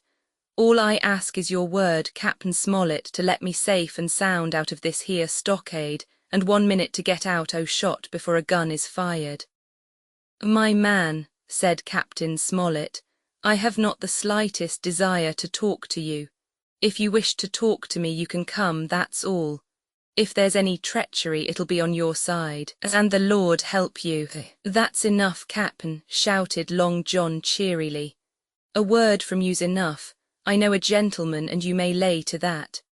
We could see the man who carried the flag of truce attempting to hold Silver back, nor was that wonderful, seeing how cavalier had been the captain's answer. But Silver laughed at him aloud and slapped him on the back, as if the idea of alarm had been absurd. Then he advanced to the stockade, threw over his crutch, got a leg up, and with great vigour and skill succeeded in surmounting the fence and dropping safely to the other side. I will confess that I was far too much taken up with what was going on to be of the slightest use as sentry. Indeed, I had already deserted my eastern loophole and crept up behind the captain, who had now seated himself on the threshold with his elbows on his knees, his head in his hands, and his eyes fixed on the water as it bubbled out of the old iron kettle in the sand. He was whistling to himself, Come, lasses and lads, Silver had terrible hard work getting up the knoll. What with the steepness of the incline, the thick tree stumps and the soft sand, he and his crutch were as helpless as a ship in stays. But he stuck to it like a man in silence, and at last arrived before the captain, whom he saluted in the handsomest style. He was tricked out in his best, an immense blue coat, thick with brass buttons, hung as low as to his knees, and a fine laced hat was set on the back of his head. "Here you are, my man," said the captain, raising his head. "You had better sit down." "You ain't going to let me inside, cap'n," complained Long John. "It's a main cold morning to be sure, sir, to sit outside upon the sand." "Why, Silver," said the captain, "if you had pleased to be an honest man you might have been sitting in your galley. It's your own doing. You're either my ship's cook, and then you were treated handsome, or Captain Silver, a common mutineer and pirate, and then you can go hang." "Well, well, cap'n," returned the sea cook, sitting down as he was bidden on the sand, "you'll have to give me a hand up again, that's all. A sweet, pretty place you have of it here. Ah, there's Jim, the top of the morning to you, Jim. Doctor, here's my service. Why, there you all are together like a happy family in a manner of speaking." "If you have anything to say, my man, better say it," said the captain. "Right you are, Captain Smollett," replied Silver. "Duty is duty, to be sure. Well now, you look here, that was a good lay of yours last night. I don't deny it was a good lay. Some of you pretty handy with a handspike end, and I'll not deny neither but what some of my people was shook, maybe all was shook. Maybe I was shook myself, maybe that's why I'm here for terms. But you mark me, cap'n, it won't do twice, by thunder. We'll have to do sentry go and ease off a point or so on the rum. Maybe you think we were all a sheet in the wind's eye, but I'll tell you I was sober, I was ony dog tired, and if I'd awoke a second sooner I'd a caught you at the act, I would. He wasn't dead when I got round to him, not he." "Well," says Captain Smollett, as cool as can be, "all that Silver said was a riddle to him, but you would never have guessed it from his tone. As for me, I began to have an inkling. Ben Gunn's last words came back to my mind. I began to suppose that he had paid the buccaneers a visit while they all lay drunk together round their fire, and I reckoned up with glee that we had only 14 enemies to deal with." "Well, here it is," said Silver. "We want that treasure and we'll have it, that's our point. You would just as soon save your lives, I reckon, and that's yours. You have a chart, haven't you?" "That's as may be," replied the captain. "Oh, well, you have, I know that," returned Long John. "You needn't be so husky with a man, there ain't a particle of service in that, and you may lay to it. What I mean is, we want your chart. Now, I never meant you no harm myself." "That won't do with me, my man," interrupted the captain. "We know exactly what you meant to do, and we don't care, for now you see you can't do it." And the captain looked at him calmly and proceeded to fill a pipe. "If Abe Gray," Silver broke out. "Avast there," cried Mr. Smollett. "Gray told me nothing, and I asked him nothing. And what's more, I would see you and him and this whole island blown clean out of the water into blazes first. So there's my mind for you, my man, on that." This little whiff of temper seemed to cool Silver down. He had been growing nettled before, but now he pulled himself together. "Like enough," said he. "I would set no limits to what gentlemen might consider shipshape, or might not, as the case were. And, seein' as how you are about to take a pipe, cap'n, I'll make so free as do likewise." And he filled a pipe and lighted it. And the two men sat silently smoking for quite a while, now looking each other in the face, now stopping their tobacco, now leaning forward to spit. It was as good as the play to see them. "Now," resumed Silver, "here it is. You give us the chart to get the treasure by and drop shooting poor seamen and stoving of their heads in while asleep. You do that and we'll offer you a choice. Either you come aboard along of us once the treasure shipped, and then I'll give you my affidavy upon my word of honour to clap you somewhere safe ashore. Or if that ain't to your fancy, some of my hands being rough and having old scores on account of hazing, then you can stay here, you can. We'll divide stores with you, man for man, and I'll give my Effie Davy as before to speak the first ship I sight and send him here to pick you up. Now you'll own that's talking. Handsomer you couldn't look to get, not you, and I hope, raising his voice, that all hands in this here blockhouse will overhaul my words, for what is spoke to one is spoke to all. Captain Smollett rose from his seat and knocked out the ashes of his pipe in the palm of his left hand. Is that all? He asked. Every last word, by thunder, answered John. Refuse that and you've seen the last of me but musket balls. Very good, said the captain. Now you'll hear me, if you'll come up one by one unarmed. I'll engage to clap you all in irons and to take you home to a fair trial in England. If you won't, my name is Alexander Smollett, I've flown my sovereign's colours and I'll see you all to Davy Jones. You can't find the treasure. You can't sail the ship, there's not a man among you fit to sail the ship. You can't fight us. Grey there got away from 5 of you. Your ship's in irons, Master Silver, you're on a lee shore and so you'll find. I stand here and tell you so, and they're the last good words you'll get from me, for in the name of heaven I'll put a bullet in your back when next I meet you. Tramp, my lad, bundle out of this, please, hand over hand and double quick. Silver's face was a picture, his eyes started in his head with wrath. He shook the fire out of his pipe. Give me a hand up, he cried. Not I, returned the captain. Who'll give me a hand up, he roared. Not a man among us moved. Growling the foulest imprecations, he crawled along the sand till he got hold of the porch and could hoist himself again upon his crutch. Then he spat into the spring. There, he cried, that's what I think of ye. Before an hour's out, I'll stove in your old blockhouse like a rum puncheon.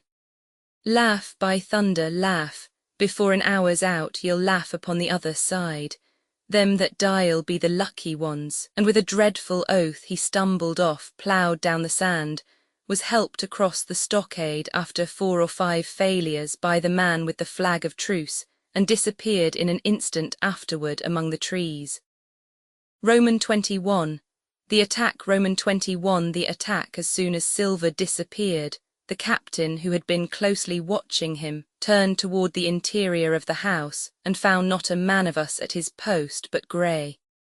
It was the first time we had ever seen him angry. Quarters, he roared, and then as we slunk back to our places, Grey, he said, I'll put your name in the log, you've stood by your duty like a seaman. Mr. Trelawney, I'm surprised at you, sir. Doctor, I thought you had worn the king's coat. If that was how you served at Fontenoy, sir, you'd have been better in your berth. The doctor's watch were all back at their loopholes, the rest were busy loading the spare muskets, and everyone with a red face, you may be certain, and a flea in his ear, as the saying is. The captain looked on for a while in silence, then he spoke. My lads, he said, I've given Silver a broadside. I pitched it in red hot on purpose, and before the hour's out, as he said, we shall be boarded. We're outnumbered, I needn't tell you that, but we fight in shelter, and a minute ago I should have said we fought with discipline. I've no manner of doubt that we can drub them if you choose. Then he went the rounds and saw, as he said, that all was clear. On the 2 short sides of the house, east and west, there were only 2 loopholes. On the south side where the porch was, 2 again, and on the north side 5. There was a round score of muskets for the 7 of us. The firewood had been built into 4 piles, tables you might say, one about the middle of each side, and on each of these tables some ammunition and 4 loaded muskets were laid ready to the hand of the defenders. In the middle the cutlasses lay ranged. Toss out the fire, said the captain, the chill is past and we mustn't have smoke in our eyes. The iron fire basket was carried bodily out by Mr. Trelawney and the embers smothered among sand. Hawkins hasn't had his breakfast. Hawkins, help yourself and back to your post to eat it, continued Captain Smollett. Lively now, my lad, you'll want it before you've done. Hunter, serve out a round of brandy to all hands. And while this was going on, the captain completed in his own mind the plan of the defence. Doctor, you will take the door, he resumed. See and don't expose yourself, keep within and fire through the porch. Hunter, take the east side there. Joyce, you stand by the west, my man. Mr. Trelawney, you are the best shot. You and Gray will take this long north side with the 5 loopholes. It's there the danger is. If they can get up to it and fire in upon us through our own ports, things would begin to look dirty. Hawkins, neither you nor I are much account at the shooting. We'll stand by to load and bear a hand. As the captain had said, the chill was past. As soon as the sun had climbed above our girdle of trees, it fell with all its force upon the clearing and drank up the vapours at a draught. Soon the sand was baking and the resin melting in the logs of the blockhouse. Jackets and coats were flung aside. Shirts were thrown open at the neck and rolled up to the shoulders, and we stood there, each at his post, in a fever of heat and anxiety. As an hour passed away, "Hang them," said the captain. "This is as dull as the doldrums, Gray, whistle for a wind," and just at that moment came the first news of the attack. "If you please, sir," said Joyce, "if I see anyone, am I to fire?" "I told you so," cried the captain. "Thank you, sir," returned Joyce with the same quiet civility. Nothing followed for a time, but the remark had set us all on the alert, straining ears and eyes. The musketeers with their pieces balanced in their hands, the captain out in the middle of the blockhouse, with his mouth very tight and a frown on his face. So some seconds passed, till suddenly Joyce whipped up his musket and fired. The report had scarcely died away ere it was repeated and repeated from without in a scattering volley, shot behind shot like a string of geese, from every side of the enclosure. Several bullets struck the log house, but not one entered, and as the smoke cleared away and vanished, the stockade and the woods around it looked as quiet and empty as before. Not a bough waved, not the gleam of a musket barrel betrayed the presence of our foes. "Did you hit your man?" asked the captain. "No, sir," replied Joyce. "I believe not, sir." "Next best thing to tell the truth," muttered Captain Smollett. "Load his gun, Hawkins. How many should you say there were on your side, Doctor?" "I know precisely," said Dr. Livesey. 3 shots were fired on this side. I saw the 3 flashes, 2 close together, 1 farther to the west. 3, repeated the captain. "And how many on yours, Mr. Trelawney?" But this was not so easily answered. There had come many from the north, 7 by the squire's computation, 8 or 9 according to Gray. From the east and west only a single shot had been fired. It was plain, therefore, that the attack would be developed from the north, and that on the other 3 sides we were only to be annoyed by a show of hostilities. But Captain Smollett made no change in his arrangements. If the mutineers succeeded in crossing the stockade, he argued, they would take possession of any unprotected loophole, and shoot us down like rats in our own stronghold. Nor had we much time left to us for thought. Suddenly, with a loud huzzah, a little cloud of pirates leaped from the woods on the north side, and ran straight on the stockade. At the same moment the fire was once more opened from the woods, and a rifle ball sang through the doorway and knocked the doctor's musket into bits. The boarders swarmed over the fence like monkeys.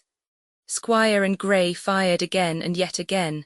3 men fell, 1 forward into the enclosure, 2 back on the outside. But of these, 1 was evidently more frightened than hurt, for he was on his feet again in a crack and instantly disappeared among the trees. 2 had bit the dust, 1 had fled, 4 had made good their footing inside our defences, while from the shelter of the woods 7 or 8 men, each evidently supplied with several muskets, kept up a hot though useless fire on the log house. The 4 who had boarded made straight before them for the building, shouting as they ran, and the men among the trees shouted back to encourage them. Several shots were fired, but such was the hurry of the marksmen that not one appeared to have taken effect. In a moment the 4 pirates had swarmed up the mound and were upon us. The head of Job Anderson, the boatswain, appeared at the middle loophole. At all hands, he roared in a voice of thunder. At the same moment another pirate grasped Hunter's musket by the muzzle, wrenched it from his hands, plucked it through the loophole, and with one stunning blow laid the poor fellow senseless on the floor. Meanwhile a third, running unharmed all round the house, appeared suddenly in the doorway and fell with his cutlass on the doctor. Our position was utterly reversed. A moment since we were firing under cover at an exposed enemy. Now it was we who lay uncovered and could not return a blow. The log house was full of smoke, to which we owed our comparative safety. Cries and confusion, the flashes and reports of pistol shots, and one loud groan rang in my ears. "Out, lads, out and fight in the open, cutlasses," cried the captain. I snatched a cutlass from the pile, and someone at the same time snatching another gave me a cut across the knuckles which I hardly felt. I dashed out of the door into the clear sunlight. Someone was close behind, I knew not whom. Right in front, the doctor was pursuing his assailant down the hill, and just as my eyes fell upon him, beat down his guard and sent him sprawling on his back with a great slash across his face. "Round the house, lads, round the house," cried the captain, and even in the hurly-burly I perceived a change in his voice. Mechanically I obeyed, turned eastward, and with my cutlass raised ran round the corner of the house. Next moment I was face to face with Anderson. He roared aloud, and his hanger went up above his head, flashing in the sunlight. I had not time to be afraid, but as the blow still hung impending, leaped in a trice upon one side, and missing my footing in the soft sand, rolled headlong down the slope. When I had first sallied from the door, the other mutineers had been already swarming up the palisade to make an end of us.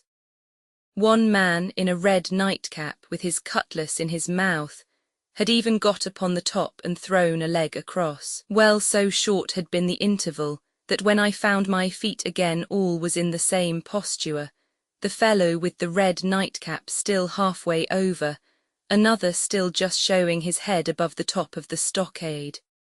And yet in this breath of time the fight was over, and the victory ours.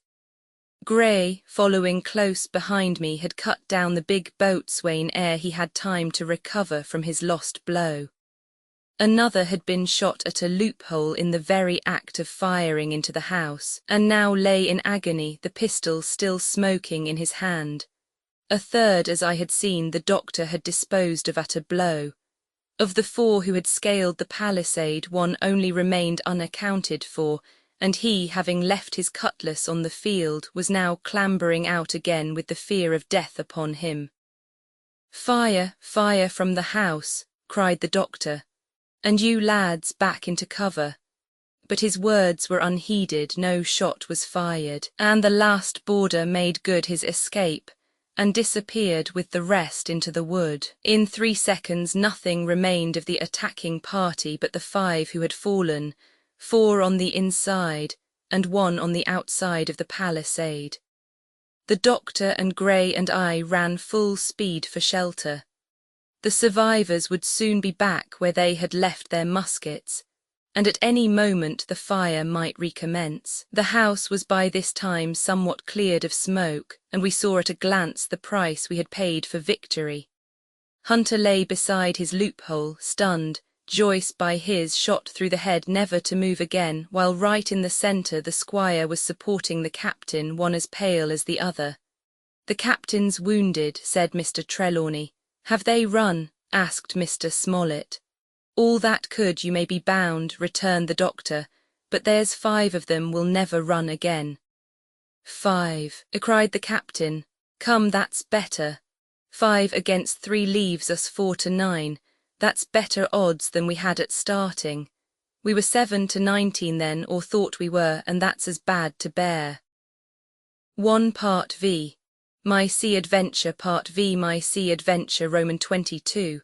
How my sea adventure began. Roman 22. How my sea adventure began. There was no return of the mutineers, not so much as another shot out of the woods. They had got their rations for that day. As the captain put it, and we had the place to ourselves and a quiet time to overhaul the wounded and get dinner. Squire and I cooked outside in spite of the danger, and even outside we could hardly tell what we were at, for the horror of the loud groans that reached us from the doctor's patients. Out of the 8 men who had fallen in the action, only 3 still breathed. That one of the pirates who had been shot at the loophole, Hunter, and Captain Smollett, and of these the first 2 were as good as dead. The mutineer indeed died under the doctor's knife, and Hunter, do what we could, never recovered consciousness in this world. He lingered all day, breathing loudly like the old buccaneer at home in his apoplectic fit. But the bones of his chest had been crushed by the blow and his skull fractured in falling, and some time in the following night, without sign or sound, he went to his Maker. As for the captain, his wounds were grievous indeed, but not dangerous. No organ was fatally injured. Anderson's ball, for it was Job that shot him first, had broken his shoulder blade and touched the lung not badly. The second had only torn and displaced some muscles in the calf. He was sure to recover, the doctor said, but in the meantime and for weeks to come, he must not walk nor move his arm, nor so much as speak when he could help it. My own accidental cut across the knuckles was a flea bite.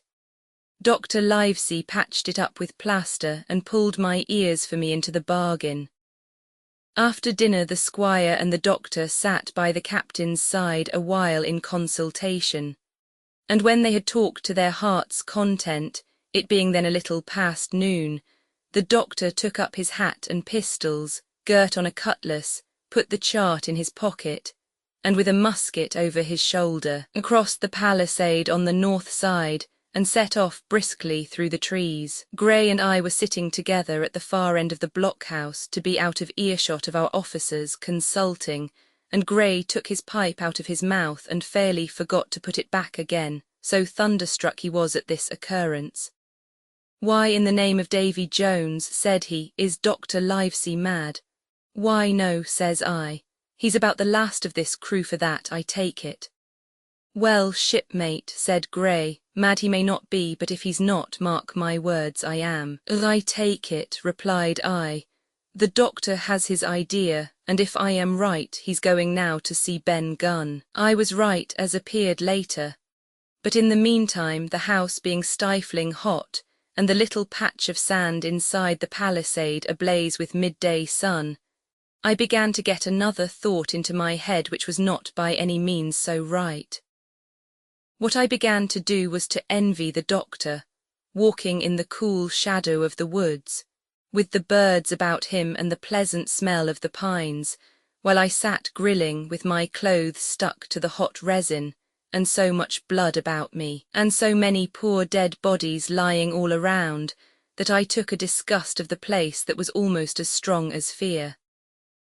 All the time I was washing out the blockhouse, and then washing up the things from dinner, this disgust and envy kept growing stronger and stronger, till at last, being near a bread bag, and no one then observing me, I took the first step toward my escapade and filled both pockets of my coat with biscuit. I was a fool, if you like, and certainly I was going to do a foolish, overbold act, but I was determined to do it with all the precautions in my power. These biscuits, should anything befall me, would keep me at least from starving till far on in the next day.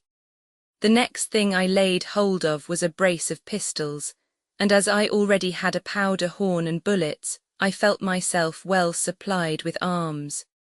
As for the scheme I had in my head, it was not a bad one in itself. It was to go down the sandy spit that divides the anchorage on the east from the open sea, find the white rock I had observed last evening, and ascertain whether it was there or not that Ben Gunn had hidden his boat.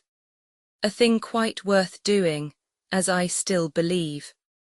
But as I was certain I should not be allowed to leave the enclosure, my only plan was to take French leave and slip out when nobody was watching, and that was so bad a way of doing it as made the thing itself wrong. But I was only a boy, and I had made my mind up. Well, as things at last fell out, I found an admirable opportunity. The squire and Grey were busy helping the captain with his bandages. The coast was clear. I made a bolt for it over the stockade and into the thickest of the trees, and before my absence was observed I was out of cry of my companions. This was my second folly, far worse than the first, as I left but 2 sound men to guard the house. But like the first, it was a help toward saving all of us. I took my way straight for the east coast of the island, for I was determined to go down the seaside of the spit to avoid all chance of observation from the anchorage. It was already late in the afternoon, although still warm and sunny. As I continued to thread the tall woods, I could hear from far before me not only the continuous thunder of the surf, but a certain tossing of foliage and grinding of boughs, which showed me the sea breeze set in higher than usual. Soon cool draughts of air began to reach me, and a few steps farther I came forth into the open borders of the grove and saw the sea lying blue and sunny to the horizon and the surf tumbling and tossing its foam along the beach. I have never seen the sea quiet round Treasure Island.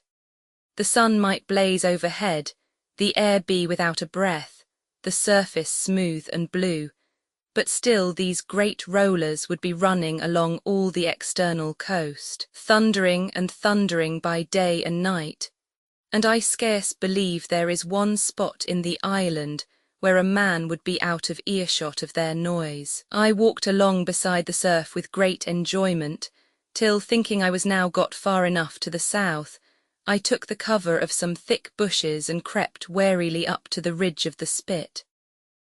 Behind me was the sea, in front the anchorage. The sea breeze, as though it had the sooner blown itself out by its unusual violence, was already at an end. It had been succeeded by light, variable airs from the south and southeast, carrying great banks of fog, and the anchorage, under lee of Skeleton Island, lay still and leaden as when first we entered it. The Hispaniola in that unbroken mirror was exactly portrayed from the truck to the waterline, the Jolly Roger hanging from her peak. Alongside lay one of the gigs, silver in the stern sheets. Him I could always recognise, while a couple of men were leaning over the stern bulwarks, one of them with a red cap. The very rogue that I had seen some hours before stride legs upon the palisade. Apparently they were talking and laughing, though at that distance, upward of a mile, I could of course hear no word of what was said. All at once there began the most horrid, unearthly screaming, which at first startled me badly, though I had soon remembered the voice of Captain Flint, and even thought I could make out the bird by her bright plumage as she sat perched upon her master's wrist. Soon after the jolly boat shoved off and pulled for shore, and the man with the red cap and his comrade went below by the cabin companion. Just about the same time the sun had gone down behind the spy-glass, and as the fog was collecting rapidly, it began to grow dark in earnest. I saw I must lose no time if I were to find the boat that evening. The white rock, visible enough above the brush, was still some 1/8 of a mile farther down the spit, and it took me a goodish while to get up with it, crawling, often on all fours, among the scrub. Night had almost come when I laid my hand on its rough sides. Right below it there was an exceedingly small hollow of green turf, hidden by banks and a thick underwood about knee-deep that grew there very plentifully. And in the centre of the dell, sure enough, a little tent of goatskins, like what the gypsies carry about with them in England. I dropped into the hollow, lifted the side of the tent, and there was Ben Gunn's boat. Homemade if ever anything was homemade. A rude, lopsided framework of tough wood, and stretched upon that a covering of goatskin, with the hair inside. The thing was extremely small even for me, and I can hardly imagine that it could have floated with a full-sized man. There was one thwart set as low as possible, a kind of stretcher in the bows, and a double paddle for propulsion. I had not then seen a coracle, such as the ancient Britons made, but I have seen one since, and I can give you no fairer idea of Ben Gunn's boat than by saying it was like the first and the worst coracle ever made by man. But the great advantage of the coracle it certainly possessed, for it was exceedingly light and portable. Well, now that I had found the boat, you would have thought I had had enough of truantry for once. But in the meantime I had taken another notion, and become so obstinately fond of it that I would have carried it out, I believe, in the teeth of Captain Smollett himself.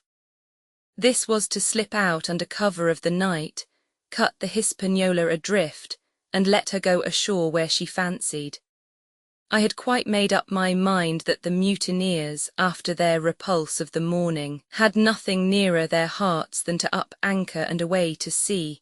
This, I thought, it would be a fine thing to prevent, and now that I had seen how they left their watchman unprovided with a boat, I thought it might be done with little risk. Down I sat to wait for darkness, and made a hearty meal of biscuit. It was a night out of 10,000 for my purpose. The fog had now buried all heaven.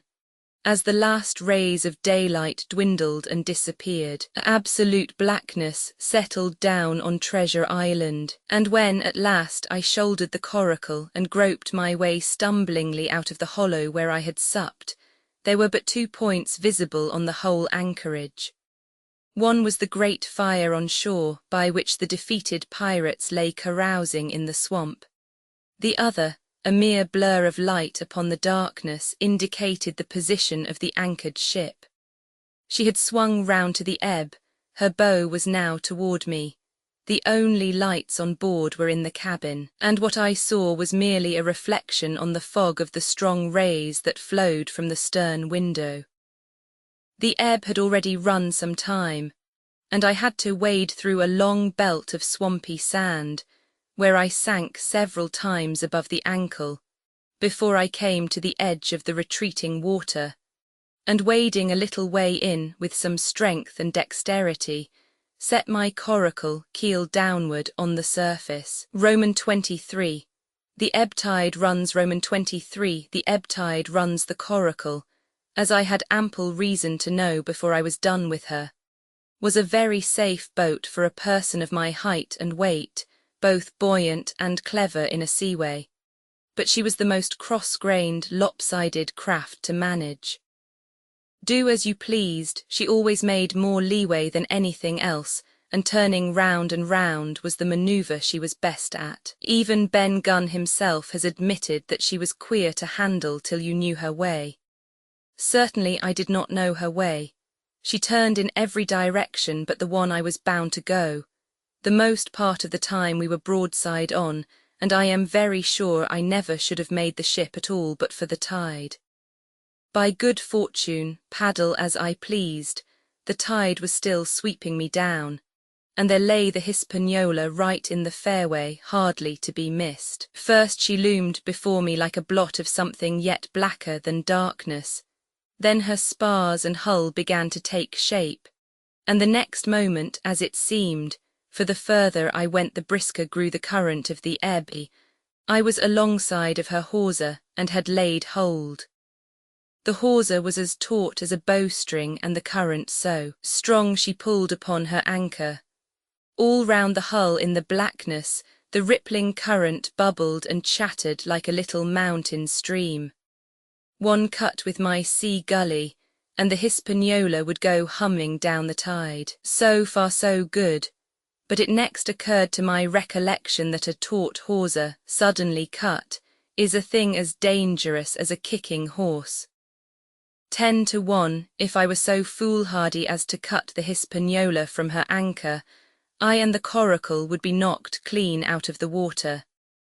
This brought me to a full stop, and if fortune had not again particularly favoured me, I should have had to abandon my design. But the light airs which had begun blowing from the southeast and south had hauled round after nightfall into the southwest.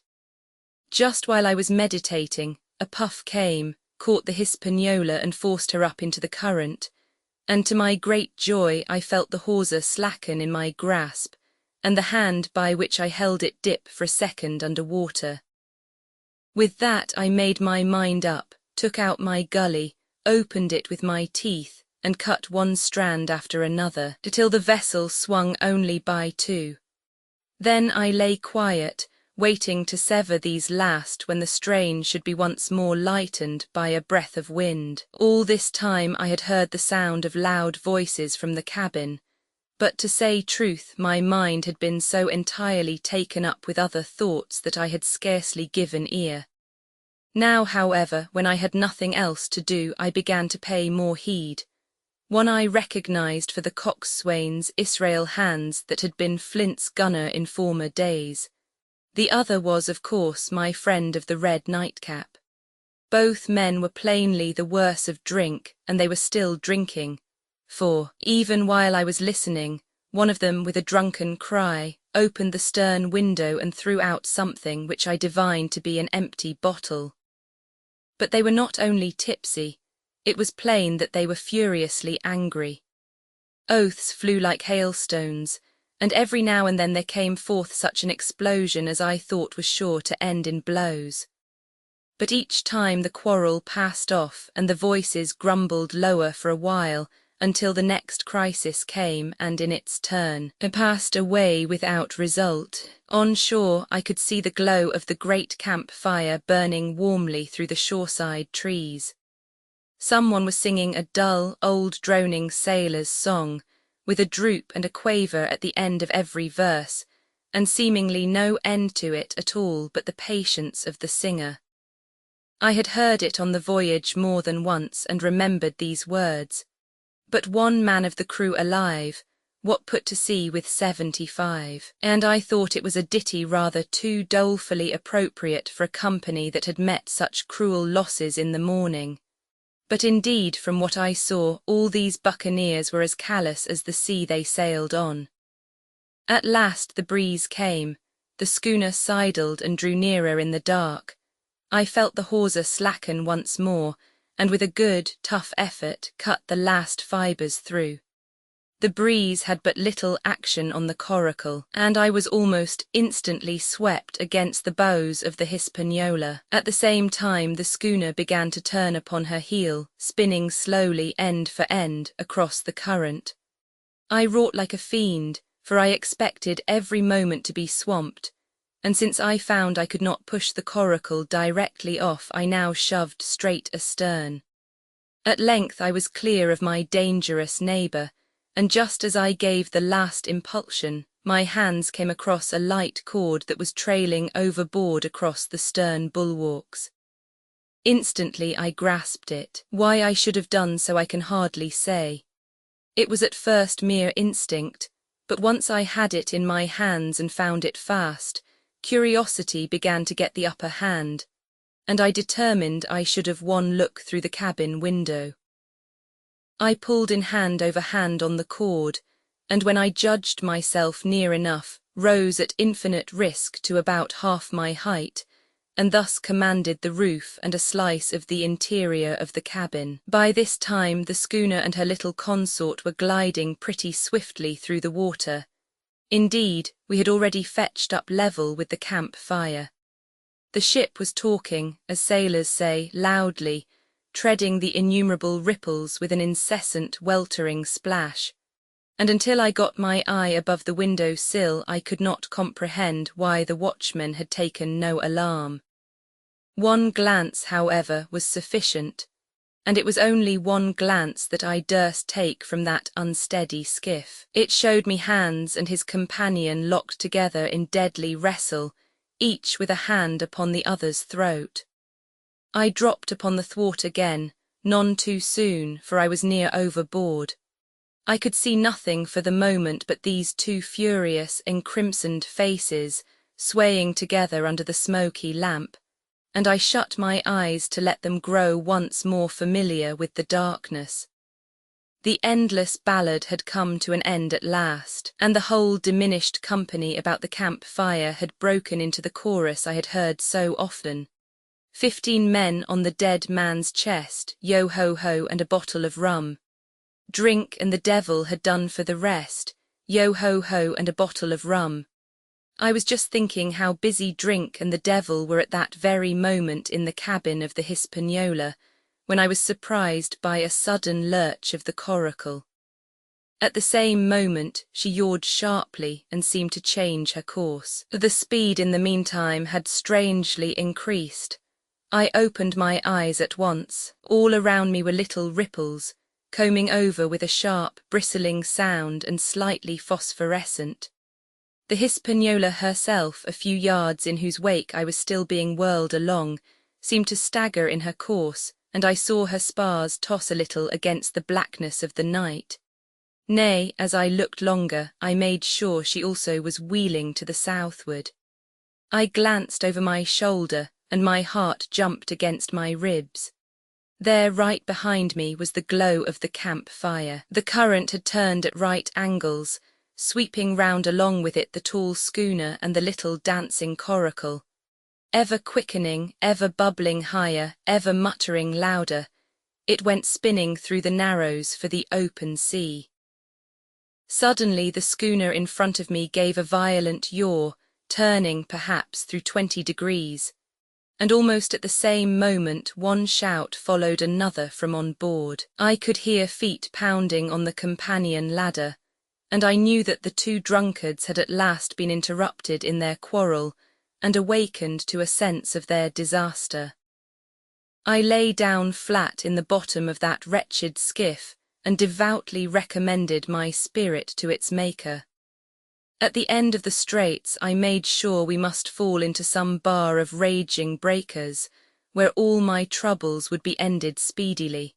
And though I could perhaps bear to die, I could not bear to look upon my fate as it approached, so I must have lain for hours, continually beaten to and fro upon the billows, now and again wetted with flying sprays, and never ceasing to expect death at the next plunge.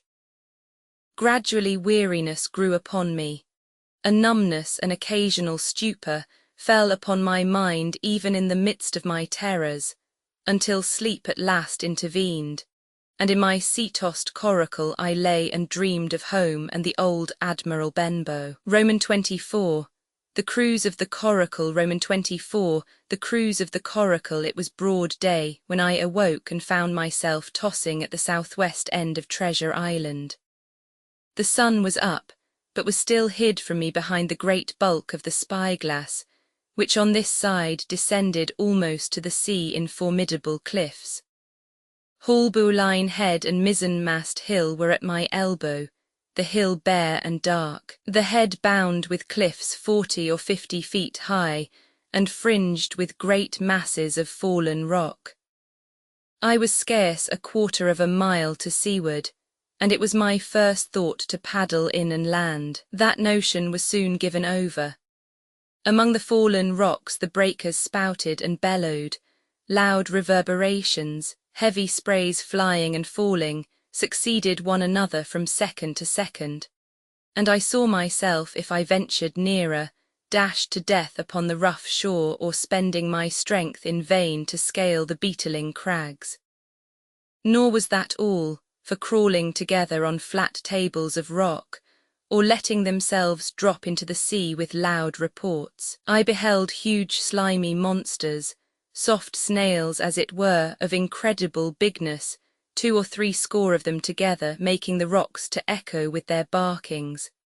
I have understood since that they were sea lions and entirely harmless, but the look of them, added to the difficulty of the shore and the high running of the surf, was more than enough to disgust me of that landing place.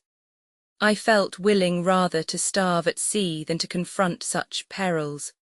In the meantime I had a better chance. As I supposed before me, north of Haulbowline Head the land runs in a long way, leaving at low tide a long stretch of yellow sand. To the north of that again there comes another cape, Cape of the Woods, as it was marked upon the chart, buried in tall green pines which descended to the margin of the sea. I remembered what Silver had said about the current that sets northward along the whole west coast of Treasure Island. and seeing from my position that I was already under its influence, I preferred to leave Haulbowline Head behind me and reserve my strength for an attempt to land upon the kindlier-looking cape of the woods. There was a great, smooth swell upon the sea. The wind blowing steady and gentle from the south, there was no contrariety between that and the current, and the billows rose and fell unbroken. Had it been otherwise, I must long ago have perished. But as it was, it is surprising how easily and securely my little and light boat could ride. Often, as I still lay at the bottom and kept no more than an eye above the gunwale, I would see a big blue summit heaving close above me. Yet the coracle would but bounce a little, dance as if on springs, and subside on the other side into the trough as lightly as a bird. I began after a little to grow very bold and sat up to try my skill at paddling. But even a small change in the disposition of the weight will produce violent changes in the behaviour of a coracle. And I had hardly moved before the boat, giving up at once her gentle, dancing movement, ran straight down a slope of water so steep that it made me giddy, and struck her nose, with a spout of spray, deep into the side of the next wave. I was drenched and terrified, and fell instantly back into my old position, whereupon the coracle seemed to find her head again, and led me softly as before among the billows. It was plain she was not to be interfered with, and at that rate, since I could in no way influence her course, what hope had I left of reaching land? I began to be horribly frightened, but I kept my head for all that. First, moving with all care, I gradually bailed out the coracle with my sea cap. Then, getting my eye once more above the gunwale, I set myself to study how it was she managed to slip so quietly through the rollers. I found each wave, instead of the big, smooth, glossy mountain it looks from shore or from a vessel's deck, was for all the world like any range of hills on the dry land, full of peaks and smooth places and valleys. The coracle, left to herself, turning from side to side, threaded, so to speak, her way through these lower parts and avoided the steep slopes and higher toppling summits of the wave. Well now, thought I to myself, it is plain I must lie where I am and not disturb the balance, but it is plain also that I can put the paddle over the side, and from time to time in smooth places give her a shove or two towards land. No sooner thought upon than done. There I lay on my elbows in the most trying attitude, and every now and again gave a weak stroke or two to turn her head to shore. It was very tiring and slow work, yet I did visibly gain ground, and as we drew near the cape of the woods, though I saw I must infallibly miss that point, I had still made some 100 yards of easting. I was indeed close in. I could see the cool, green treetops swaying together in the breeze, and I felt sure I should make the next promontory without fail. It was high time, for I now began to be tortured with thirst. The glow of the sun from above, its thousand-fold reflection from the waves, the sea water that fell and dried upon me, caking my very lips with salt, combined to make my throat burn and my brain ache.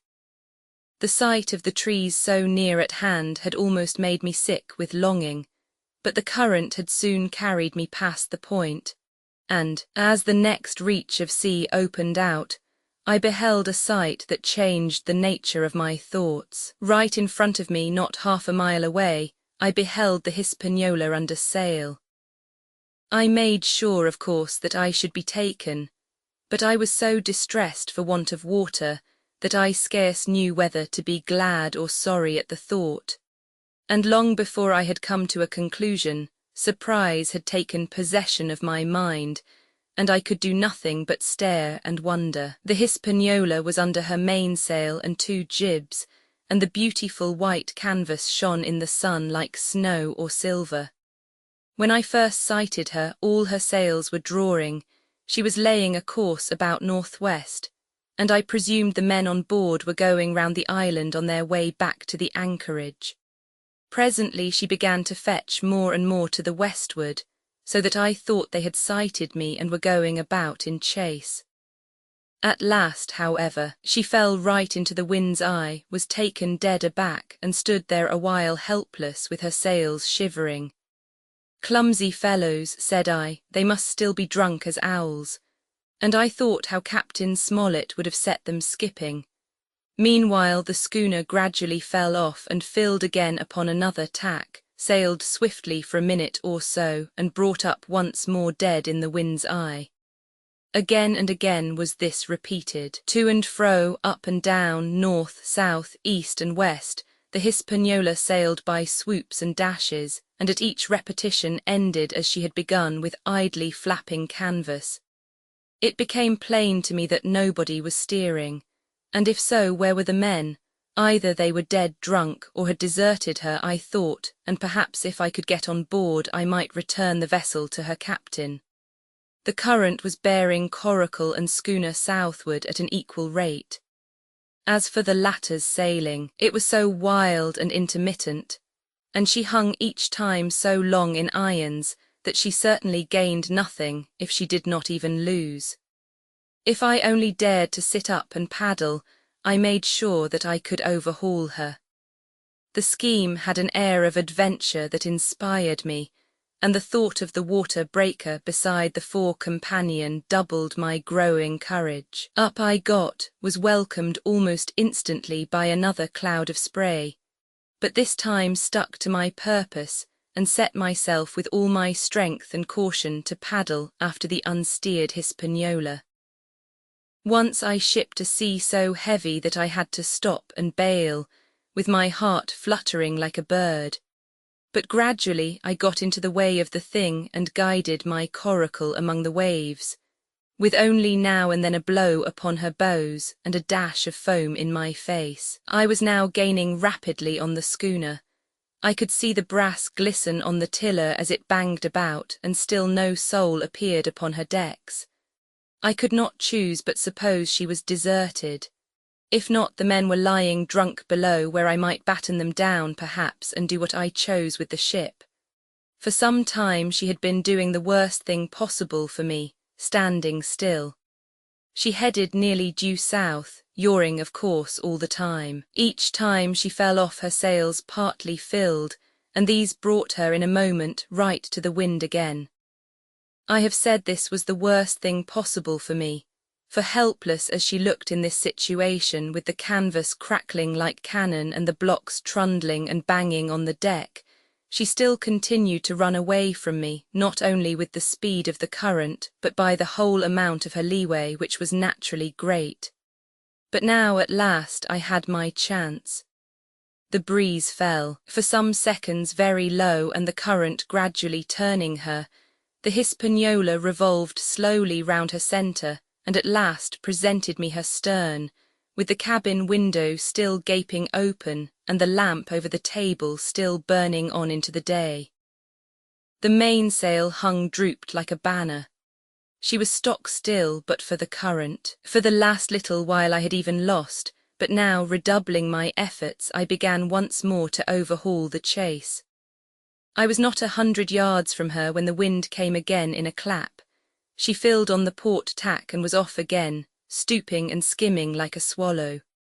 My first impulse was one of despair, but my second was towards joy. Round she came till she was broadside on to me, round still till she had covered a half and then 2/3, and then 3/4 of the distance that separated us. I could see the waves boiling white under her forefoot. Immensely tall she looked to me from my low station in the coracle, and then of a sudden I began to comprehend. I had scarce time to think, scarce time to act and save myself. I was on the summit of one swell when the schooner came stooping over the next. The bowsprit was over my head. I sprang to my feet and leaped, stamping the coracle under water. With one hand I caught the jib boom, while my foot was lodged between the stay and the brace, and as I still clung there panting, a dull blow told me that the schooner had charged down upon and struck the coracle, and that I was left without retreat on the Hispaniola. Roman 25. I strike the jolly Roger, Roman 25, I strike the jolly Roger. I had scarce gained a position on the bowsprit when the flying jib flapped and filled upon the other tack with a report like a gun. The schooner trembled to her keel under the reverse, but next moment the other sails still drawing, the jib flapped back again and hung idle. This had nearly tossed me off into the sea, and now I lost no time, crawled back along the bowsprit and tumbled head foremost on the deck. I was on the lee side of the forecastle, and the mainsail, which was still drawing, concealed from me a certain portion of the afterdeck. Not a soul was to be seen. The planks, which had not been swabbed since the mutiny, bore the print of many feet, and an empty bottle, broken by the neck, tumbled to and fro like a live thing in the scuppers. Suddenly the Hispaniola came right into the wind. The jibs behind me cracked aloud, the rudder slammed to, the whole ship gave a sickening heave and shudder, and at the same moment the main boom swung inboard, the sheet groaning in the blocks, and showed me the lee afterdeck. There were the two watchmen, sure enough, Redcap on his back as stiff as a handspike, with his arms stretched out like those of a crucifix, and his teeth showing through his open lips. Israel Hands propped against the bulwarks, his chin on his chest, his hands lying open before him on the deck, his face as white under its tan as a tallow candle. For a while the ship kept bucking and sidling like a vicious horse, the sails filling, now on one tack, now on another, and the boom swinging to and fro till the mast groaned aloud under the strain. Now and again, too, there would come a cloud of light sprays over the bulwark, and a heavy blow of the ship's bows against the swell. So much heavier weather was made of it by this great rigged ship than by my home-made lopsided coracle, now gone to the bottom of the sea. At every jump of the schooner, Redcap slipped to and fro.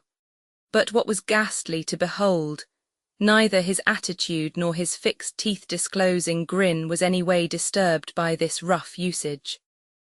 At every jump, too, Hans appeared still more to sink into himself and settle down upon the deck, his feet sliding ever the farther out and the whole body canting toward the stern, so that his face became, little by little, hid from me, and at last I could see nothing beyond his ear and the frayed ringlet of one whisker. At the same time I observed, around both of them, splashes of dark blood upon the planks, and began to feel sure that they had killed each other in their drunken wrath. While I was thus looking and wondering, in a calm moment when the ship was still, Israel Hands turned partly round, and with a low moan writhed himself back to the position in which I had seen him first. The moan, which told of pain and deadly weakness, and the way in which his jaw hung open, went right to my heart. But when I remembered the talk I had overheard from the apple barrel, all pity left me. I walked aft until I reached the mainmast. "Come aboard, Mr. Hands," I said ironically. He rolled his eyes round heavily, but he was too far gone to express surprise. All he could do was to utter one word, brandy. It occurred to me there was no time to lose, and dodging the boom as it once more lurched across the deck, I slipped aft and down the companion stairs into the cabin. It was such a scene of confusion as you can hardly fancy. All the lockfast places had been broken open in quest of the chart. The floor was thick with mud, where the ruffians had sat down to drink or consult after wading in the marshes round their camp. The bulkheads, all painted in clear white and beaded round with gilt, bore a pattern of dirty hands. Dozens of empty bottles clinked together in corners to the rolling of the ship. One of the doctor's medical books lay open on the table, half of the leaves gutted out, I suppose, for pipe lights. In the midst of all this, the lamp still cast a smoky glow, obscure and brown as umber. I went into the cellar. All the barrels were gone, and of the bottles a most surprising number had been drunk out and thrown away. Certainly, since the mutiny began, not a man of them could ever have been sober. Foraging about, I found a bottle with some brandy left for Hans, and for myself I routed out some biscuit, some pickled fruits, a great bunch of raisins and a piece of cheese. With these I came on deck, put down my own stock behind the rudder head, and well out of the coxswain's reach, went forward to the water breaker and had a good, deep drink of water, and then, and not until then, gave Hans the brandy. He must have drunk a gill before he took the bottle from his mouth. "I," said he, "by thunder, but I wanted some o' that." I had sat down already in my own corner and begun to eat. "Much hurt?" I asked him. He grunted, or rather I might say he barked. "If that doctor was aboard," he said, "I'd be right enough in a couple of turns, but I don't have no manner of luck, you see, and that's what's the matter with me. As for that swab, he's good and dead, he is," he added, indicating the man with the red cap. "He warn't no seaman, anyhow, and where mought you have come from?" "Well," said I, "I've come aboard to take possession of this ship, Mr. Hans, and you'll please regard me as your captain until further notice." He looked at me sourly enough, but said nothing. Some of the colour had come back into his cheeks, though he still looked very sick and still continued to slip out and settle down as the ship banged about. "By the by," I continued, "I can't have these colours, Mr. Hans, and by your leave I'll strike 'em. Better none than these." And again dodging the boom, I ran to the colour lines, hauled down their cursed black flag and chucked it overboard. "God save the King," said I, waving my cap, "and there's an end to Captain Silver." He watched me keenly and slyly, his chin all the while on his breast. "I reckon," he said at last, "I reckon, Cap'n Hawkins, you'll kind I want to get ashore now, s'pose we talks." "Why, yes," says I, "with all my heart, Mr. Hans, say on," and I went back to my meal with a good appetite. "This man," he began, nodding feebly at the corpse, "O'Brien were his name, a rank Irelander. This man and me got the canvas on her, meaning for to sail her back. Well, he's dead now, he is, as dead as bilge, and who's to sail this ship I don't see. Without I give you a hint, you ain't that man as far's I can tell. Now look here, you gives me food and drink and a old scarf or ankercher to tie my wound up, you do, and I'll tell you how to sail her, and that's about square all round, I take it." "I'll tell you one thing," says I, "I'm not going back to Captain Kidd's anchorage. I mean to get into North Inlet, and beach her quietly there." "To be sure you did," he cried. "Why, I ain't sich an infernal lubber after all, I can see, can't I? I've tried my fling, I have, and I've lost, and it's you has the wind of me. North Inlet, why, I haven't no ice, not I. I'd help you sail her up to Execution Dock, by thunder, so I would." Well, as it seemed to me there was some sense in this, we struck our bargain on the spot. In 3 minutes I had the Hispaniola sailing easily before the wind along the coast of Treasure Island, with good hopes of turning the northern point ere noon, and beating down again as far as North Inlet before high water, when we might beach her safely, and wait till the subsiding tide permitted us to land. Then I lashed the tiller and went below to my own chest, where I got a soft silk handkerchief of my mother's. With this, and with my aid, Hans bound up the great bleeding stab he had received in the thigh, and after he had eaten a little and had a swallow or two more of the brandy, he began to pick up visibly, sat straighter up, spoke louder and clearer, and looked in every way another man. The breeze served us admirably. We skimmed before it like a bird, the coast of the island flashing by, and the view changing every minute. Soon we were past the high lands and bowling beside low, sandy country, sparsely dotted with dwarf pines, and soon we were beyond that again, and had turned the corner of the rocky hill that ends the island on the north. I was greatly elated with my new command, and pleased with the bright, sunshiny weather and these different prospects of the coast.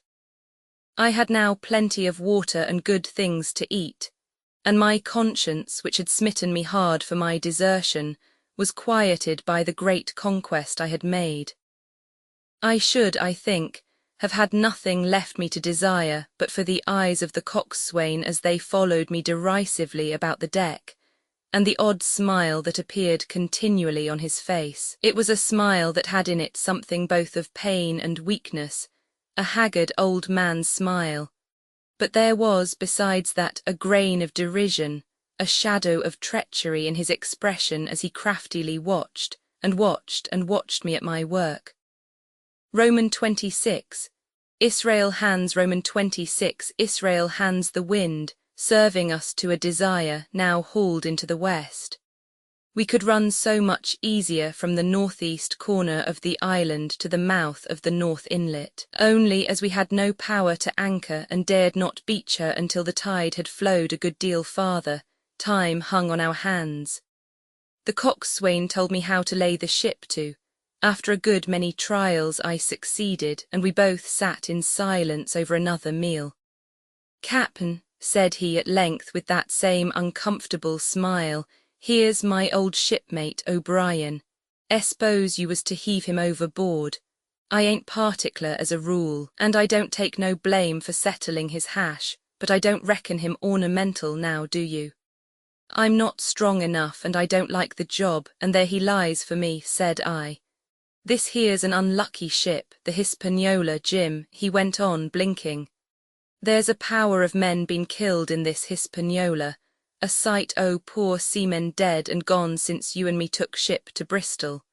I never seen such dirty luck, not I. There was this here O'Brien, now, he's dead, ain't he?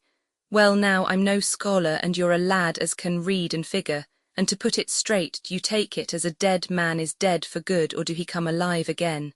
You can kill the body, Mr. Hands, but not the spirit, you must know that already," I replied.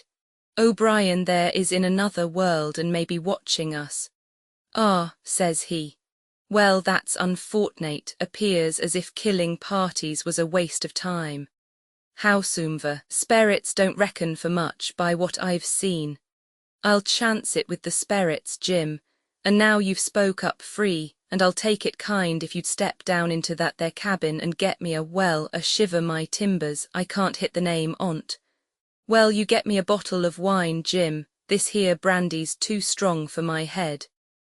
Now the coxswain's hesitation seemed to be unnatural, and as for the notion of his preferring wine to brandy, I entirely disbelieved it. The whole story was a pretext. He wanted me to leave the deck. So much was plain, but with what purpose I could in no way imagine. His eyes never met mine. They kept wandering to and fro, up and down, now with a look to the sky, now with a flitting glance upon the dead O'Brien.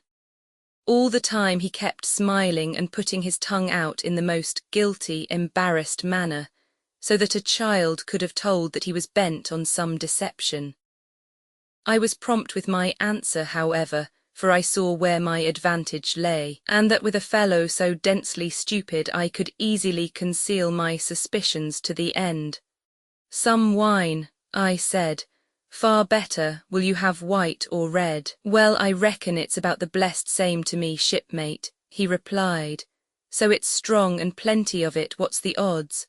"All right," I answered. "I'll bring you port, Mr. Hands, but I'll have to dig for it." With that I scuttled down the companion with all the noise I could, slipped off my shoes, ran quietly along the sparred gallery, mounted the forecastle ladder and popped my head out of the fore companion. I knew he would not expect to see me there, yet I took every precaution possible, and certainly the worst of my suspicions proved too true. He had risen from his position to his hands and knees, and though his leg obviously hurt him pretty sharply when he moved, for I could hear him stifle a groan, yet it was at a good, rattling rate that he trailed himself across the deck. In half a minute he had reached the port scuppers, and picked out of a coil of rope a long knife, or rather a short dirk, discoloured to the hilt with blood. He looked upon it for a moment, thrusting forth his under jaw, tried the point upon his hand, and then hastily concealing it in the bosom of his jacket, trundled back again into his old place against the bulwark. This was all that I required to know. Israel could move about, He was now armed, and if he had been at so much trouble to get rid of me, it was plain that I was meant to be the victim. What he would do afterward, whether he would try to crawl right across the island from North Inlet to the camp among the swamps, or whether he would fire Long Tom, trusting that his own comrades might come first to help him, was, of course, more than I could say. Yet I felt sure that I could trust him in one point, since in that our interests jumped together, and that was in the disposition of the schooner. We both desired to have her stranded safe enough in a sheltered place, and so that when the time came, she could be got off again with as little labour and danger as might be. And until that was done, I considered that my life would certainly be spared. While I was thus turning the business over in my mind, I had not been idle with my body. I had stolen back to the cabin, slipped once more into my shoes, and laid my hand at random on a bottle of wine, and now with this for an excuse I made my reappearance on the deck. Hans lay as I had left him, all fallen together in a bundle, and with his eyelids lowered as though he were too weak to bear the light. He looked up, however, at my coming, knocked the neck off the bottle like a man who had done the same thing often, and took a good swig with his favourite toast of here's luck. Then he lay quiet for a little, and then pulling out a stick of tobacco, begged me to cut him a quid. "Cut me a junco that," says he, "for I haven't no knife and hardly strength enough, so be as I had." "Ah, Jim, I reckon I've missed stays. Cut me a quid as'll likely be the last, lad, for I'm for my long home and no mistake." "Well," said I, "I'll cut you some tobacco, but if I was you and thought myself so badly, I would go to my prayers like a Christian man." "Why?" said he. "Now you tell me why." "Why?" I cried. "You were asking me just now about the dead. You've broken your trust. You've lived in sin and lies and blood. There's a man you killed lying at your feet this moment, and you ask me why. For God's mercy, Mr. Hans, that's why." I spoke with a little heat, thinking of the bloody dirk he had hidden in his pocket, and designed in his ill thoughts to end me with. He for his part took a great draught of the wine and spoke with the most unusual solemnity.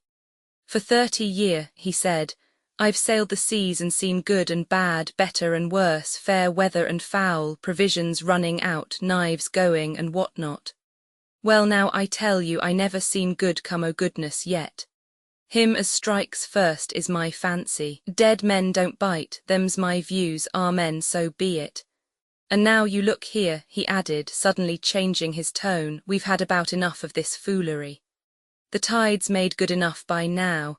You just take my orders, Captain Hawkins, and we'll sail slap in and be done with it." All told, we had scarce 2 miles to run, but the navigation was delicate.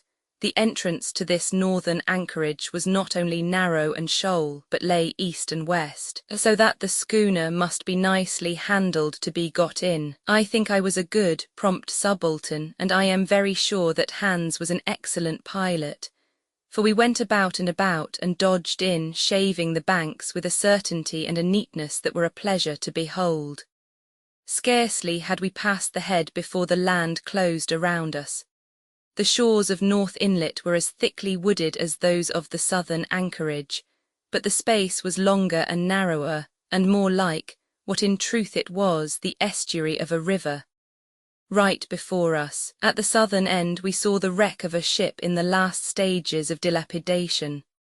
It had been a great vessel of 3 masts, but had lain so long exposed to the injuries of the weather that it was hung about with great webs of dripping seaweed, and on the deck of it shore bushes had taken root, and now flourished thick with flowers. It was a sad sight, but it showed us that the anchorage was calm. "Now," said Hans, "look there. There's a pet bit for to beach a ship in. Fine flat sand, never a catspaw, trees all around of it, and flowers blowing like a guarding on that old ship." And once beached, I inquired, "How shall we get her off again?" "Why, so," he replied. "You take a line ashore there on the other side at low water, take a turn about one o' them big pines, bring it back, take a turn around the capstan and lighter for the tide." Come high water, all hands take a pull upon the line, and off she comes as sweet as nater. And now, boy, you stand by. We're near the bit now, and she's too much way on her. Starboard a little, so, steady, starboard, larboard a little, steady, steady. So he issued his commands, which I breathlessly obeyed, till all of a sudden he cried, "Now, my hearty luff," and I put the helm hard up, and the Hispaniola swung round rapidly and ran stem on for the low wooded shore. The excitement of these last manoeuvres had somewhat interfered with the watch I had kept hitherto, sharply enough, upon the coxswain. Even then I was still so much interested, waiting for the ship to touch, that I had quite forgot the peril that hung over my head, and stood craning over the starboard bulwarks and watching the ripples spreading wide before the bows. I might have fallen without a struggle for my life, had not a sudden disquietude seized upon me and made me turn my head. Perhaps I had heard a creak or seen his shadow moving with the tail of my eye. Perhaps it was an instinct like a cat's. But sure enough, when I looked round, there was Hans, already halfway toward me, with the dirk in his right hand. We must both have cried out aloud when our eyes met, but while mine was the shrill cry of terror, his was a roar of fury like a charging bull's. At the same instant he threw himself forward, and I leaped sideways toward the bows. As I did so I let go of the tiller, which sprung sharp to leeward, and I think this saved my life, for it struck Hans across the chest and stopped him for the moment dead. Before he could recover, I was safe out of the corner where he had me trapped, with all the deck to dodge about. Just forward of the mainmast I stopped, drew a pistol from my pocket, took a cool aim, though he had already turned and was once more coming directly after me, and drew the trigger. The hammer fell, but there followed neither flash nor sound. The priming was useless with sea water. I cursed myself for my neglect. Why had not I, long before, reprimed and reloaded my only weapons? Then I should not have been as now, a mere fleeing sheep before this butcher. Wounded as he was, it was wonderful how fast he could move, his grizzled hair tumbling over his face, and his face itself as red as a red ensign with his haste and fury. I had no time to try my other pistol, nor indeed much inclination, for I was sure it would be useless.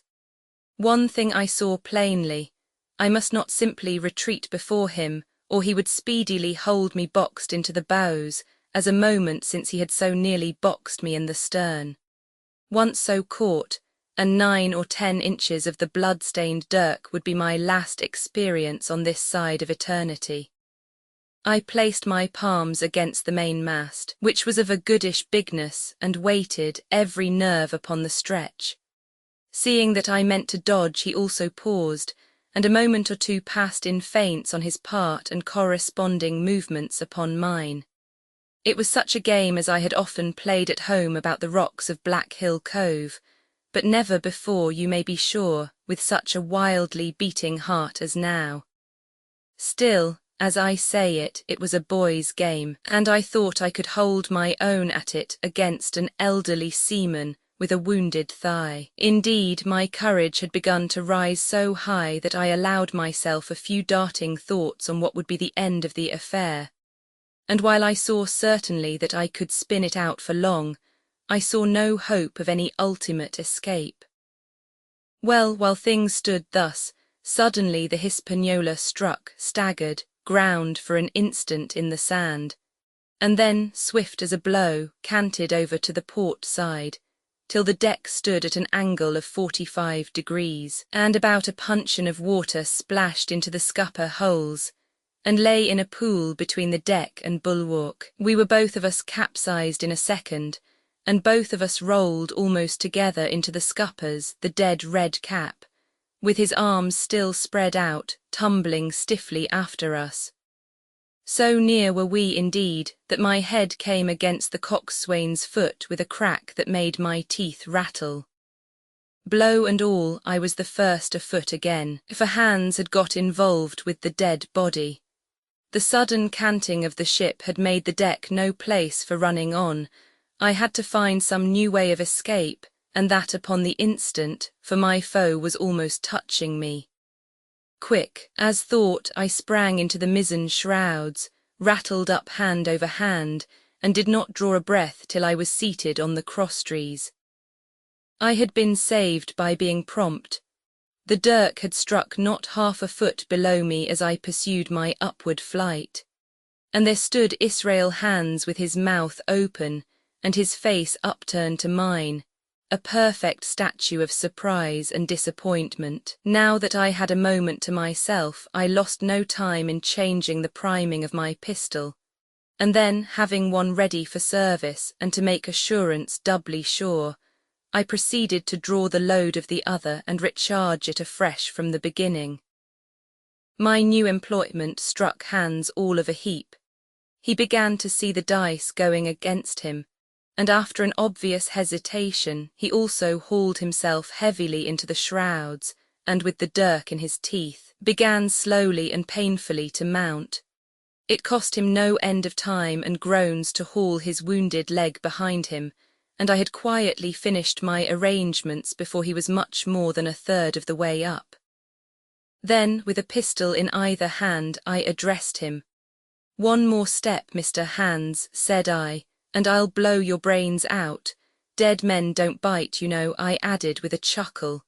He stopped instantly. I could see by the workings of his face that he was trying to think, and the process was so slow and laborious that in my newfound security I laughed aloud. At last, with a swallow or two, he spoke, his face still wearing the same expression of extreme perplexity. In order to speak he had to take the dagger from his mouth, but in all else he remained unmoved. "Jim," says he, "I reckon we're fouled, you and me, and we'll have to sign articles. I'd have had you but for that there lurch. But I don't have no luck, not I, and I reckon I'll have to strike, which comes hard, you see, for a master mariner to a ship's younker like you, Jim." I was drinking in his words and smiling away, as conceited as a cock upon a walk, when all in a breath back went his right hand over his shoulder. Something sang like an arrow through the air. I felt a blow and then a sharp pang, and there I was pinned by the shoulder to the mast. In the horrid pain and surprise of the moment, I scarce can say it was by my own volition, and I am sure it was without a conscious aim. Both my pistols went off and both escaped out of my hands. They did not fall alone. With a choked cry, the coxswain loosed his grasp upon the shrouds and plunged head first into the water. Roman 27, pieces of 8, Roman 27, pieces of 8. Owing to the cant of the vessel, the masts hung far out over the water, and from my perch on the crosstrees I had nothing below me but the surface of the bay. Hans, who was not so far up, was in consequence nearer to the ship and fell between me and the bulwarks. He rose once to the surface in a lather of foam and blood, and then sank again for good. As the water settled, I could see him lying huddled together on the clean, bright sand in the shadow of the vessel's sides. A fish or two whipped past his body. Sometimes, by the quivering of the water, he appeared to move a little as if he were trying to rise. But he was dead enough for all that, being both shot and drowned, and was food for fish in the very place where he had designed my slaughter. I was no sooner certain of this than I began to feel sick, faint, and terrified. The hot blood was running over my back and chest. The dirk, where it had pinned my shoulder to the mast, seemed to burn like a hot iron. Yet it was not so much these real sufferings that distressed me, for these, it seemed to me, I could bear without a murmur. It was the horror I had upon my mind of falling from the crosstree into that still, green water beside the body of the coxswain. I clung with both hands till my nails ached, and I shut my eyes as if to cover up the peril. Gradually my mind came back again. My pulses quieted down to a more natural time, and I was once more in possession of myself. It was my first thought to pluck forth the dirk, but either it stuck too hard or my nerve failed me, and I desisted with a violent shudder. Oddly enough, that very shudder did the business. The knife, in fact, had come the nearest in the world to missing me altogether. It held me by a mere pinch of skin, and this the shudder tore away. The blood ran down the faster, to be sure, but I was my own master again, and only tacked to the mast by my coat and shirt. These last I broke through with a sudden jerk, and then regained the deck by the starboard shrouds. For nothing in the world would I have again ventured, shaken as I was, upon the overhanging port shrouds from which Israel had so lately fallen. I went below and did what I could for my wound. It pained me a good deal and still bled freely, but it was neither deep nor dangerous, nor did it greatly gall me when I used my arm. Then I looked around me, and as the ship was now in a sense my own, I began to think of clearing it from its last passenger, the dead man O'Brien. He had pitched, as I have said, against the bulwarks, where he lay like some horrid, ungainly sort of puppet. Life-size indeed, but how different from life's colour or life's comeliness. In that position I could easily have my way with him, and as the habit of tragical adventures had worn off almost all my terror for the dead, I took him by the waist as if he had been a sack of bran, and with one good heave tumbled him overboard. He went in with a sounding plunge. The red cap came off and remained floating on the surface, and as soon as the splash subsided, I could see him and Israel lying side by side, both wavering with the tremulous movement of the water. O'Brien, though still quite a young man, was very bald. There he lay with that bald head across the knees of the man who killed him, and the quick fishes steering to and fro over both. I was now alone upon the ship. The tide had just turned. The sun was within so few degrees of setting that already the shadow of the pines upon the western shore began to reach right across the anchorage and fall in patterns on the deck. The evening breeze had sprung up, and though it was well warded off by the hill with the two peaks upon the east, the cordage had begun to sing a little softly to itself, and the idle sails to rattle to and fro. I began to see a danger to the ship. The jibs I speedily doused and brought tumbling to the deck, but the mainsail was a harder matter. Of course, when the schooner canted over, the boom had swung outboard, and the cap of it and a foot or two of sail hung even under water.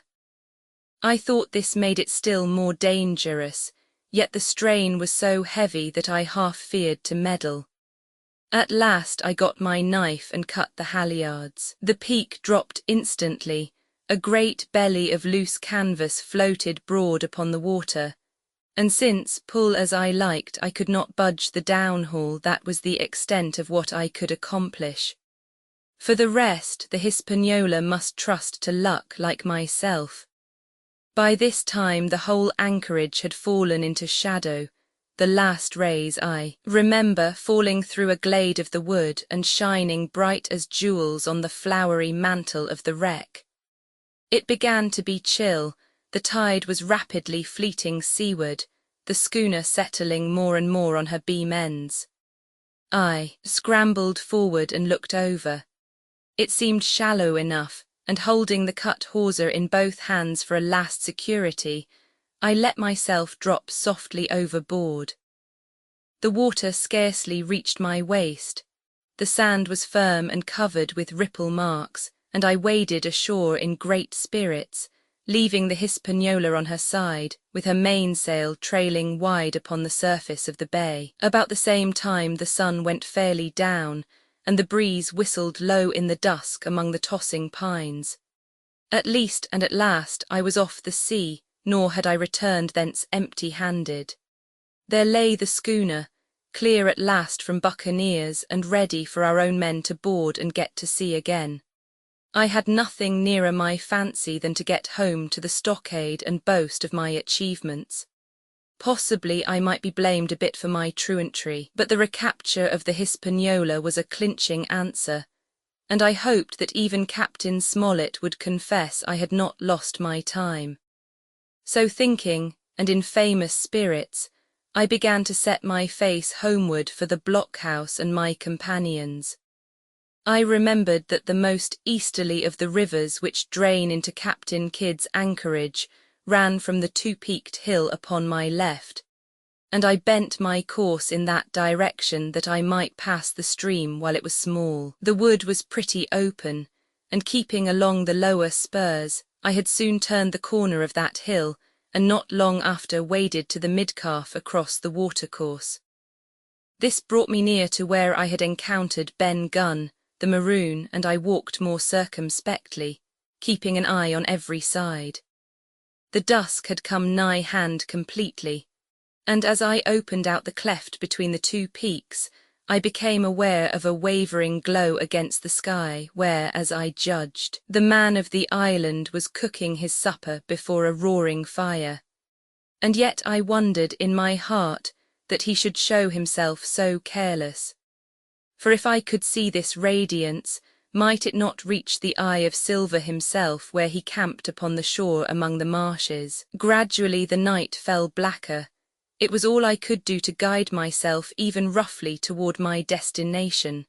The double hill behind me and the spyglass on my right hand loomed faint and fainter. The stars were few and pale, and in the low ground where I wandered I kept tripping among bushes and rolling into sandy pits. Suddenly a kind of brightness fell about me. I looked up. A pale glimmer of moonbeams had alighted on the summit of the spyglass, and soon after I saw something broad and silvery moving low down behind the trees, and knew the moon had risen. With this to help me, I passed rapidly over what remained to me of my journey, and sometimes walking, sometimes running, impatiently drew near to the stockade.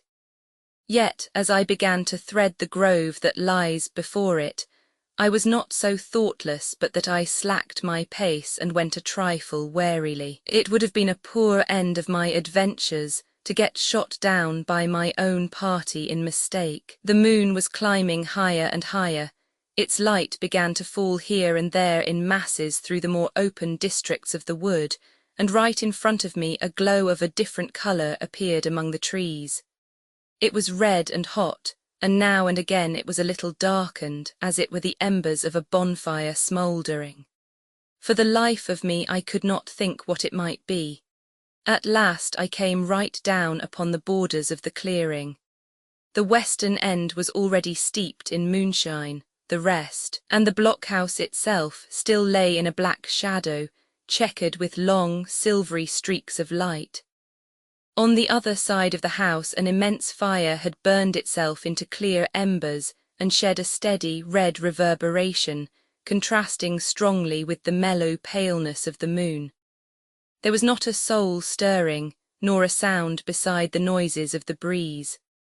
I stopped, with much wonder in my heart and perhaps a little terror also. It had not been our way to build great fires. We were indeed, by the captain's orders, somewhat niggardly of firewood, and I began to fear that something had gone wrong while I was absent.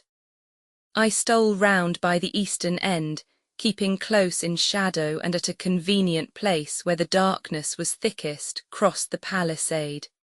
To make assurance surer, I got upon my hands and knees and crawled without a sound toward the corner of the house.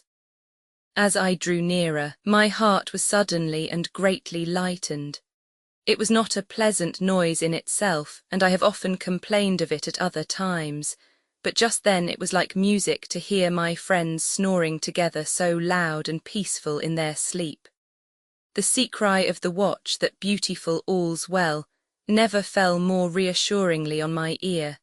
In the meantime there was no doubt of one thing: they kept an infamous bad watch. If it had been Silver and his lads that were now creeping in on them, not a soul would have seen daybreak. That was what it was, thought I, to have the captain wounded. And again I blamed myself sharply for leaving them in that danger with so few to mount guard. By this time I had got to the door and stood up. All was dark within, so that I could distinguish nothing by the eye. As for sounds, there was the steady drone of the snorers and a small occasional noise, a flickering or pecking that I could in no way account for. With my arms before me, I walked steadily in. I should lie down in my own place, I thought, with a silent chuckle, and enjoy their faces when they found me in the morning. My foot struck something yielding, it was a sleeper's leg, and he turned and groaned, but without awaking. And then all of a sudden a shrill voice broke forth out of the darkness. Pieces of 8, pieces of 8, pieces of 8, pieces of 8, pieces of 8. And so forth without pause or change, like the clacking of a tiny mill. Silver's green parrot, Captain Flint. It was she whom I had heard pecking at a piece of bark. It was she, keeping better watch than any human being, who thus announced my arrival with her wearisome refrain. I had no time left me to recover. At the sharp clipping tone of the parrot, the sleepers awoke and sprang up, and with a mighty oath the voice of Silver cried, "Who goes?" I turned to run, struck violently against one person, recoiled, and ran full into the arms of a second, who, for his part, closed upon and held me tight. "Bring a torch, Dick," said Silver, when my capture was thus assured. And one of the men left the log-house and presently returned with a lighted brand. Part VI. Captain Silver, Part VI. Captain Silver, Roman 28. In the enemy's camp, Roman 28. In the enemy's camp, the red glare of the torch lighting up the interior of the blockhouse showed me the worst of my apprehensions realized. The pirates were in possession of the house and stores. There was the cask of cognac, there were the pork and bread as before, and what tenfold increased my horror, not a sign of any prisoner. I could only judge that all had perished, and my heart smote me sorely that I had not been there to perish with them. There were 6 of the buccaneers, all told, not another man was left alive. 5 of them were on their feet, flushed and swollen, suddenly called out of the first sleep of drunkenness. The 6th had only risen upon his elbow. He was deadly pale, and the blood-stained bandage round his head told that he had recently been wounded, and still more recently dressed. I remembered the man who had been shot and run back among the woods in the great attack, and doubted not that this was he. The parrot sat preening her plumage on Long John's shoulder. He himself, I thought, looked somewhat paler and more stern than I was used to. He still wore his fine broadcloth suit in which he had fulfilled his mission, but it was bitterly the worse for wear, daubed with clay and torn with sharp briars of the wood. "So," said he, "here's Jim Hawkins, shiver my timbers, dropped in like a, well come, I take that friendly." And thereupon he sat down across the brandy cask, and began to fill a pipe. "Give me the loan of a link, Dick," said he. And then when he had a good light, "That'll do, my lad," he added, "stick the glim in the wood heap, and you gentlemen bring yourselves to. You needn't stand up for Mr. Hawkins, he'll excuse you, you may lay to that. And so, Jim, stopping the tobacco, here you are, and quite a pleasant surprise for poor old John. I see you were smart when first I set my eyes on you, but this here gets away from me clean, it do." To all this, as may be well supposed, I made no answer. They had set me with my back against the wall, and I stood there, looking Silver in the face, pluckily enough, I hope, to all outward appearance, but with black despair in my heart. Silver took a whiff or two of his pipe with great composure, and then ran on again. "Now you see, Jim, so be as you are here," says he, "I'll give you a piece of my mind. I've always liked you, I have, for a lad of spirit and the picture of my own self when I was young and handsome. I always wanted you to jine and take your share and die a gentleman, and now, my cock, you've got to. Cap'n Smollett's a fine seaman, as I'll own up to any day, but stiff on discipline. Duty is duty," says he, "and right he is. Just you keep clear of the cap'n. The doctor himself is gone dead again, you ungrateful scamp," was what he said. And the short and long of the whole story is about here. You can't go back to your own lot, for they won't have you, and without you start a 3rd ship's company all by yourself, which might be lonely, you'll have to jine with Cap'n Silver. So far so good. My friends then were still alive, and though I partly believed the truth of Silver's statement, that the cabin party were incensed at me for my desertion, I was more relieved than distressed by what I heard. I don't say nothing as to your being in our hands, continued Silver, though there you are and you may lay to it.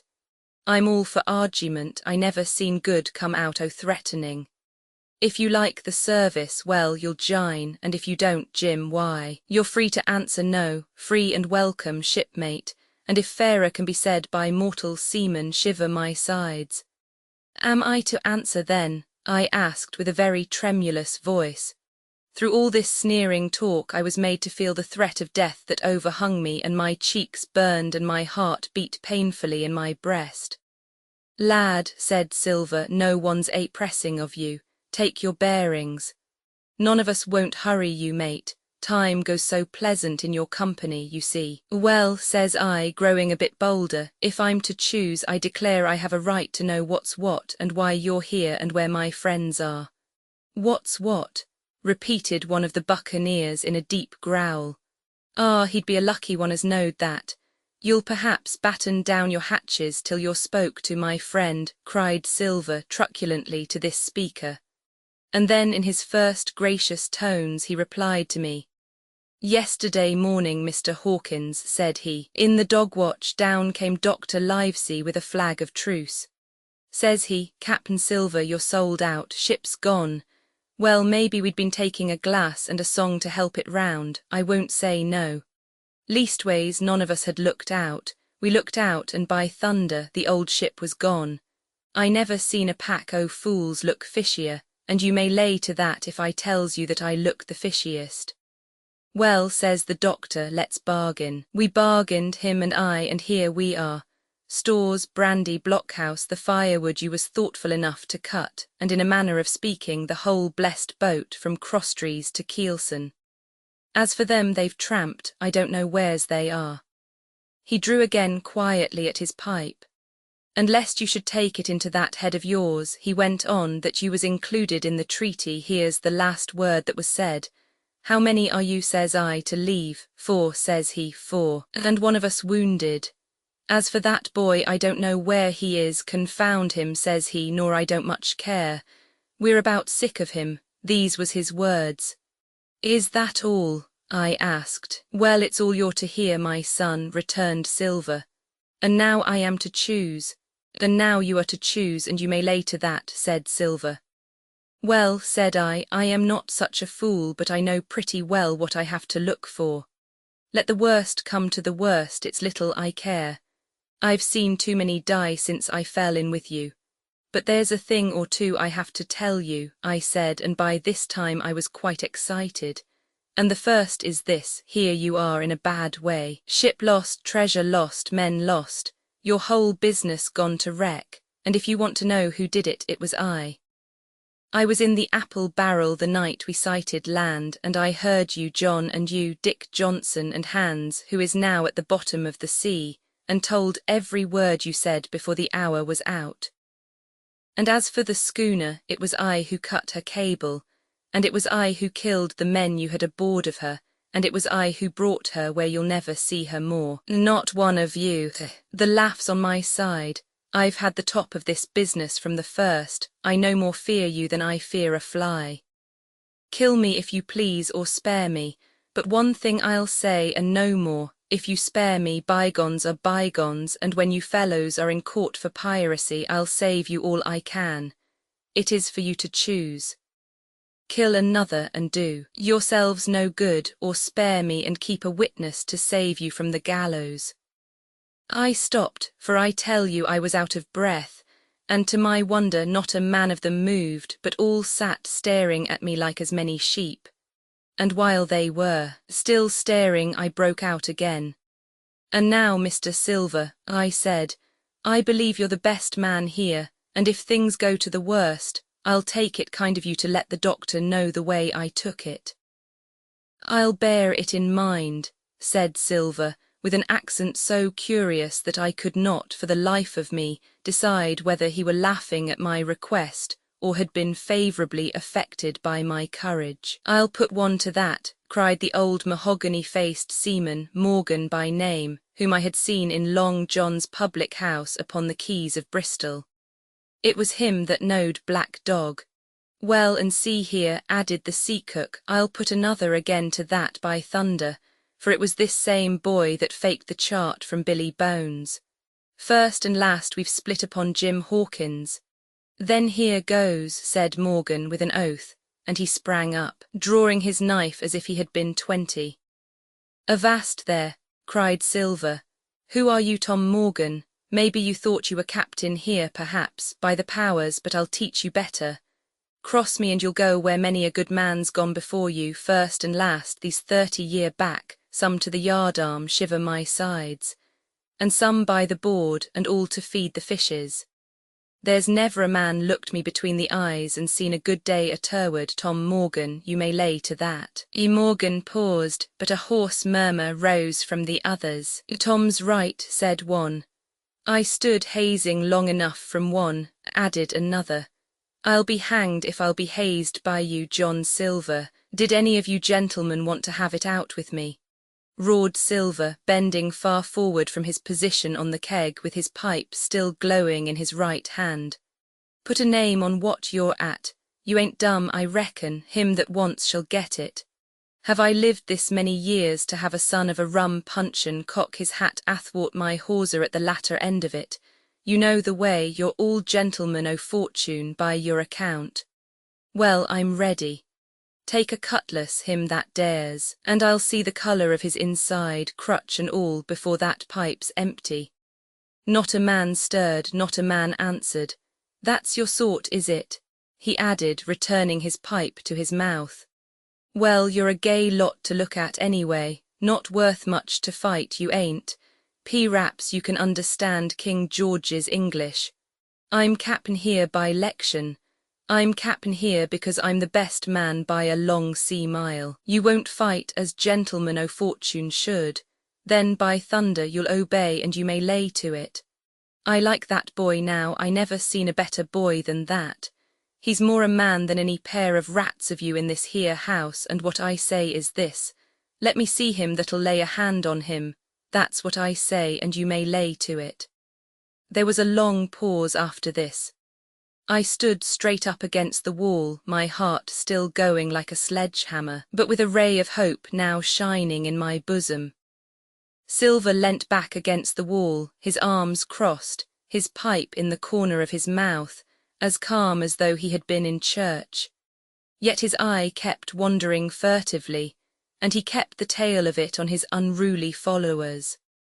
They, on their part, drew gradually together toward the far end of the blockhouse, and the low hiss of their whispering sounded in my ears continuously, like a stream. One after another they would look up, and the red light of the torch would fall for a second on their nervous faces. But it was not toward me, it was toward Silver that they turned their eyes. "You seem to have a lot to say," remarked Silver, spitting far into the air. "Pipe up and let me hear it, or lay to." "Ax your pardon, sir," returned one of the men. "You're pretty free with some of the rules, maybe you'll kindly keep an eye upon the rest. This crew's dissatisfied. This crew don't vally bullying a marlinspike. This crew has its rights like other crews, I'll make so free as that. And by your own rules I take it we can talk together. I ax your pardon, sir, acknowledging you for to be capting at this present, but I claim my right and steps outside for counsel." And with an elaborate sea salute this fellow, a long, ill-looking, yellow-eyed man of 35, stepped coolly toward the door and disappeared out of the house. One after another the rest followed his example, each making a salute as he passed, each adding some apology. "According to rules," said one.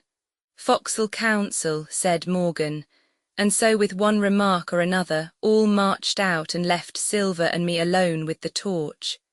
The sea cook instantly removed his pipe. "Now look you here, Jim Hawkins," he said in a steady whisper that was no more than audible. "You're within half a plank of death and what's a long sight worse of torture. They're going to throw me off. But you mark I stand by you through thick and thin. I didn't mean to, no, not till you spoke up. I was about desperate to lose that much blunt and be hanged into the bargain. But I see you was the right sort, I says to myself. You stand by Hawkins, John, and Hawkins'll stand by you. You're his last card, and by the living thunder, John, he's yours. Back to back, says I, you save your witness and he'll save your neck. I began dimly to understand. You mean all's lost? I asked. Aye, by gum, I do, he answered. Ship gone, neck gone, that's the size of it. Once I looked into that bay, Jim Hawkins, and seen no schooner. Well, I'm tough, but I gave out. As for that lot and their counsel, mark me, they're outright fools and cowards. I'll save your life, if so be as I can from them. But see here, Jim, tit for tat, you save Long John from swinging. I was bewildered. It seemed a thing so hopeless he was asking, he the old buccaneer, the ringleader, throughout. What I can do that I'll do, I said. It's a bargain, cried Long John. You speak up plucky, and by thunder, I've a chance. He hobbled to the torch where it stood propped among the firewood and took a fresh light to his pipe. Understand me, Jim, he said, returning. I've a head on my shoulders. I'm on Squire's side now. I know you've got that ship safe somewheres. How you done it I don't know, but safe it is. I guess Hans and O'Brien turned soft. I never much believed in neither of them. Now you mark me, I ask no questions, nor I won't let others. I know when a game's up, I do, and I know a lad that's stanch. Ah, you that's young, you and me might have done a power of good together. He drew some cognac from the cask into a tin cannikin. Will you taste, messmate? He asked, and when I had refused, well, I'll take a drain myself, Jim, said he. I need a corker, for there's trouble on hand, and talking o' trouble, why did that doctor give me the chart, Jim? My face expressed a wonder so unaffected that he saw the needlessness of further questions. Ah, well, he did though, said he. And there's something under that, no doubt, something surely under that, Jim, bad or good. And he took another swallow of the brandy, shaking his great fair head like a man who looks forward to the worst. Roman 29, the black spot again, Roman 29, the black spot again. The council of the buccaneers had lasted some time, when one of them re-entered the house, and with a repetition of the same salute, which had in my eyes an ironical air, begged for a moment's loan of the torch. Silver briefly agreed, and this emissary retired again, leaving us together in the dark. There's a breeze coming, Jim, said Silver, who had by this time adopted quite a friendly and familiar tone. I turned to the loophole nearest me and looked out. The embers of the great fire had so far burned themselves out, and now glowed so low and duskily, that I understood why these conspirators desired a torch. About halfway down the slope to the stockade they were collected in a group. One held the light. Another was on his knees in their midst, and I saw the blade of an open knife shine in his hand with varying colours in the moon and torchlight. The rest were all somewhat stooping, as though watching the manoeuvres of this last. I could just make out that he had a book as well as a knife in his hand, and was still wondering how anything so incongruous had come in their possession when the kneeling figure rose once more to his feet, and the whole party began to move together toward the house. Here they come, said I, and I returned to my former position, for it seemed beneath my dignity that they should find me watching them. Well, let 'em come, lad, let 'em come, said Silver cheerily. I've still a shot in my locker. The door opened, and the 5 men standing huddled together just inside pushed one of their number forward. In any other circumstances it would have been comical to see his slow advance, hesitating as he set down each foot but holding his closed right hand in front of him. Step up, lad, cried Silver. I won't eat you. Hand it over, lubber. I know the rules, I do. I won't hurt a deputation. Thus encouraged, the buccaneer stepped forth more briskly, and having passed something to Silver from hand to hand, slipped yet more smartly back again to his companions. The sea cook looked at what had been given him. The black spot, I thought so, he observed. Where might you have got the paper? Why, hello, look here now, this ain't lucky, you've gone and cut this out of a Bible. What fools cut a Bible? Ah, there, said Morgan, there, what did I say? No good'll come o' that, I said. Well, you've about fixed it now, among you, continued Silver. You'll all swing now, I reckon. What soft-headed lubber had a Bible? It was Dick, said one. Dick was it, then Dick can get to prayers, said Silver. He's seen his slice of luck, has Dick, and you may lay to that. But here the long man with the yellow eyes struck in. Belay that talk, John Silver, he said. This crew has tipped you the black spot in full council as in duty bound. Just you turn it over as in duty bound and see what's wrote there. Then you can talk. Thankee, George, replied the sea cook. You always was brisk for business and has the rules by heart, George, as I'm pleased to see. Well, what is it anyway? Ah, deposed, that's it, is it? Very pretty wrote, to be sure, like print, I swear. Your hand right, George. Why, you was gettin' quite a leadin' man in this here crew. You'll be cap'n next, I shouldn't wonder. Just oblige me with that torch again, will you? This pipe don't draw. Come now, said George. You don't fool this crew no more. You're a funny man by your account, but you're over now and you'll maybe step down off that barrel and help vote. I thought you said you knowed the rules, returned Silver contemptuously. Leastways, if you don't, I do, and I wait here, and I'm still your cap'n, mind, till you outs with your grievances, and I reply. In the meantime, your black spot ain't worth a biscuit. After that we'll see. Oh, replied George, you don't be under no kind of apprehension, we're all square, we are. First, you've made a hash of this cruise, you'll be a bold man to say no to that. Second, you let the enemy out o' this here trap for nothing. Why did they want out? I dunno, but it's pretty plain they wanted it. Third, you wouldn't let us go at them upon the march. Oh, we see through you, John Silver, you want to play booty, that's what's wrong with you. And then fourth, there's this here boy. Is that all? Asked Silver quietly. Enough too, retorted George. We'll all swing and sun-dry for your bungling. Well now, look here, I'll answer these 4 p-ints, one after another I'll answer 'em. I made a hash o' this cruise, did I? Well now, you all know what I wanted, and you all know if that had been done that we'd a been aboard the Hispaniola this night as ever was, every man of us alive and fit and full of good plum duff and the treasure in the hold of her, by thunder. Well, who crossed me? Who forced my hand as was the lawful cap'n? Who tipped me the black spot the day we landed and began this dance? Ah, it's a fine dance, I'm with you there, and looks mighty like a hornpipe in a rope's end at execution dock by London town, it does, but who done it? Why, it was Anderson and Hans and you, George Merry, and you're the last above board of that same meddling crew, and you have the Davy Jones insolence to up and stand for cap'n over me, you that sunk the lot of us, by the powers.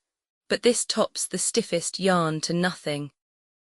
Silver paused, and I could see by the faces of George and his late comrades that these words had not been said in vain. That's for number 1, cried the accused, wiping the sweat from his brow, for he had been talking with a vehemence that shook the house.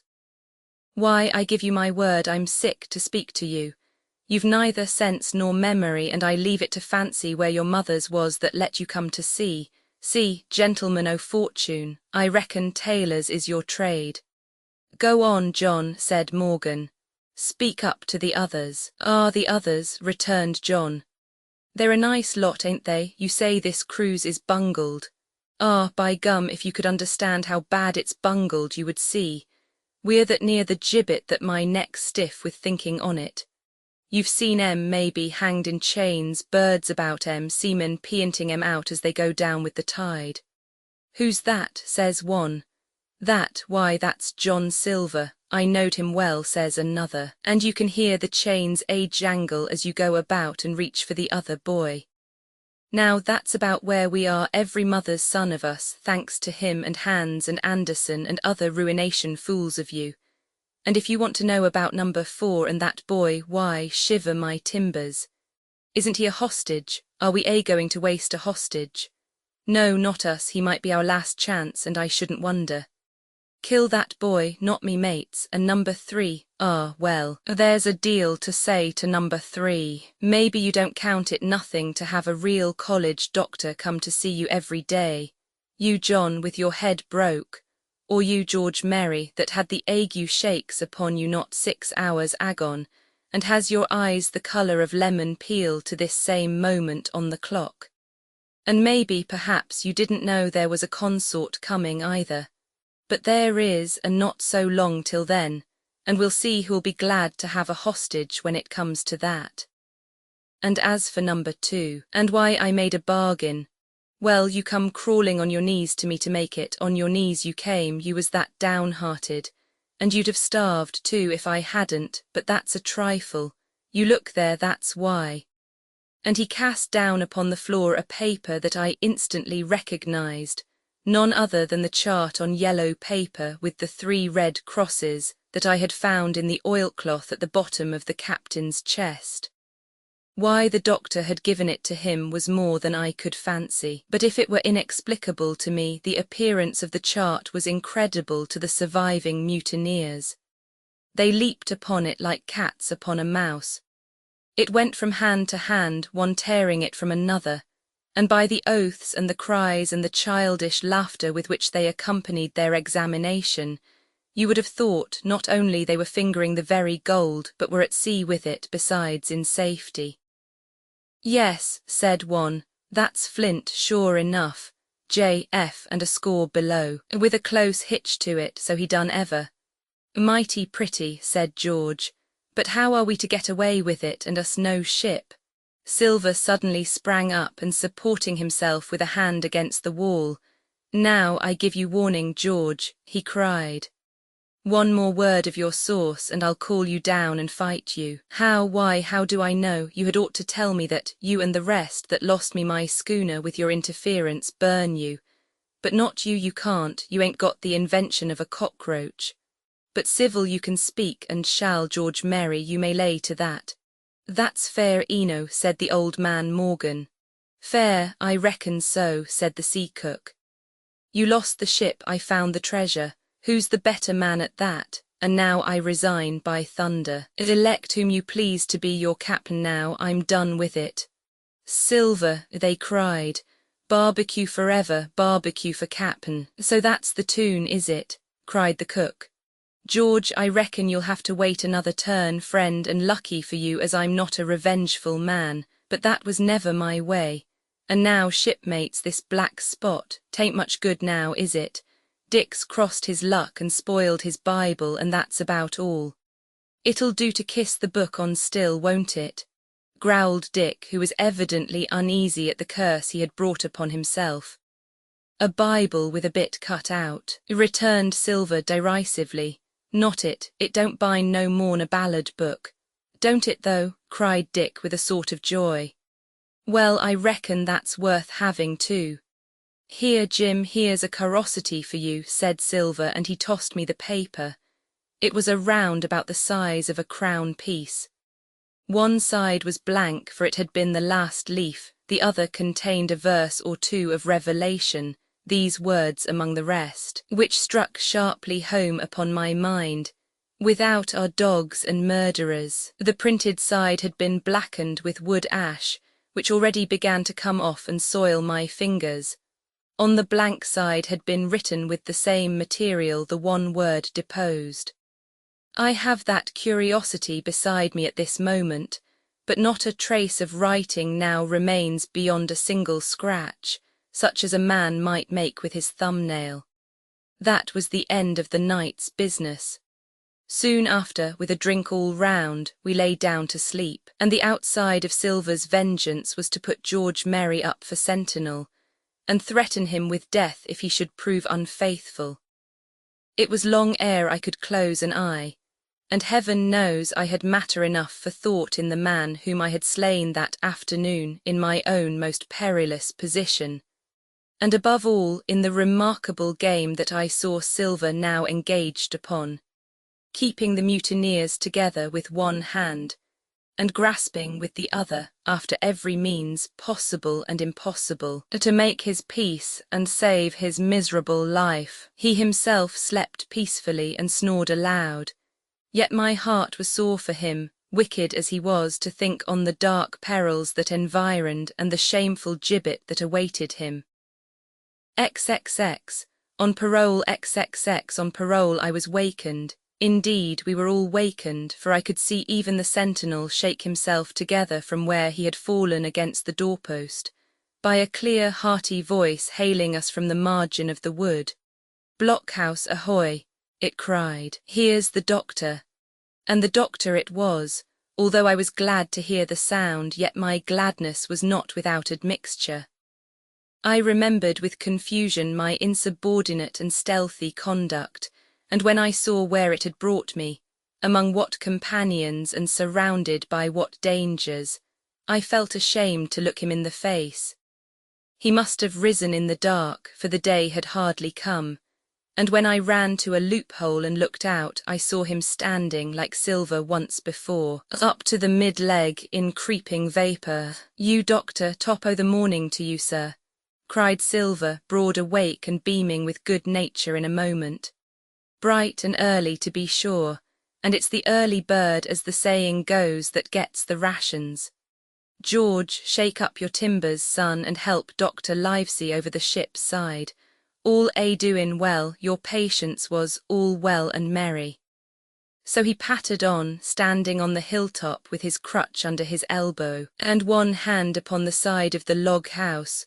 Quite the old John in voice, manner, and expression. "We've quite a surprise for you too, sir," he continued.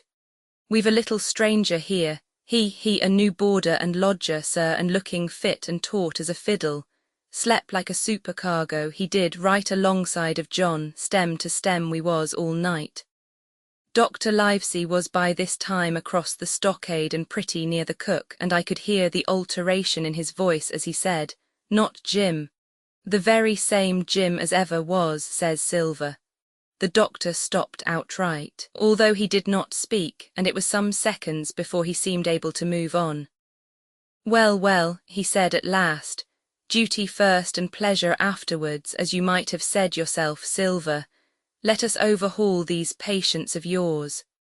A moment afterwards he had entered the blockhouse, and with one grim nod to me, proceeded with his work among the sick. He seemed under no apprehension, though he must have known that his life among these treacherous demons depended on a hair, and he rattled on to his patients as if he were paying an ordinary professional visit in a quiet English family. His manner, I suppose, reacted on the men, for they behaved to him as if nothing had occurred, as if he were still ship's doctor, and they still faithful hands before the mast. "You're doing well, my friend," he said to the fellow with the bandaged head, "and if ever any person had a close shave, it was you. Your head must be as hard as iron." "Well, George, how goes it? You're a pretty colour, certainly. Why, your liver, man, is upside down. Did you take that medicine? Did he take that medicine, men?"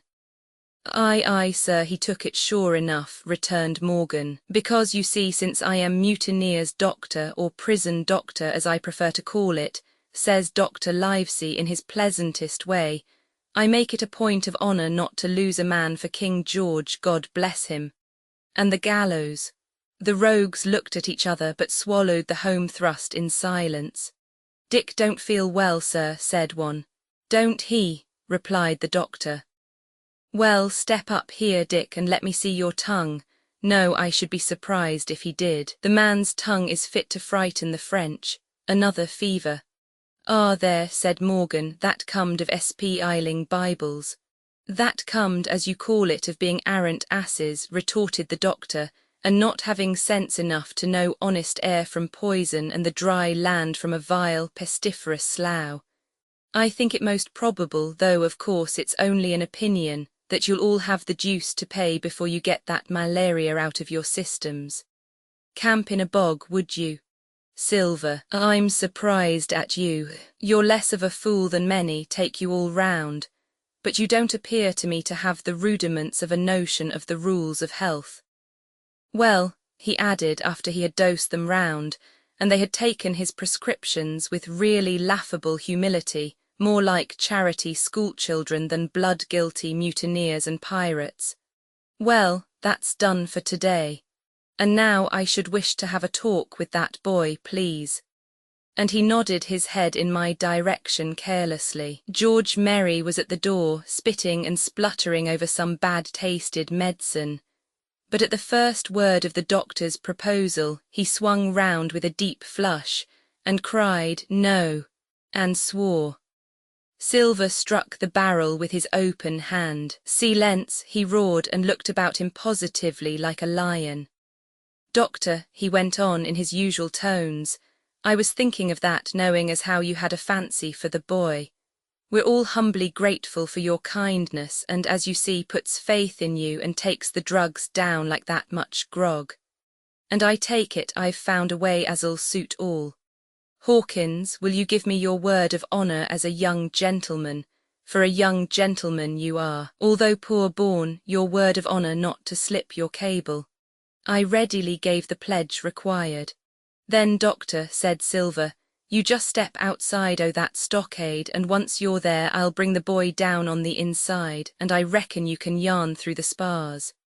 Good day to you, sir, and all our duties to the squire and Captain Smollett." The explosion of disapproval, which nothing but Silver's black looks had restrained, broke out immediately the doctor had left the house. Silver was roundly accused of playing double, of trying to make a separate peace for himself, of sacrificing the interests of his accomplices and victims, and, in one word, of the identical, exact thing that he was doing. It seemed to me so obvious in this case that I could not imagine how he was to turn their anger. But he was twice the man the rest were, and his last night's victory had given him a huge preponderance on their minds. He called them all the fools and dolts you can imagine, said it was necessary I should talk to the doctor, fluttered the chart in their faces, asked them if they could afford to break the treaty the very day they were bound treasure hunting. "No, by thunder," he cried, "it's us must break the treaty when the time comes. Until then I'll gammon that doctor if I have to ile his boots with brandy." And then he bade them get the fire lit, and stalked out upon his crutch with his hand on my shoulder, leaving them in a disarray, and silenced by his volubility rather than convinced. "Slow, lad, slow," he said. "They might round upon us in a twinkle of an eye if we were seen to hurry." Very deliberately, then, did we advance across the sand to where the doctor awaited us on the other side of the stockade, and as soon as we were within easy speaking distance, Silver stopped. "You'll make a note of this here also, doctor," said he, "and the boy'll tell you how I saved his life, and were deposed for it too, and you may lay to that. Doctor, when a man's steering as near to the wind as me, playing chuck-farthing with the last breath in his body, like, you wouldn't think it too much, mayhap, to give him one good word. You'll please bear in mind it's not my life only now, it's that boy's into the bargain, and you'll speak me fair, doctor, and give me a bit o' hope to go on for the sake of mercy." Silver was a changed man, once he was out there and had his back to his friends and the blockhouse. His cheeks seemed to have fallen in, his voice trembled. Never was a soul more dead in earnest. "Why, John, you're not afraid?" asked Dr. Livesey. "Doctor, I'm no coward, no, not I, not so much." And he snapped his fingers.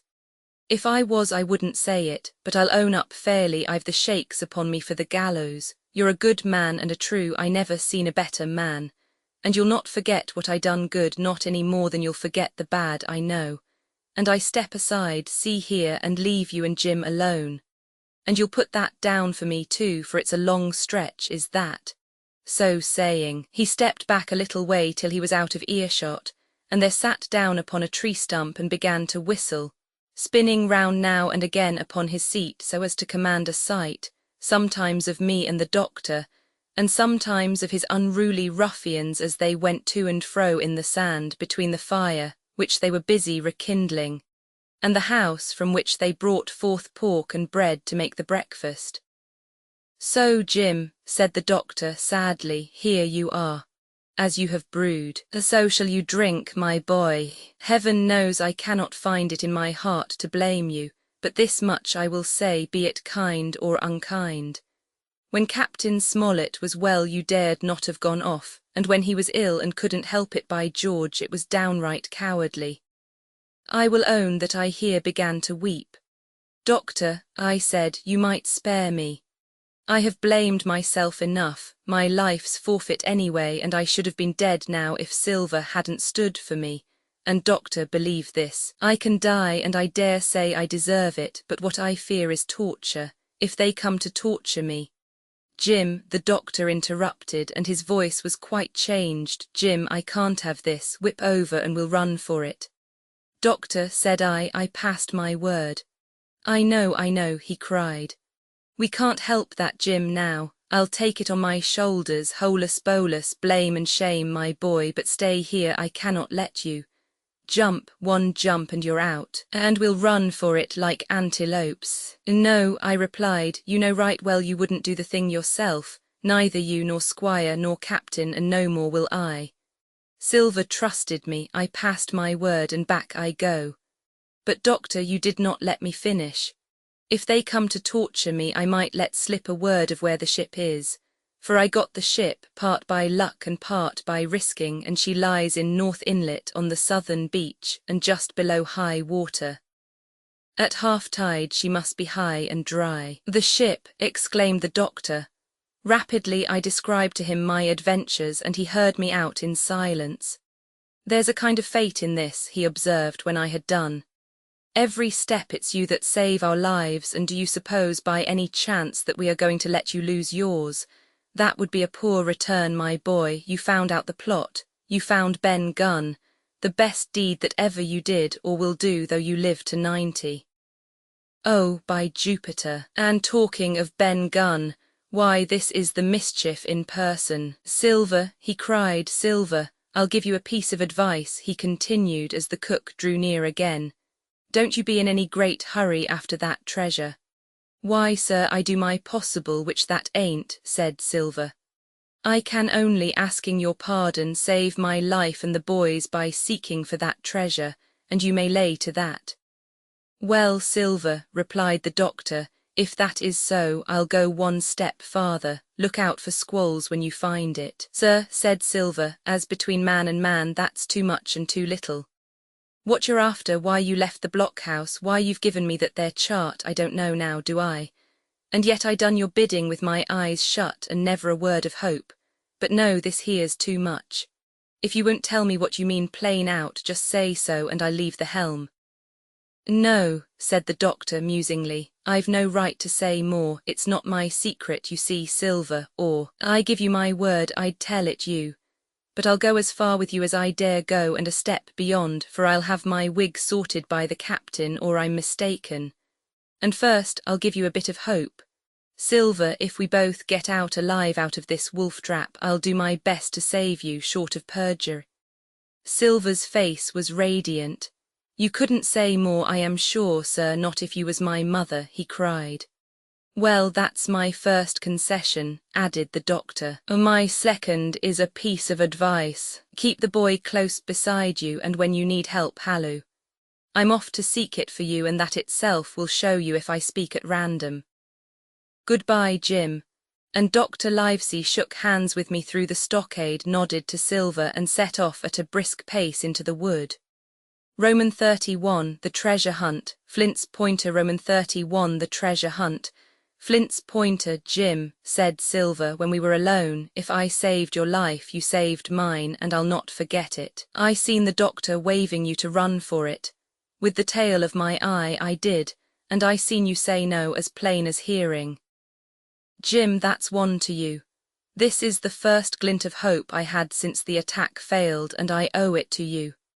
And now, Jim, we are to go in for this here treasure hunting with sealed orders too, and I don't like it.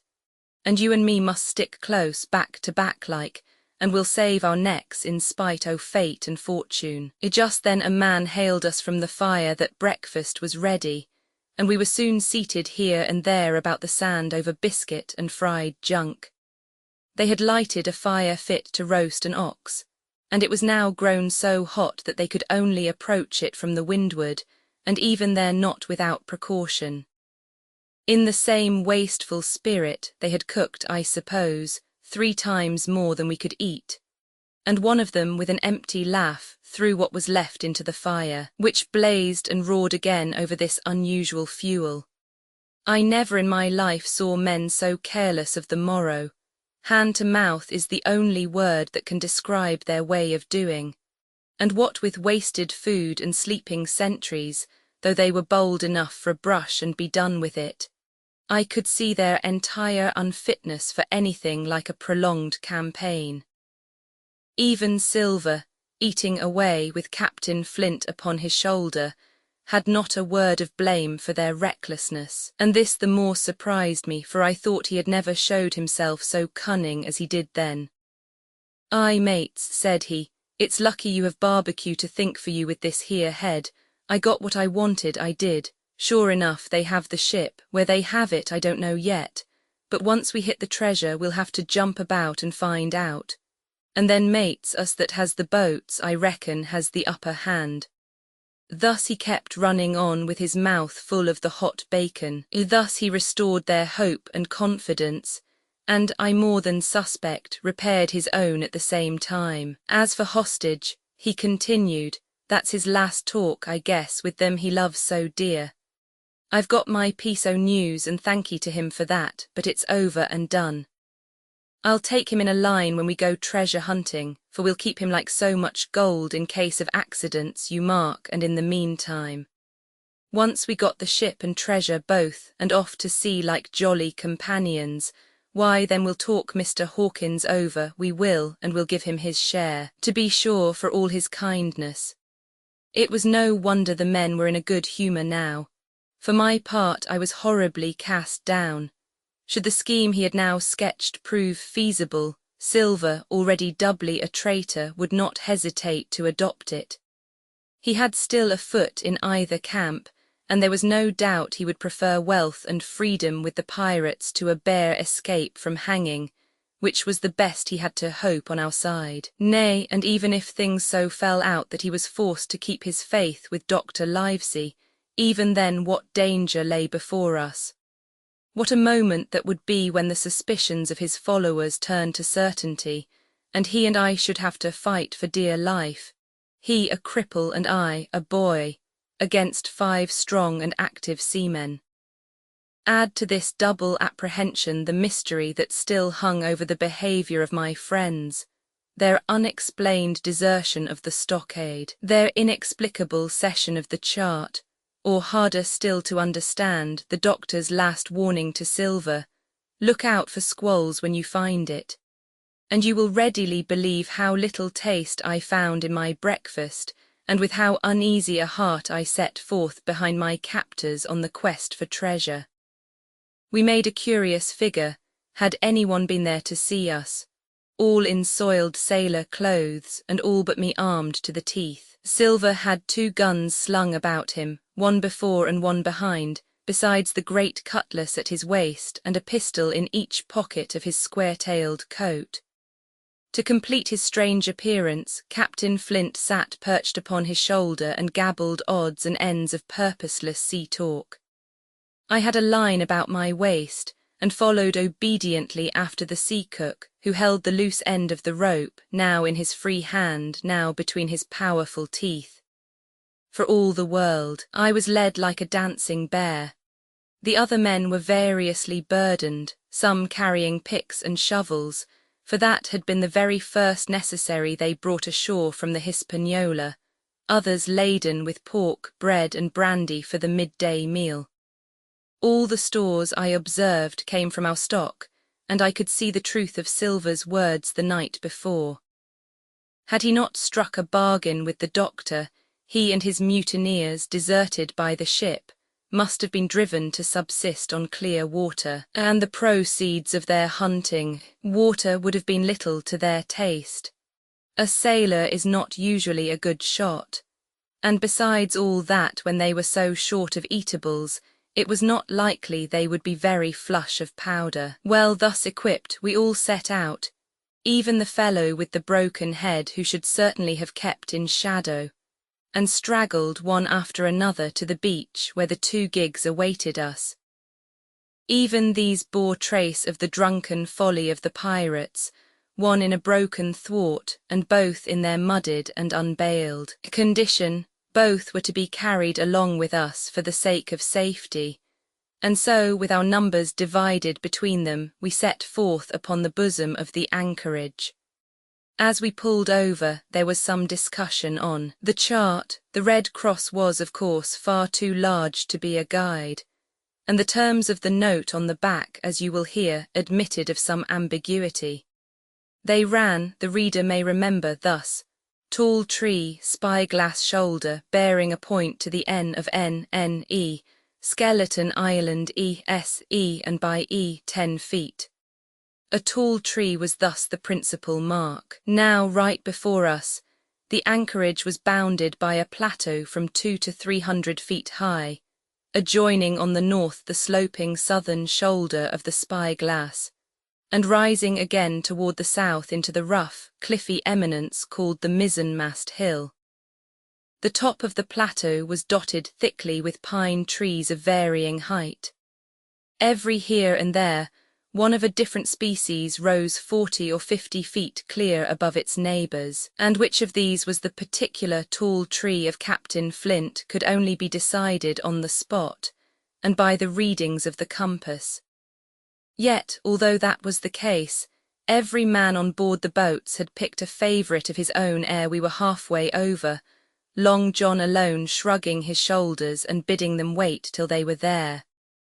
We pulled easily, by Silver's directions, not to weary the hands prematurely, and after quite a long passage, landed at the mouth of the second river, that which runs down a woody cleft of the spyglass. Thence, bending to our left, we began to ascend the slope towards the plateau. At the first outset, heavy, miry ground and a matted marsh vegetation greatly delayed our progress, but by little and little the hill began to steepen and become stony underfoot, and the wood to change its character, and to grow in a more open order. It was, indeed, a most pleasant portion of the island that we were now approaching. A heavy-scented broom and many flowering shrubs had almost taken the place of grass. Thickets of green nutmeg trees were dotted here and there with the red columns and the broad shadow of the pines, and the first mingled their spice with the aroma of the others. The air, besides, was fresh and stirring, and this, under the sheer sunbeams, was a wonderful refreshment to our senses. The party spread itself abroad, in a fan shape, shouting and leaping to and fro. About the centre, and a good way behind the rest, Silver and I followed, I tethered by my rope, he ploughing with deep pants among the sliding gravel. From time to time, indeed, I had to lend him a hand, or he must have missed his footing and fallen backward down the hill. We had thus proceeded for about half a mile, and were approaching the brow of the plateau, when the man upon the farthest left began to cry aloud, as if in terror. Shout after shout came from him, and the others began to run in his direction. "He can't have found the treasure," said old Morgan, hurrying past us from the right, "for that's clean atop." Indeed, as we found when we also reached the spot, it was something very different. At the foot of a pretty big pine, and involved in a green creeper which had even partly lifted some of the smaller bones, a human skeleton lay with a few shreds of clothing on the ground. I believe a chill struck for a moment to every heart. He was a seaman, said George Merry, who, bolder than the rest, had gone up close and was examining the rags of clothing. "Leastways, this is good sea cloth." Aye, said Silver, like enough. "You wouldn't look to find a bishop here, I reckon. But what sort of a way is that for bones to lie? 'Tain't in natur." Indeed, on a second glance, it seemed impossible to fancy that the body was in a natural position, but for some disarray, the work perhaps of the birds that had fed upon him, or of the slow-growing creeper that had gradually enveloped his remains. The man lay perfectly straight, his feet pointing in one direction, his hands raised above his head like a diver's, pointing directly in the opposite. "I've taken a notion into my old numbskull," observed Silver. "Here's the compass. There's the tip-top P-int of Skeleton Island sticking out like a tooth. Just take a bearing, will you, along the line of them bones." It was done. The body pointed straight in the direction of the island, and the compass read duly E.S.E. by E. "I thought so," cried the cook. "This here is a P-inter. Right up there is our line for the Pole Star and the Jolly Dollars. But by thunder, if it don't make me cold inside to think of Flint.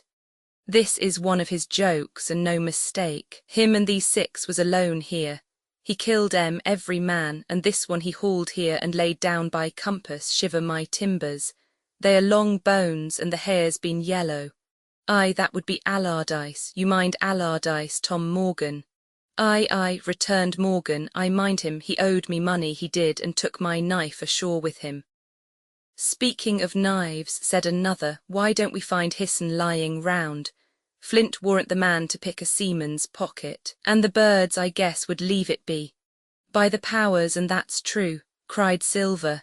"There ain't a thing left here," said Mary, still feeling round among the bones. "Not a copper doit nor a baccy box. It don't look natural to me." "No, by gum, it don't," agreed Silver. "Not natural nor not nice, says you. Great guns, messmates, but if Flint was living this would be a hot spot for you and me. 6 they were, and 6 are we, and bones is what they are now." "I saw him dead with these here deadlights," said Morgan. "Billy took me in, there he laid with penny pieces on his eyes." "Dead, aye, sure enough he's dead and gone below," said the fellow with the bandage. "But if ever sperrit walked it would be Flint's. Dear heart, but he died bad, did Flint." "Aye, that he did," observed another. "Now he raged, and now he hollered for the rum, and now he sang. 15 men were his only song, mates, and I tell you true, I never rightly liked to hear it since.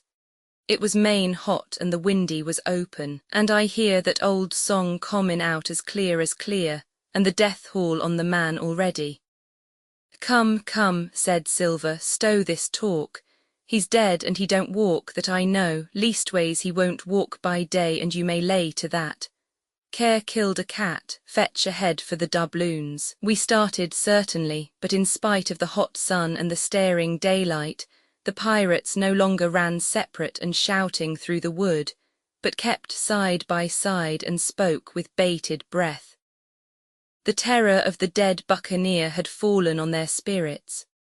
Roman 32, the treasure hunt. The voice among the trees, Roman 32, the treasure hunt. The voice among the trees, partly from the damping influence of this alarm, partly to rest Silver and the sick folk. The whole party sat down as soon as they had gained the brow of the ascent. The plateau being somewhat tilted toward the west, this spot on which we had paused commanded a wide prospect on either hand. Before us, over the treetops, we beheld the cape of the woods fringed with surf. Behind, we not only looked down upon the anchorage and Skeleton Island, but saw, clear across the spit and the eastern lowlands, a great field of open sea upon the east. Sheer above us rose the spy-glass, here dotted with single pines, there black with precipices. There was no sound but that of the distant breakers mounting from all around, and the chirp of countless insects in the brush. Not a man, not a sail upon the sea. The very largeness of the view increased the sense of solitude. Silver, as he sat, took certain bearings with his compass. "There are 3 tall trees," said he, "about in the right line from Skeleton Island. Spyglass shoulder, I take it, means that lower P-int there. It's child's play to find the stuff now. I've half a mind to dine first." "I don't feel sharp," growled Morgan. "Thinkin' o' Flint, I think it were as done me." "Ah, well, my son, you praise your stars he's dead," said Silver. "He was an ugly devil," cried a third pirate with a shudder, "that blew in the face too. That was how the rum took him, added Mary. Blue, well, I reckon he was blue, that's a true word. Ever since they had found the skeleton and got upon this train of thought, they had spoken lower and lower, and they had almost got to whispering by now, so that the sound of their talk hardly interrupted the silence of the wood. All of a sudden, out of the middle of the trees in front of us, a thin, high, trembling voice struck up the well-known air and words. 15 men on the dead man's chest, yo-ho-ho, and a bottle of rum. I never have seen men more dreadfully affected than the pirates. The colour went from their 6 faces like enchantment.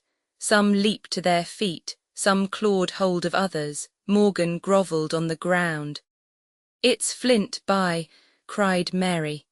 The song had stopped as suddenly as it began, broken off, you would have said in the middle of a note, as though someone had laid his hand upon the singer's mouth. Coming so far through the clear, sunny atmosphere among the green treetops, I thought it had sounded airily and sweetly, and the effect on my companions was the stranger. "Come," said Silver, struggling with his ashen lips to get the word out, "that won't do. Stand by to go about. This is a rum start, and I can't name the voice, but it's someone skylarking, someone that's flesh and blood, and you may lay to that." His courage had come back as he spoke, and some of the colour to his face along with it. Already the others had begun to lend an ear to this encouragement, and were coming a little to themselves, when the same voice broke out again, not this time singing, but in a faint, distant hail that echoed yet fainter among the clefts of the spy-glass. "Darby Emgraw," it wailed, for that is the word that best describes the sound. "Darby Emgraw, Darby Emgraw," again and again and again, and then rising a little higher and with an oath that I leave out, "Fetch aft the rum, Darby."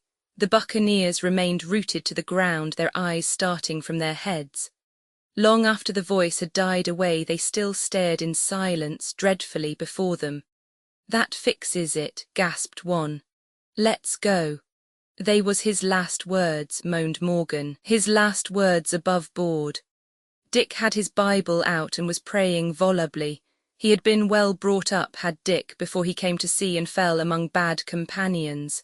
Still, Silver was unconquered. I could hear his teeth rattle in his head, but he had not yet surrendered. "Nobody in this here island ever heard of Darby," he muttered, "not one but us that's here."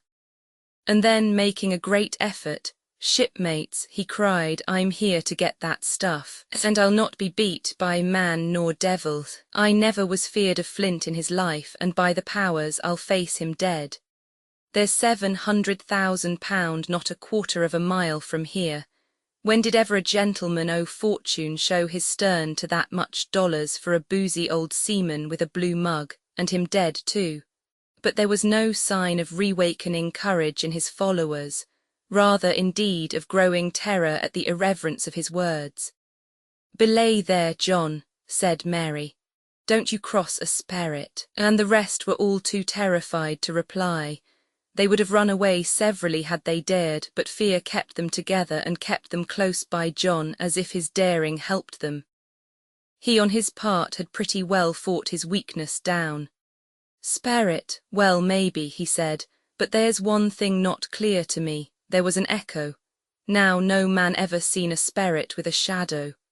"Well then, what's he doing with an echo to him, I should like to know? That ain't in natur, surely." This argument seemed weak enough to me, but you can never tell what will affect the superstitious, and to my wonder George Merry was greatly relieved. "Well, that's so," he said. "You've a head upon your shoulders, John, and no mistake. 'Bout shipmates, this here crew is on a wrong tack, I do believe, and come to think on it, it was like Flint's voice, I grant you, but not just so clear away like it after all.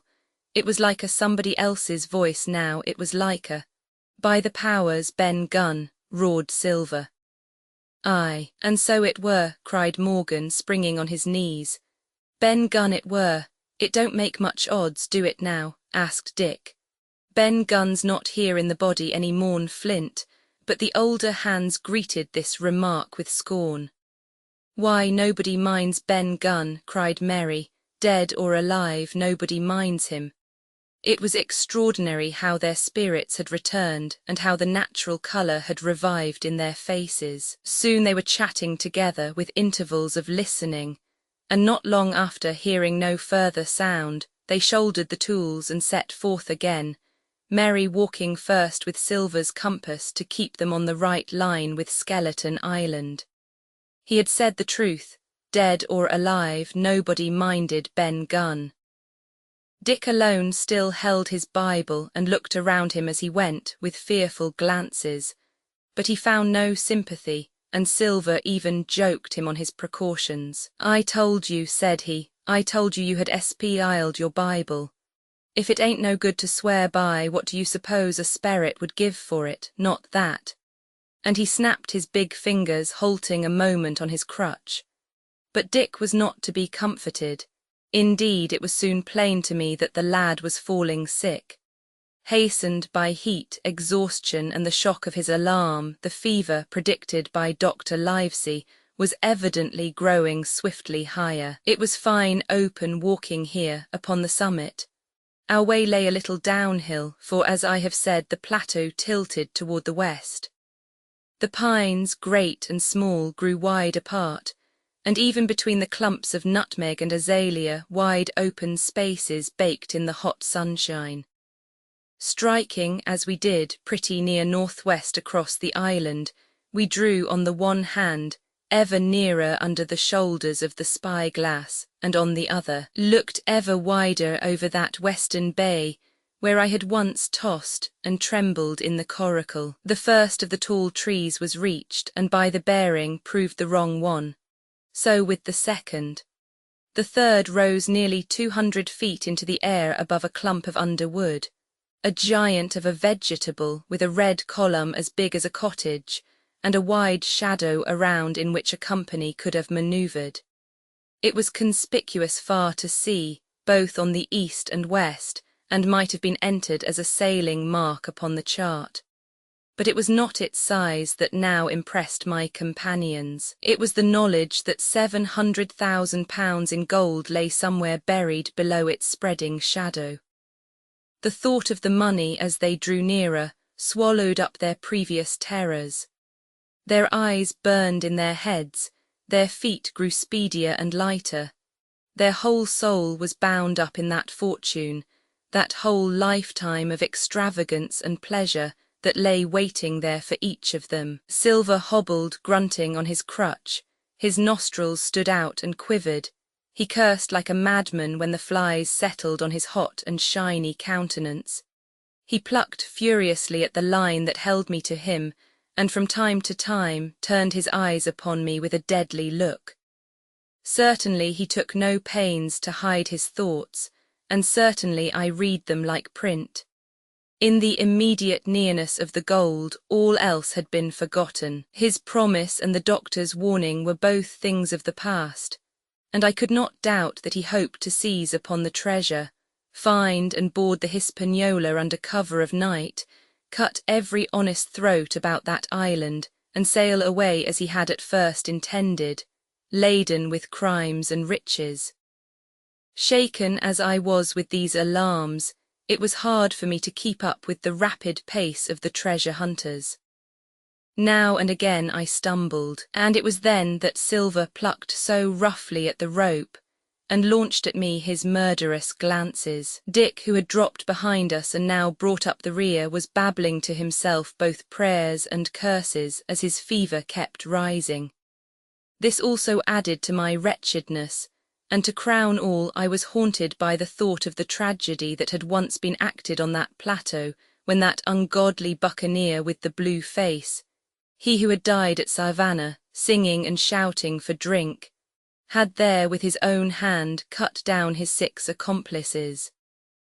This grove that was now so peaceful must then have rung with cries, I thought, and even with the thought I could believe I heard it ringing still. We were now at the margin of the thicket. "Huzzah, mates, all together!"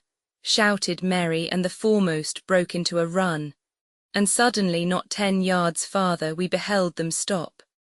A low cry arose. Silver doubled his pace, digging away with the foot of his crutch like one possessed, and next moment he and I had come also to a dead halt. Before us was a great excavation, not very recent, for the sides had fallen in and grass had sprouted on the bottom. In this were the shaft of a pick broken in two and the boards of several packing cases strewn around. On one of these boards I saw branded with a hot iron the name Walrus, the name of Flint's ship. All was clear to probation. The cash had been found and rifled, the £700,000 were gone. Roman 33. The fall of a chieftain. Roman 33. The fall of a chieftain. There never was such an overturn in this world. Each of these 6 men was as though he had been struck. But with Silver the blow passed almost instantly. Every thought of his soul had been set full stretch like a racer on that money. Well, he was brought up in a single second, dead, and he kept his head, found his temper, and changed his plan before the others had had time to realize the disappointment. "Jim," he whispered, "take that and stand by for trouble." And he passed me a double-barreled pistol. At the same time he began quietly moving northward, and in a few steps had put the hollow between us 2 and the other 5. Then he looked at me and nodded as much as to say, "Here is a narrow corner," as indeed I thought it was.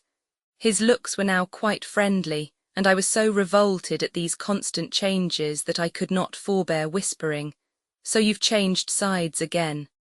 There was no time left for him to answer in. The buccaneers, with oaths and cries, began to leap one after another into the pit and to dig with their fingers, throwing the boards aside as they did so. Morgan found a piece of gold. He held it up with a perfect spout of oaths. It was a 2-guinea piece, and it went from hand to hand among them for a quarter of a minute. 2 guineas, roared Mary, shaking it at Silver. "That's your £700,000, is it? You're the man for bargains, ain't you? You're him that never bungled nothing, you wooden-headed lubber." "Dig away, boys," said Silver with the coolest insolence. "You'll find some pig nuts, and I shouldn't wonder." "Pig nuts," repeated Mary in a scream. "Mates, do you hear that? I tell you now, that man there knew it all along. Look in the face of him and you'll see it wrote there." "Ah, Mary," remarked Silver, standing for Cap'n again, "you're a pushing lad to be sure." But this time everyone was entirely in Mary's favour. They began to scramble out of the excavation, darting furious glances behind them.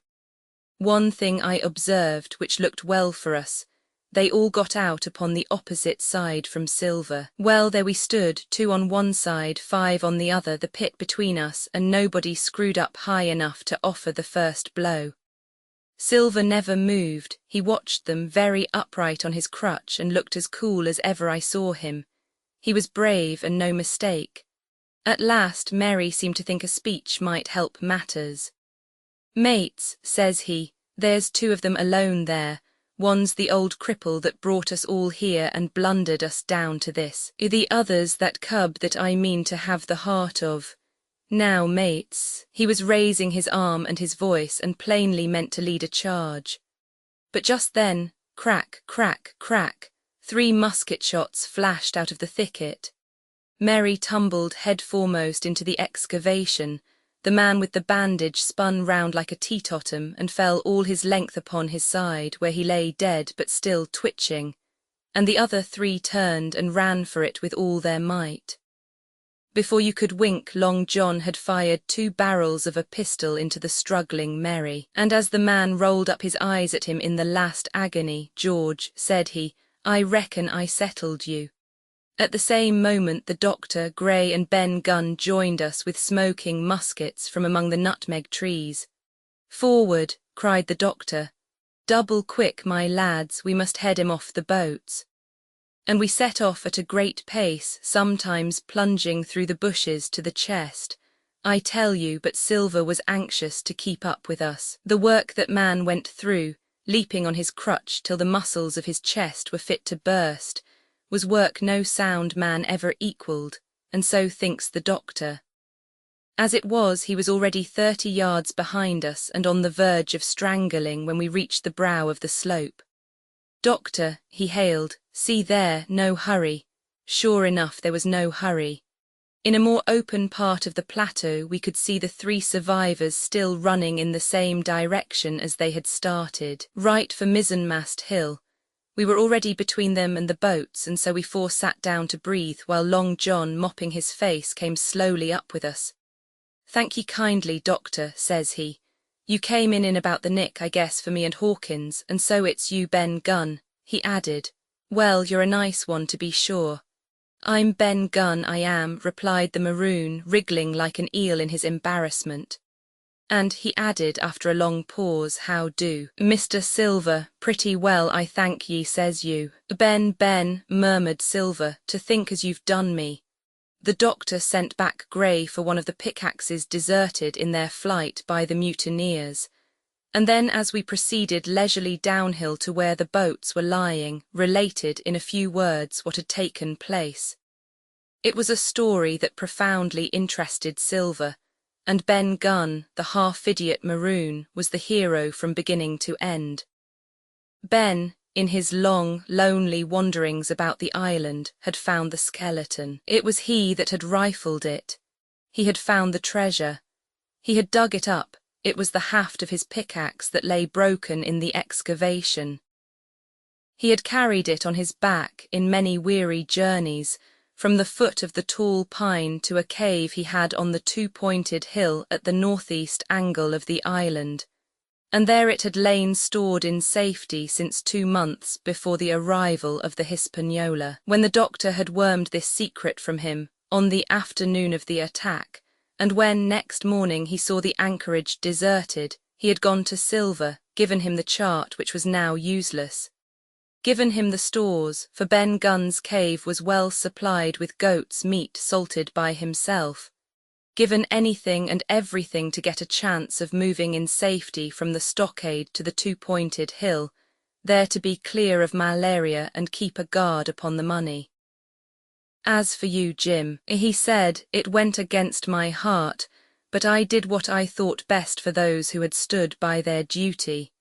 And if you were not one of these, whose fault was it?" That morning, finding that I was to be involved in the horrid disappointment he had prepared for the mutineers, he had run all the way to the cave, and leaving Squire to guard the captain, had taken Gray and the maroon, and started, making the diagonal across the island to be at hand beside the pine.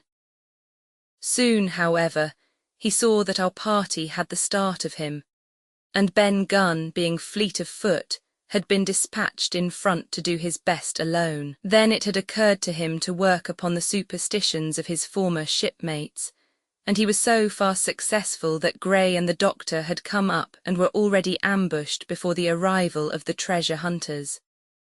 "Ah," said Silver, "it was fortunate for me that I had Hawkins here. You would have let old John be cut to bits and never given it a thought, Doctor." "Not a thought," replied Dr. Livesey cheerily.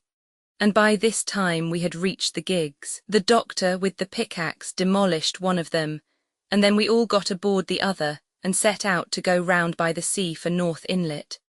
This was a run of 8 or 9 miles.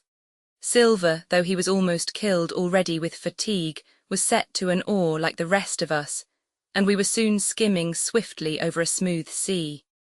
Soon we passed out of the straits and doubled the southeast corner of the island, round which 4 days ago we had towed the Hispaniola. As we passed the 2-pointed hill we could see the black mouth of Ben Gunn's cave, and a figure standing by it, leaning on a musket.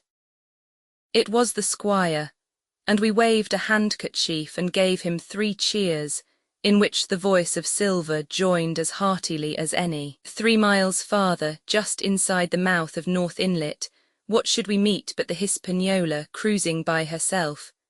The last flood had lifted her, and had there been much wind or a strong tide current, as in the southern anchorage, we should never have found her more or found her stranded beyond help. As it was, there was little amiss beyond the wreck of the mainsail. Another anchor was got ready, and dropped in 1.5 fathoms of water. We all pulled round again to Rum Cove, the nearest point for Ben Gunn's treasure house, and then Gray, single-handed, returned with the gig to the Hispaniola, where he was to pass the night on guard. A gentle slope ran up from the beach to the entrance of the cave. At the top the squire met us. To me he was cordial and kind, saying nothing of my escapade either in the way of blame or praise. At Silver's polite salute he somewhat flushed.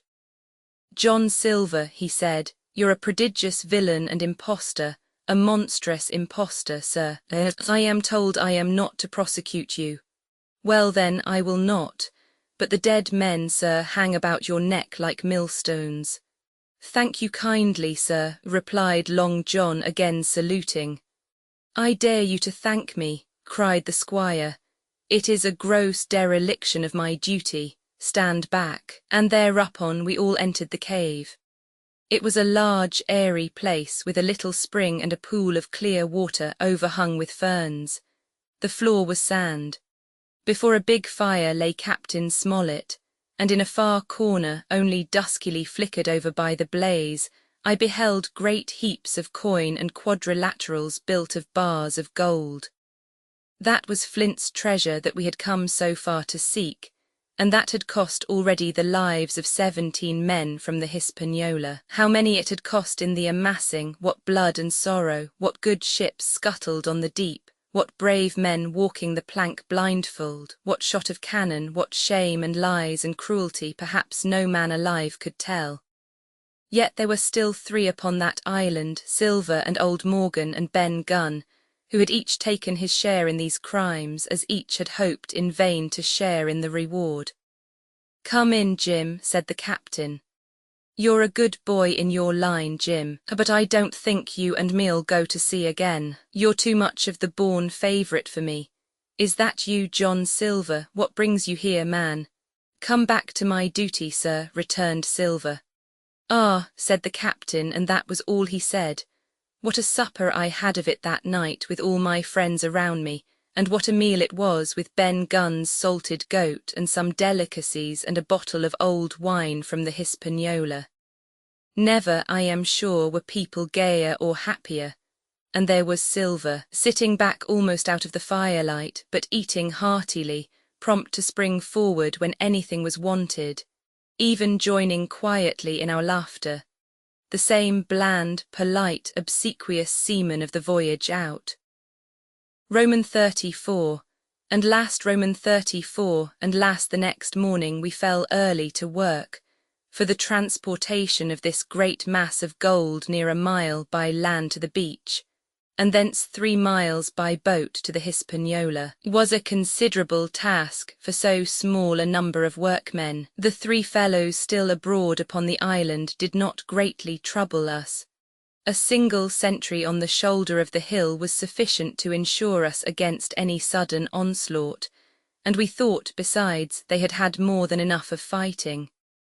Therefore the work was pushed on briskly. Gray and Ben Gunn came and went with the boat, while the rest during their absences piled treasure on the beach. 2 of the bars, slung in a rope's end, made a good load for a grown man, one that he was glad to walk slowly with. For my part, as I was not much use at carrying, I was kept busy all day in the cave, packing the minted money into bread bags. It was a strange collection, like Billy Bones's hoard for the diversity of coinage, but so much larger and so much more varied that I think I never had more pleasure than in sorting them. English, French, Spanish, Portuguese, Georges and Louises, doubloons and double guineas and moidores and sequins, the pictures of all the kings of Europe for the last 100 years. Strange oriental pieces stamped with what looked like wisps of string or bits of spider's web, round pieces and square pieces, and pieces bored through the middle, as if to wear them round your neck. Nearly every variety of money in the world must, I think, have found a place in that collection. And for number, I am sure they were like autumn leaves, so that my back ached with stooping and my fingers with sorting them out. Day after day this work went on. By every evening a fortune had been stowed aboard, but there was another fortune waiting for the morrow. and all this time we heard nothing of the 3 surviving mutineers. At last, I think it was on the 3rd night, the doctor and I were strolling on the shoulder of the hill where it overlooks the lowlands of the Isle, when, from out the thick darkness below, the wind brought us a noise between shrieking and singing. It was only a snatch that reached our ears, followed by the former silence. "Heaven forgive them," said the doctor, "'tis the mutineers." "All drunk, sir," struck in the voice of Silver from behind us. Silver, I should say, was allowed his entire liberty, and in spite of daily rebuffs, seemed to regard himself once more as quite a privileged and friendly dependent. Indeed, it was remarkable how well he bore these slights, and with what unwearying politeness he kept at trying to ingratiate himself with all. Yet I think none treated him better than a dog, unless it was Ben Gunn, who was still terribly afraid of his old quartermaster, or myself, who had really something to thank him for. Although for that matter I suppose I had reason to think even worse of him than anybody else, for I had seen him meditating a fresh treachery upon the plateau. Accordingly it was pretty gruffly that the doctor answered him. "Drunk or raving," said he. "Right you were, sir," replied Silver, "and precious little odds which to you and me." "I suppose you would hardly ask me to call you a humane man," returned the doctor with a sneer, "and so my feelings may surprise you, Master Silver. But if I were sure they were raving, as I am morally certain one at least of them is down with fever, I should leave this camp, and at whatever risk to my own carcass, take them the assistance of my skill." "Ask your pardon, sir, you would be very wrong," quoth Silver. "You would lose your precious life, and you may lay to that. I'm on your side now, hand and glove, and I shouldn't wish for to see the party weakened, let alone yourself, seeing as I know what I owes you. But these men down there, they couldn't keep their word, no, not supposing they wished to, and what's more, they couldn't believe as you could." "No," said the doctor, "you're the man to keep your word, we know that." Well, that was about the last news we had of the 3 pirates. Only once we heard a gunshot a great way off and supposed them to be hunting. A council was held and it was decided that we must desert them on the island, to the huge glee, I must say, of Ben Gunn and with the strong approval of Gray. We left a good stock of powder and shot, the bulk of the salt goat, a few medicines and some other necessaries, tools, clothing, a spare sail, a fathom or 2 of rope, and by the particular desire of the doctor, a handsome present of tobacco. That was about our last doing on the island. Before that we had got the treasure stowed and had shipped enough water and the remainder of the goat meat, in case of any distress. And at last, one fine morning, we weighed anchor, which was about all that we could manage, and stood out of North Inlet, the same colours flying that the captain had flown and fought under at the palisade. The 3 fellows must have been watching us closer than we thought for, as we soon had proved. For coming through the Narrows we had to lie very near the southern point, and there we saw all 3 of them kneeling together on a spit of sand with their arms raised in supplication.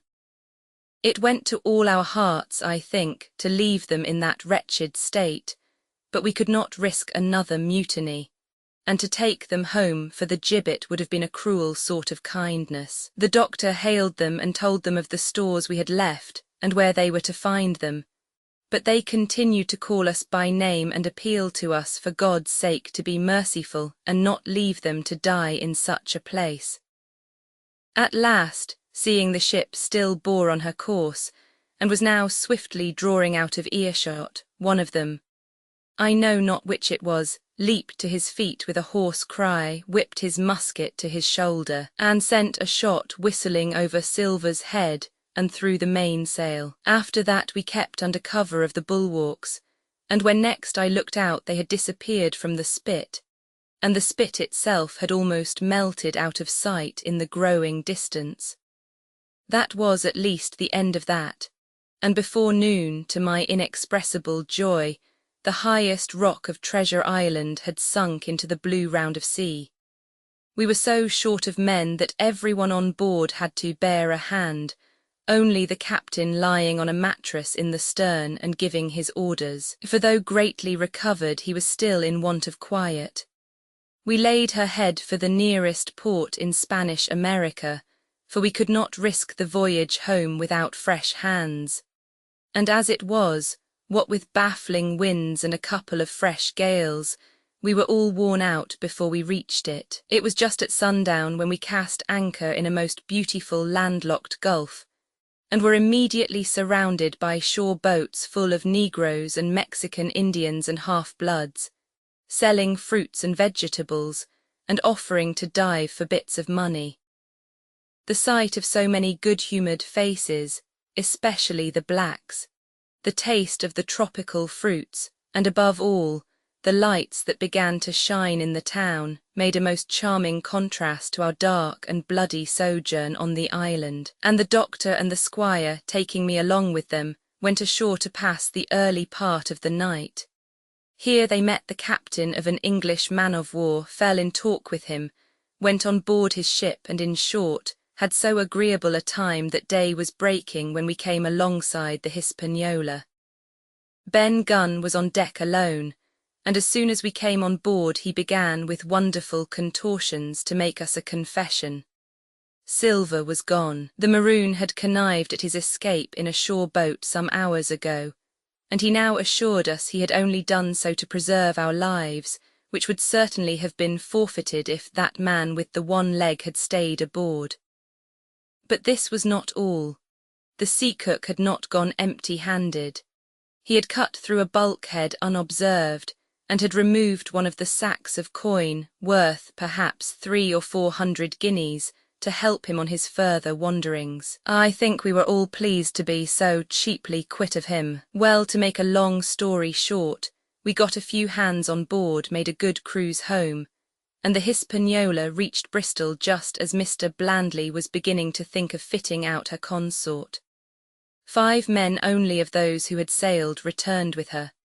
Drink and the devil had done for the rest, with a vengeance, although, to be sure, we were not quite in so bad a case as that other ship they sang about.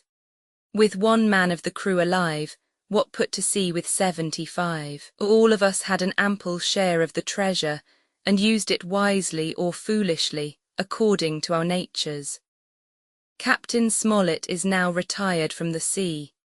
Gray not only saved his money, but being suddenly smit with the desire to rise, also studied his profession, and he is now mate and part owner of a fine full-rigged ship, married besides, and the father of a family. As for Ben Gunn, he got £1,000, which he spent or lost in 3 weeks, or to be more exact in 19 days, for he was back begging on the 20th.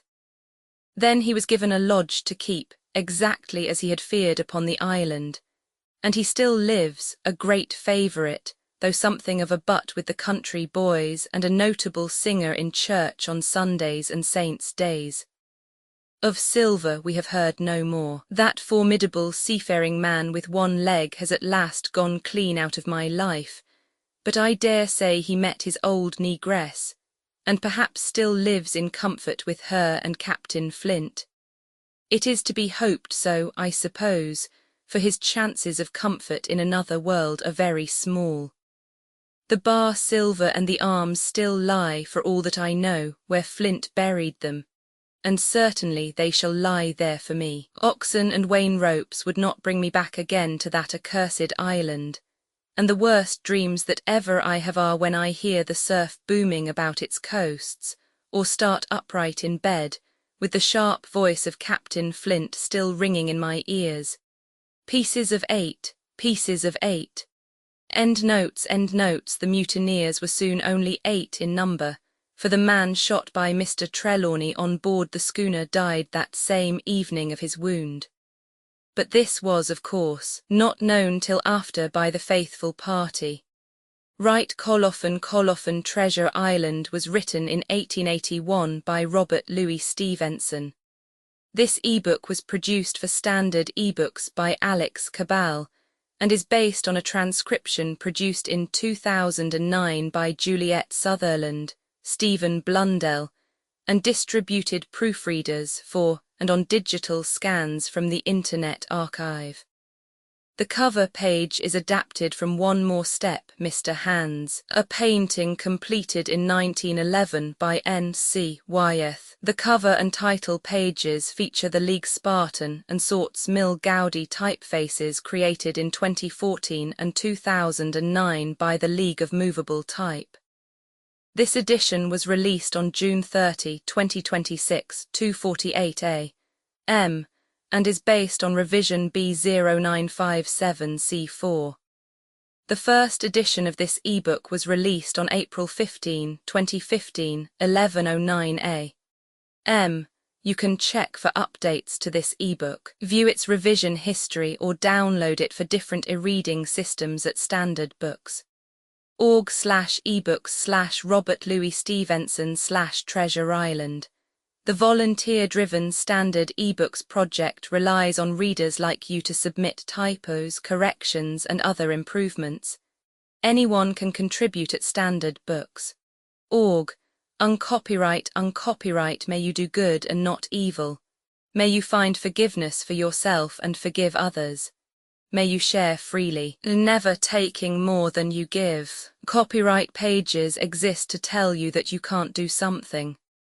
Unlike them, this uncopyright page exists to tell you that the writing and artwork in this ebook are believed to be in the United States public domain. That is, they are believed to be free of copyright restrictions in the United States. The United States public domain represents our collective cultural heritage, and items in it are free for anyone in the United States to do almost anything at all with, without having to get permission. Copyright laws are different all over the world, and the source text or artwork in this ebook may still be copyrighted in other countries. If you're not located in the United States, you must check your local laws before using this ebook.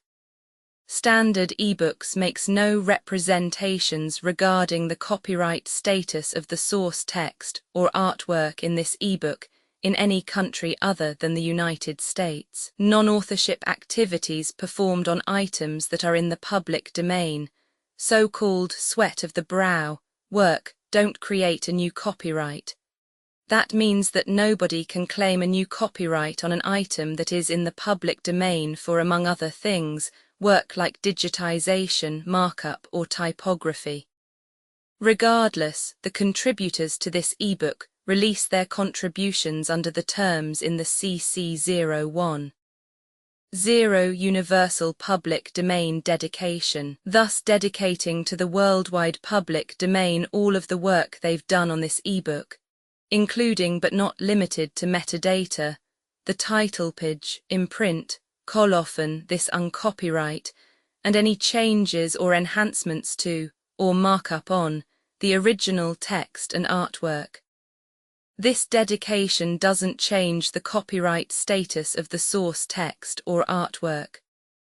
We make this dedication in the interest of enriching our global cultural heritage, to promote free and libre culture around the world, and to give back to the unrestricted culture that has given all of us so much.